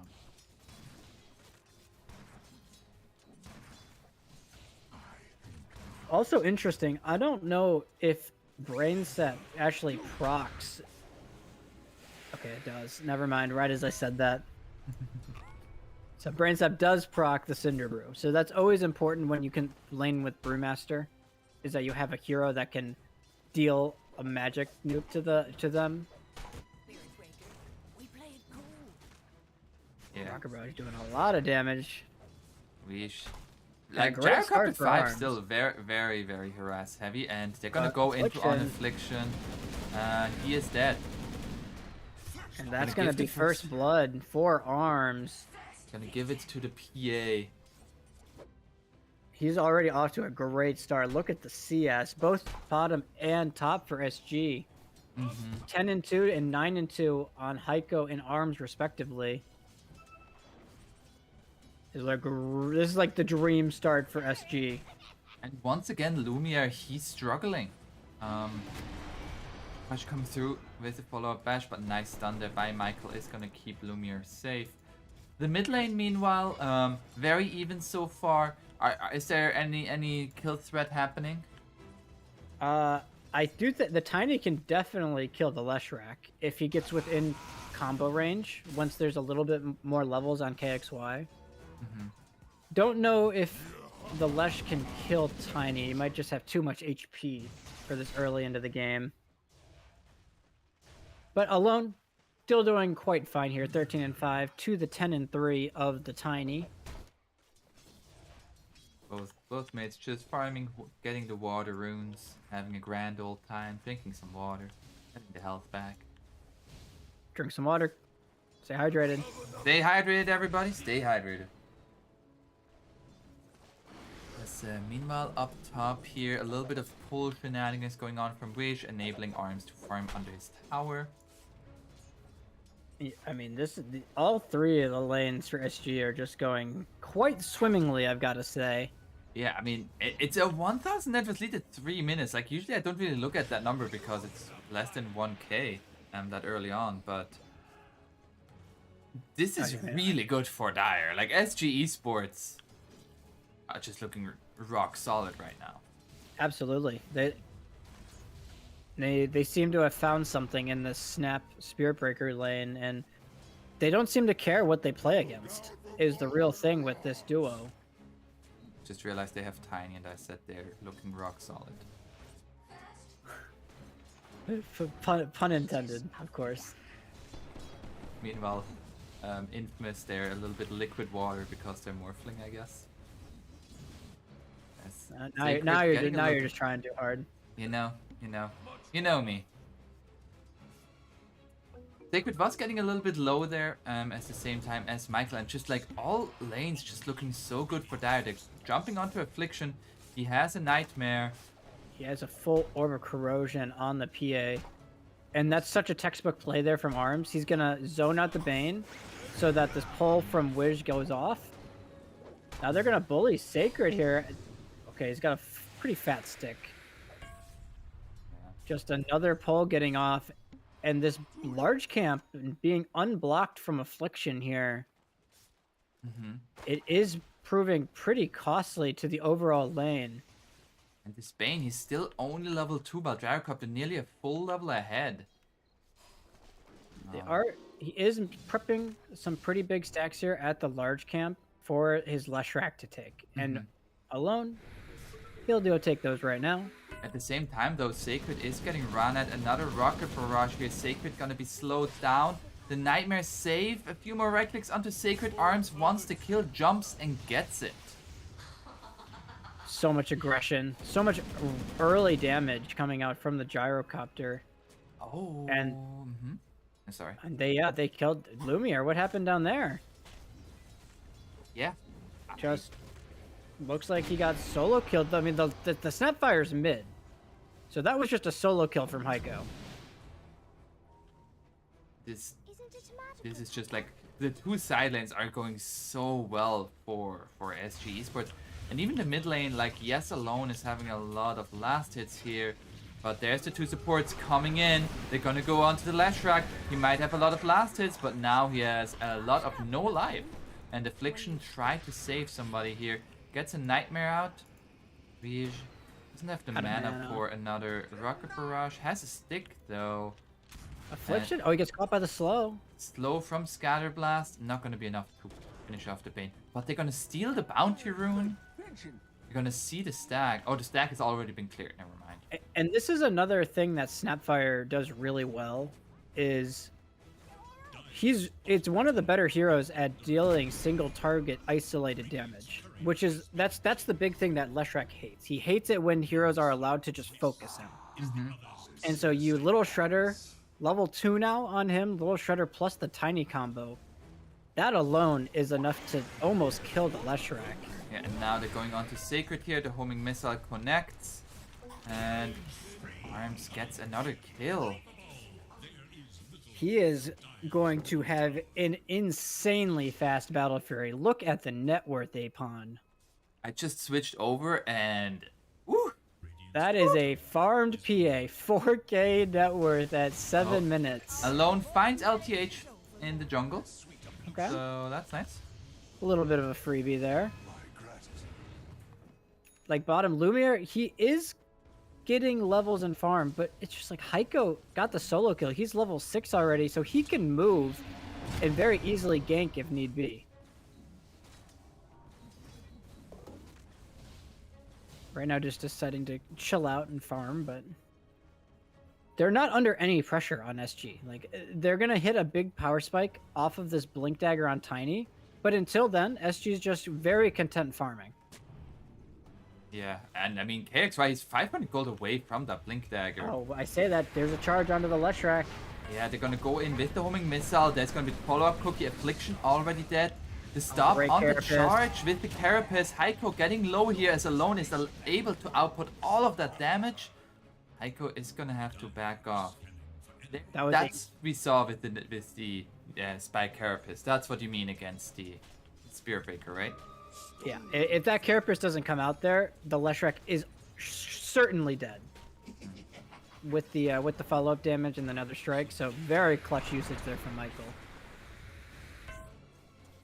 And he's a very high level on this Nyx Assassin, level 5 already at 8 minutes, and he's gonna get some mid experience to boot. Oh, Alone is coming up top here, He does looking to go onto Arms, gets the Cinder Brew. Nice sidestep to avoid the stun, and with that, Arms gonna get a little bit further away.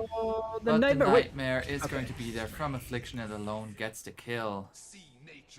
Another great rotation from Alone. Pretty much single-handedly saving their early game here. As he got the solo kill on LTH, he now gets the kill onto Alone, so he's very well set up now. There is now a Blink Dagger on the Tiny coming out on the Courier. He's gonna take some more stacks on this Leshrac. Everything gonna be funneled into him. And it makes sense, because, you know, Morphling doesn't take stacks super well, so you might as well funnel them into the Leshrac, who's gonna be your mid-game linchpin.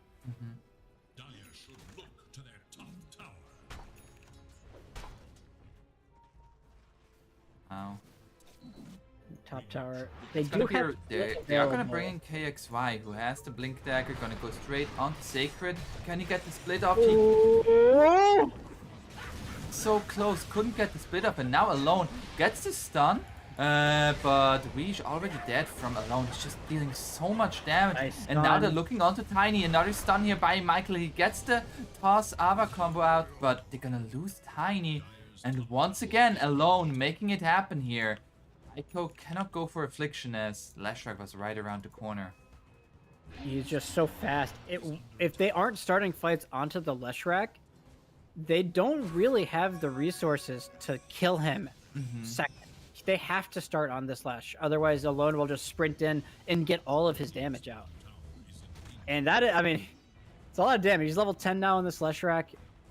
Probably, I wonder if he just goes Bloodstone here. Could go Yules, which would be very nice against the Spirit Breaker, of course.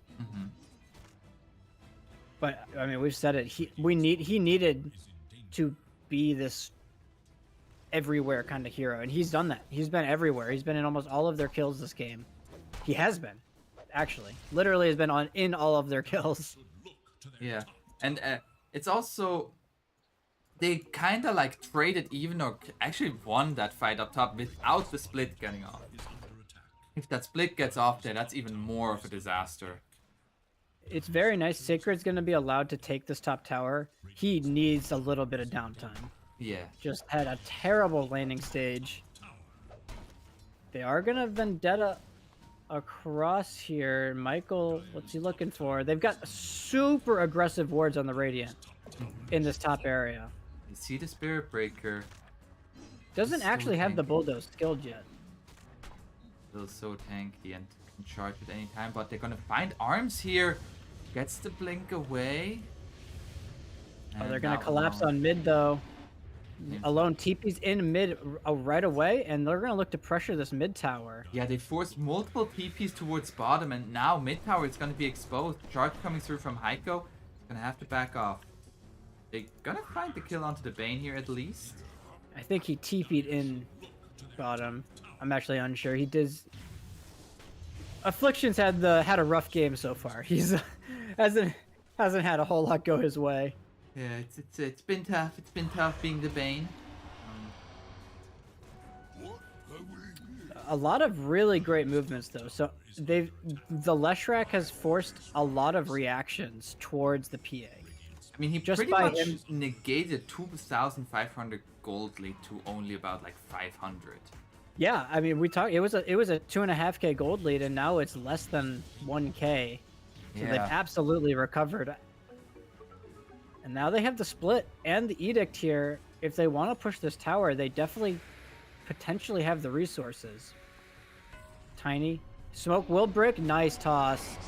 Oh, this is gonna be the toss. They're gonna go onto Sacred. No chance for the split. But now Alone coming in here. They're gonna go onto Heiko. The stun misses though, and now Michael. He's in a little bit of a precarious situation. The Mortimer Kiss is coming out. They're gonna lose the Nyx Assassin. Affliction once again. A little bit of rough one there. And LTH with another double kill for himself. That was just beautiful setup there from KXY. Recognizing he can't 100-0 the Brewmaster. He's too tanky. But just tosses him back into the cookie with the Spirit Breaker. And another beautiful kisses from LTH.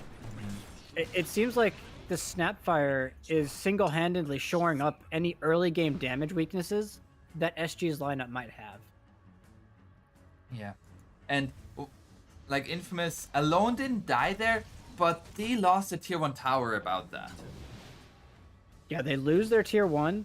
And while that's happening, Arms, he finished his Battle Fury, and he is taking some massive stacks. Oh yeah. He is a happy camper right now on this PA. There is now a Shadow Blade on the Spirit Breaker. They're gonna find Michael. He has the Spike Carapace, but that's gonna be a dead Nyx Assassin already. They're gonna find the Bane. The 2 supports. Alone is taking this top tower, gets the Edict, gets a pretty decent chunk of that tier 2 actually. Oh, Sacred. He has a split. Gonna get, no. Gonna get, Oh no. I feel like this is now the 3rd time where like he has not been able to use split yet. He hasn't. It's all the credit to SG. They have perfectly layered their stuns onto him every time they tried to kill him. He's just had no game. 0, 5, and 2 on this Brewmaster, just not having a good time.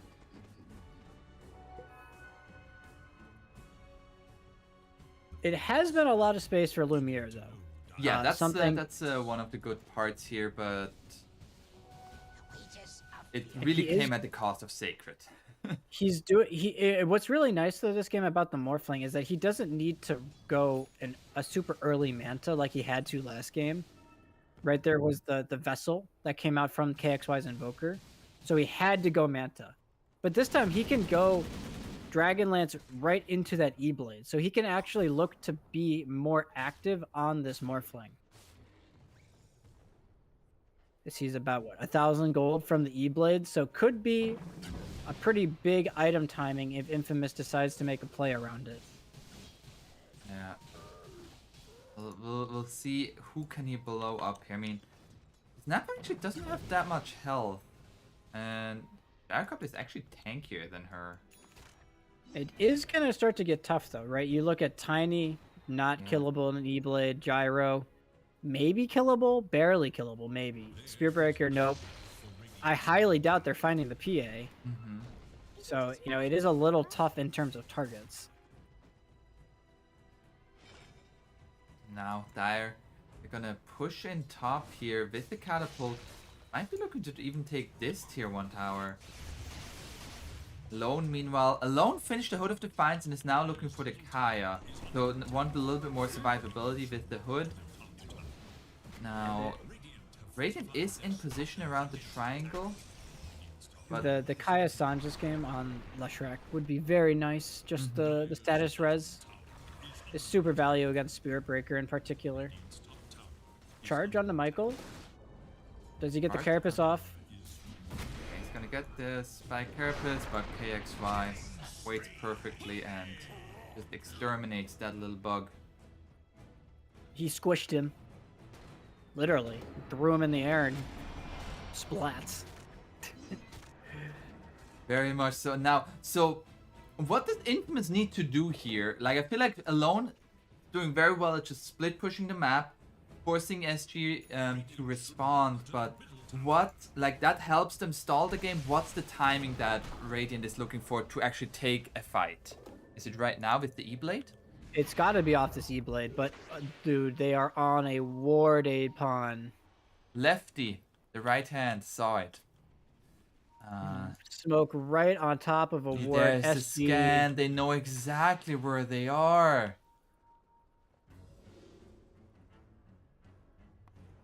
This is absolutely brutal. Oh, They're Affliction. gonna place the ward. They're gonna. They just drop the They grip just onto Fiend's the Bane. grip onto the Bane, but they don't even find that kill. That's Fiend's grip now down.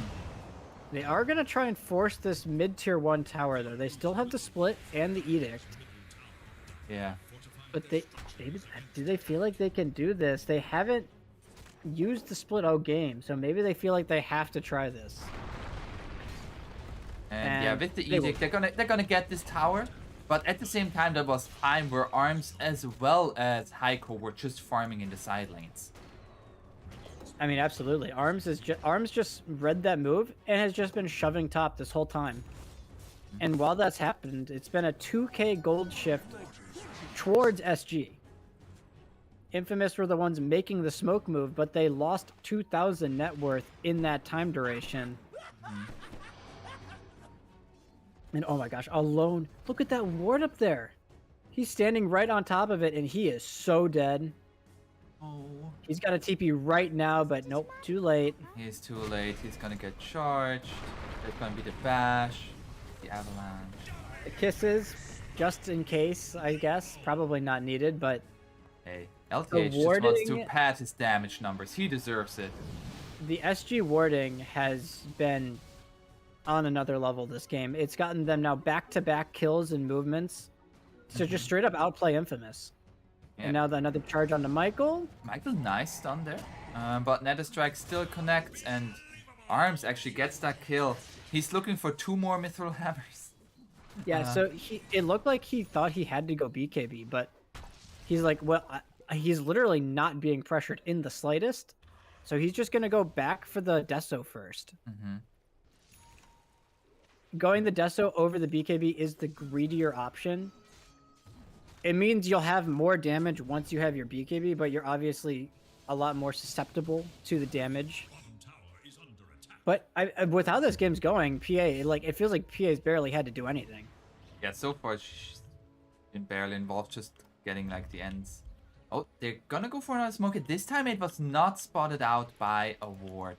Do they wanna? Like they wanna force a Roshan. fight. They wanna force a fight, and you always say that's something you can do with the Roshan pit. They're gonna go into the Rosh. They wanna take this Aegis. Yeah, and it looks like they will get this. They have a lot of damage from the Slash Rack and the Morphling. So just really quick, just to note, the score is currently 1-0 for SG Esports. They're looking to take it home 2-0 right now, with the slight lead that they're having. But now Radiant, they have an Aegis on the Morphling. Charge coming through from Heiko, but he just Shadow Blades away. As Michael, yes, he's that up, but it's gonna get found. Gets the Spike Carapace up, but it's already dead. They're gonna go onto the Tiny with the split. But KXY, he's far too tanky. Meanwhile, Arms just been caught. Arms has just been caught, and I mean, this Leshak is more than happy to dump the damage into that PA. And now Dire, they have to back off. There's gonna be Lumiere coming through as the Tiny. He still has that Aegis. They're gonna look to go onto KXY. Heiko in the back lines, trying to find the supports. Trying to find supports right here.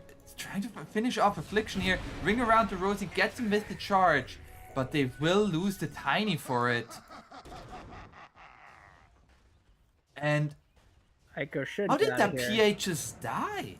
He charged, so the Bane was gripping Tiny, and so PA jumps Bane, and Bane cancels his grip actually. Very heads up from Affliction. Just from Affliction, thank you. Very heads up play from him. He cancels the grip, nightmares the PA, and then they just shotgun him down. So it was really heads up. It looked like the Bane might just die before he gets to cast any other spells, but not the case. And now Arms immediately finishes the BKB. Yes, I mean, needed. The shotgun burst is so scary. That's a huge turnaround, though, for Infamous. The first team fight they've actually been able to take on their own terms, it feels like. And, well, it does probably have a lot to do with that was the first split of the game, perhaps. Yeah, there's going to be a charge coming through onto Lumiere, under the tower, actually, going in with the Nether Strike, but Michael, he has to stun. Heiko, you're under a tier 2, has the cookie away, and that's going to be the E-Blade, and it's just find the kill, and they don't even get the Aegis for it. Meanwhile, KXY finds Affliction. Bane. Very sad playing Bane into a farmed Tiny. 0, 7, and 4. It's, like, despite how he is looking, like that play around the middle, like that's already hell of a play to get the PA with Another one. KXY is running train, just finds both of the supports. And that is why they picked this Tiny, right? These supports don't get much tankier. Like Nyx, he's going Yules, he's not going any HP items. Bane won't be able to afford any HP items. He's got 2 fluffy hats, I suppose, but not enough to save his life. How do you wear 2 fluffy hats? On top of one another, or do you switch them out, or You stack them, you know, double the warmth. Yeah, makes sense. Now Alone denies the Arcane Rune. They still have Aegis on Infamous, so they are very willing to take a fight here. And Lumiere, by the way, finished a Linken's. Oh. So as this, they're trying to make the Spirit Breakers game a little bit harder. Yeah. Meanwhile, they're trying to push the advantage. Arms is here with that BKB. Very close to his death, so 900 They do have away. split again, though, so they need to be very careful. Alone is coming on forward. They want to find somebody. LTH is going to be the sacrificial Mortimer. And that Mortimer is dead. That's a 400 gold streak for Lumiere. That's a lot of money into his pocket. Lumiere has caught back up in a very serious manner. Only He got the 300 Aegis, gold he got a couple behind. kills. Yeah, he's literally the same net worth as the PA. Who has the Battle Fury? Very impressive there by Lumiere. Oh, and up top, Alone finds the stun. Arms. Alone doesn't really go for more there. Scared of what else might be approaching. Ooh. It is scary. You don't have... you have no Yules, you have no Ghost Scepter. So if that PA crits you once or twice, you are just gonna die. Mm-hmm. Nice nightmare This dodge. game, it's a 6k gold advantage for SG, but it does not feel like it right now. Yeah, they're gonna go onto Rish here. It's gonna be E-bladed up. And Lumiere is gonna turn down. Another kill for Lumiere. This is starting to get kind of scary, isn't it, Apon? I feel like though for both sides, it's like the supports can immediately die due to like how burst heavy on both sides cores are. But the longer this goes, do you favor Infamous? I think I do. I'm just looking at this Morph's freedom. Oh, they're gonna find right Nyx now. Assassin here. Nyx Assassin already that KXY though. It's gonna get gone Nope, on by no Lumiere. BKB. They get the split off. They're gonna find the kill onto the Bane. BKB used by Arms and now looking to go onto Lumiere. Lumiere turns into the Tiny. It's gonna get Netherstruck though with the Mortimer Kisses over the top. Oh, he dies! And he's died! Oh, he's just dead and now alone. He is all alone. Alright, that was a caster's curse. Right as I say, I think Infamous is in a good spot. They immediately lose a team fight. That's my bad. But it's another fight where Arms, this time he jumps in on the Bane, but he has a BKB this time. And there is 0 BKB answers outside of the Fiend's Grip. Arms just, I mean, he kills the Bane, and then he kills the Panda Brewlings, or at least the Earth one. Yeah. So Sacred has to run away. And that just leaves Morphling on an island there. Oh, they're gonna look at find the this play, stun here Michael. onto Arms. Now with another split. Follow-up Oh, stun BKB. coming onto Arms. And Arms, he might just be dead here. There's gonna be a nightmare save. Arms, he's so low. A few more right clicks are going to do it. And they find the kill. Nicely done there by the supports with the help of Sacred. And now they're looking to go onto LTH. Bane. The fluffy hats. The fluffy hat's coming through. Which he's hiding. He wants to find the Bane. Oh, Bane gets the brain step off the creep wave. But the PA needs to be super careful. Oh, Wish? Okay. He's fine. Okay. PA, when Arms doesn't have BKB. Yeah, I thought it's going in. He's got nightmared. Affliction with the quick fingers. Ooh. And Alone did go back for Yules. So Hood or Kai Assange, and then he goes back for the Yules. So they actually have a method of dealing with this bulldoze. KXY, whew, thought he might be caught there. He's been working on his BKB for a long time, it feels like. He will have it in 400 gold finally. And that'll be pretty big because they don't have, like we already mentioned, there's no BKB counters on the side of Infamous. Just the Fiend's Grip. Now, Roche could be respawning. It's gonna be a low respawn, 20 that seconds. is a super short respawn, and that's gonna. They might just walk in if they scout it when it spawns. They might just walk right in. Yeah, they're all in the bottom area right now. Arms. And they saw them bottom on. Look at that ward in the bottom lane. Just outside of the sentry range. Ooh. So they definitely saw the snap, and I think they saw the gyro. Stay in the pit, Affliction. Stay.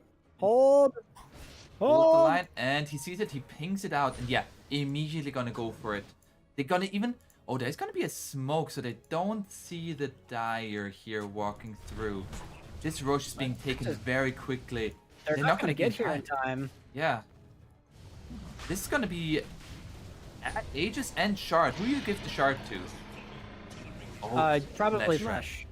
Yeah. Oh. You definitely give it to the Lesh.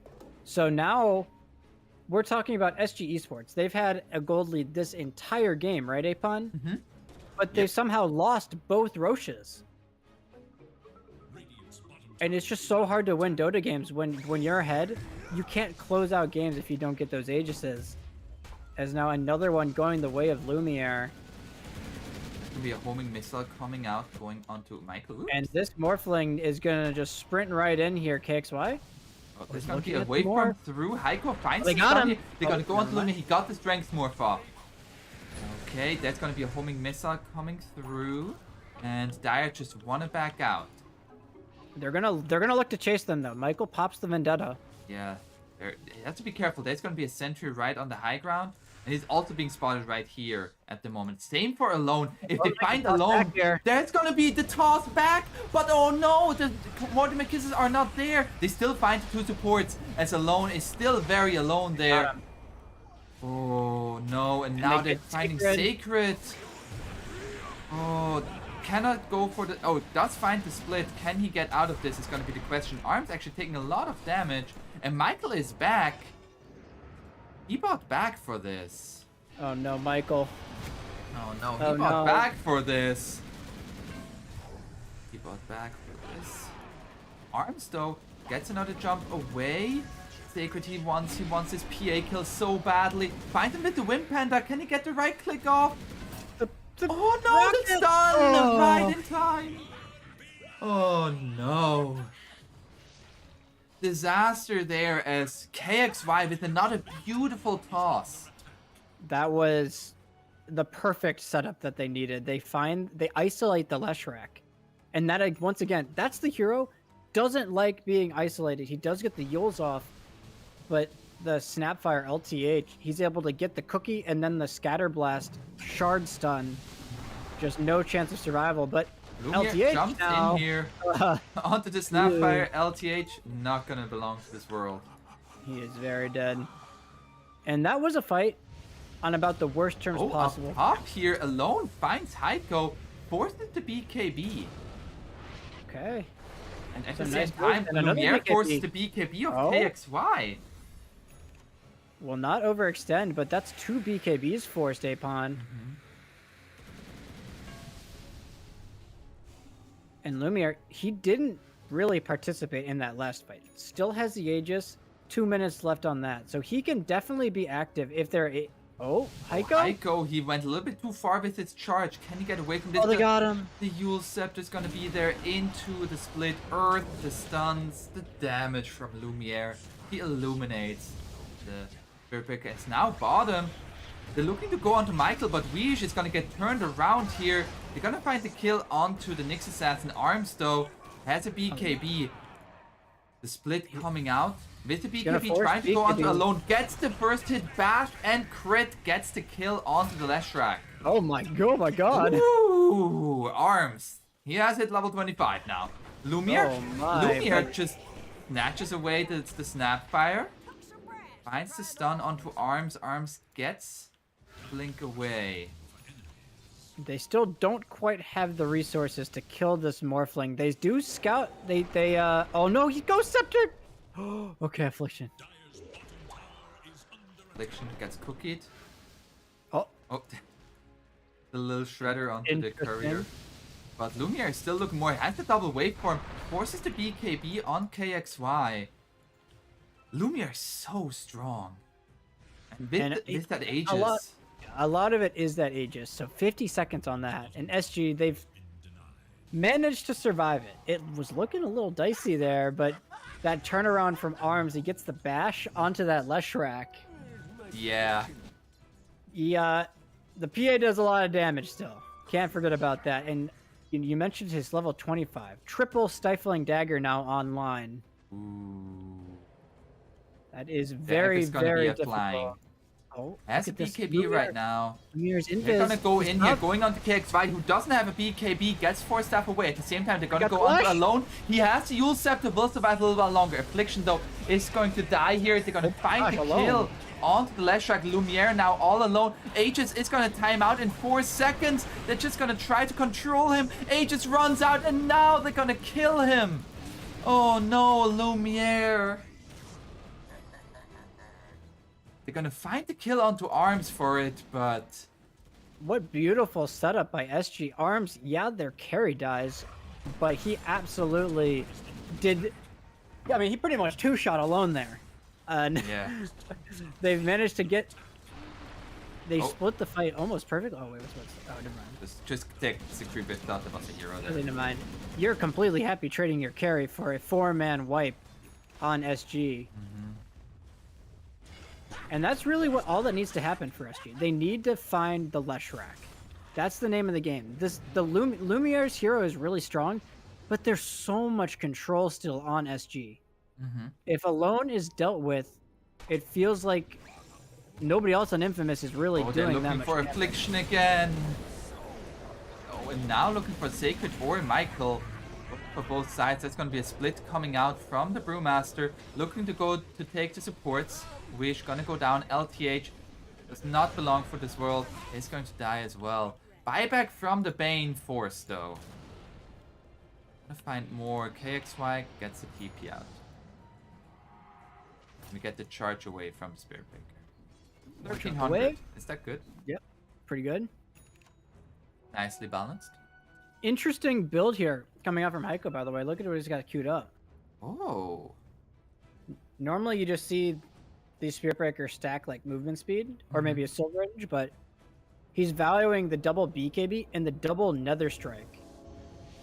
So if they connect onto the Leshrac, double charge, double Nether Strike, that's more than enough time for the PA to kill this Leshrac.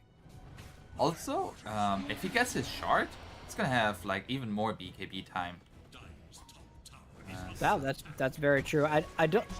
The shard has less value this game. He already bought the BKB, and there's nothing really insane to break. So you do always have to factor that in. It's probably just more efficient to buy the refresher. Do you break the Drunken Brawler? Like the dodge? Probably the passive one, but you can always activate it. Yeah. Now, FB Esports with a 10,000 net worth lead. It's a close game though. It's very much who can get the jump. Can they find the Leshrac? Is very much a question on my, for me. And it will get harder as time goes on. Alone's completed a full Shiva's. Oh, they find the stun onto the gyro. Yeah, Gyrocopter is dead. And now with the split going forward, KXY. Oh, they got KXY. Not gonna chase. Okay. But Infamous, that's such a huge pick. 60 seconds now. It is a maximum Roche respawn though, pretty much. That will enable the gyro to respawn, and both teams are going to be looking to contest that Roshan. That's the next big objective on the docket. Although I say that, they know there's no Leshrac here. They know there's no Leshrac here, and they're finding the stun onto the Brewmaster. They will lose the Snapfire for Arms. He is very alone here, surrounded by enemy heroes, and the grip. That was... Yes, there was no Leshrac there, but... I mean, Lesh TP's in. He kept his bots up, I believe it looked like, but yeah. I'm not sure what happened. Their Arms just trying to 1v4. I mean, that was the BKB reveal of the Morphling. Oh, that's true. Maybe they tried to burst the Morphling. I missed the beginning of it, but it doesn't matter. 70 seconds on PA, no buyback. She doesn't have it due to money. She bought out on the Abyssal Blade. That's gonna be a jump in from KXY going on to Michael. Forces the BKB Nether Strike. Not gonna connect. This Leshrac shard is so obnoxious. Yeah, don't leave your base for the next like 7 seconds. Thank you. Alright, well, talk about a pretty drastic swing. They find the PA. 0 people on Infamous die. There's a charge here onto Alone. Gonna cancel that one out. As the refresher finished. Did not save for buybacks. Close though. This will put... Oh, Lumiere going forward here. Turns into the Spirit Breaker. Goes into charge. This is gonna put Infamous in an advantageous spot when this Roche respawns. Because what's gonna happen is PA is gonna respawn, and they're gonna have to run out to the Roche pit. But by the time that's happening, Roche will have respawned, and Infamous may have started it. We'll see here. There's gonna be the Shadow Blade from the Tiny. They're seeing Alone alone is here. the target. KXY going onto the Leshrac, but he by himself doesn't have the damage anymore. And they look to turn this around. He doesn't have a BKB anymore. And he's just going to die. That's going to be a charge coming through, but it is too late. And Heiko with his own BKB refreshes, charges away. That just And means that's it's gonna charge guarantee. away. That's going to guarantee Roshan, and SG has a huge problem now. They can't enter fights anymore. Heiko, he's their sole initiator, but the Lesh is too tanky. Right? It feels like Alone isn't burstable anymore. It's gonna be Roshan with an Agnum's Scepter Blessing. He might give it to the Nyx Assassin who's already working on it. Maybe even the Leshrac. I mean, Nihilism is really good this game. Yeah, I think he's going to take it. You're absolutely right. Nihilism against PA. I mean, there's no counterplay to him. There's no nullifier in sight, no anything. So that AoE Ghost Scepter provided by the Nihilism will be absolutely critical. Yeah, now we have level 25 for the Leshrac. Level 25 also on Heiko, so Greater Bash now deals far too much damage. Lumiere just eliminate Snapfire. Actually, 650 gold for that. Sacred, by the way, also has refresh, so he has 4 splits. They're just walking up high ground here. Alone has hit level 25, so the Edict Explosions talent is online. And that's going to be at least one set. They will be saved by having some outer tier 2s still. Yeah, but it's like suddenly the net worth is in favor of Infamous. Heiko. Heiko is gonna get found here. Gets away. Such a fast cow. Michael used the Yules preemptively there, saved the bulldoze. But I mean, so we've talked so much about Lumiere and Alone, but might be looking for another toss play. Sorry. I do want to point out, Sacred has a refresher. So they're gonna go available. onto the Leshrac here. He gets a Nihilism off together with the Yule Scepter, and he's gonna get away. They will lose the Bane for this. Buyback on the Snapfire though, and they get the toss-up Wish. He's gonna go Wish, down. He's just gonna go down. They're trying to find an opening here to find the backlines, but they're just not giving it to them on the side of Infamous. We also now have level 25 for the Brewmaster. Goes for the Brewling against Drunken. And now that's gonna be the counter charge. Nice bash there from Arms. Arms, so it's getting gone on at the same time. He doesn't have a BKB. Jumps away. Gets the Stifling Dagger out. He doesn't want to be close to the fight right now. They're gonna go on to Lumiere. They have the lockdown. Lumiere has an Aegis. Still fights here. It's gonna have to pop an Aegis. They find Arms though. Arms is gonna buy back. That's gonna be a charge coming through from Heiko. Lumiere getting out. Another split from Sacred here, keeping everybody at bay. They found Alone in the meanwhile. And Lumiere had to use that Aegis, but still has a BKB if they find the PA. That's what they're looking for. PA is gonna have BKB in 1 second. They can't engage on this. Oh, she has a BKB. It's gonna get stunned up though! The stun into the follow-up stun. KXY trying to disrupt it. That's gonna be the BKB from Arms, trying to fight back. Gets the jump away. Arms, he is so low. He's gonna get found here by the Brewmaster, and he is dead. That's gonna be a dieback on the PA. Lumiere is still standing strong. Heiko, oh, he's just gonna get bashed by the fake Spirit Breaker, and that is just gonna be game here. Wow. What a turnaround from Infamous. They were down the entire game up until that final Roche play from them, and honestly, it feels a bit like SG. They had to lead the whole game. How do you let Infamous get 2 Aegises? Yeah. How do you let Infamous get 2 Aegises? That's a great question. How? I mean, I understand the first one maybe, like it felt really sneaky from Infamous. They kind of smoked in 4 heroes and just did it at like 14 minutes. But the second one, if you're Infamous, you surely got to be playing for those Roches, and they just weren't able to get them this game. Yeah. Wow. Well, that does end this series at 1-1. SG Esports and Infamous are gonna tie it up in this best of 2. I still want to give props to SG Esports. This looked the most solid that we have seen them in quite a while. Absolutely. I mean, it was a pretty convincing first game from them. And then game 2, they had Infamous on the ropes for the majority of this. Just, it felt like maybe a couple of mental lapses in the mid to late game there. But they looked quite solid compared to what we've been seeing from them. Yeah. And Infamous, the supports 0 and 12 on the Bane, 2-13 on the Nyx Assassin. It was a rough game for them. It was a rough game to be a support. But in the end, Infamous, they bring it home. They make it a tie, 1-1 here against SG Esports. Do you have any closing thoughts here, Brightside? Not many. It was honestly, it was a much closer series than I had anticipated. Glad we got to watch these ones. I'm looking forward to see. So Infamous, they have. We were talking about this before the cast, I believe. Infamous, they play APU, King of Kings, and if they win that game in the DPC, and then if Beast Coast loses to Thunder Predator, Infamous actually is in line to qualify for the major if there is a major. But so pretty big stuff for them. I will be keeping an eye on that. Yeah, we'll have to see how Infamous is going to continue to do. Now, Brightside, this is going to be it for today here in the Bitsler Cup.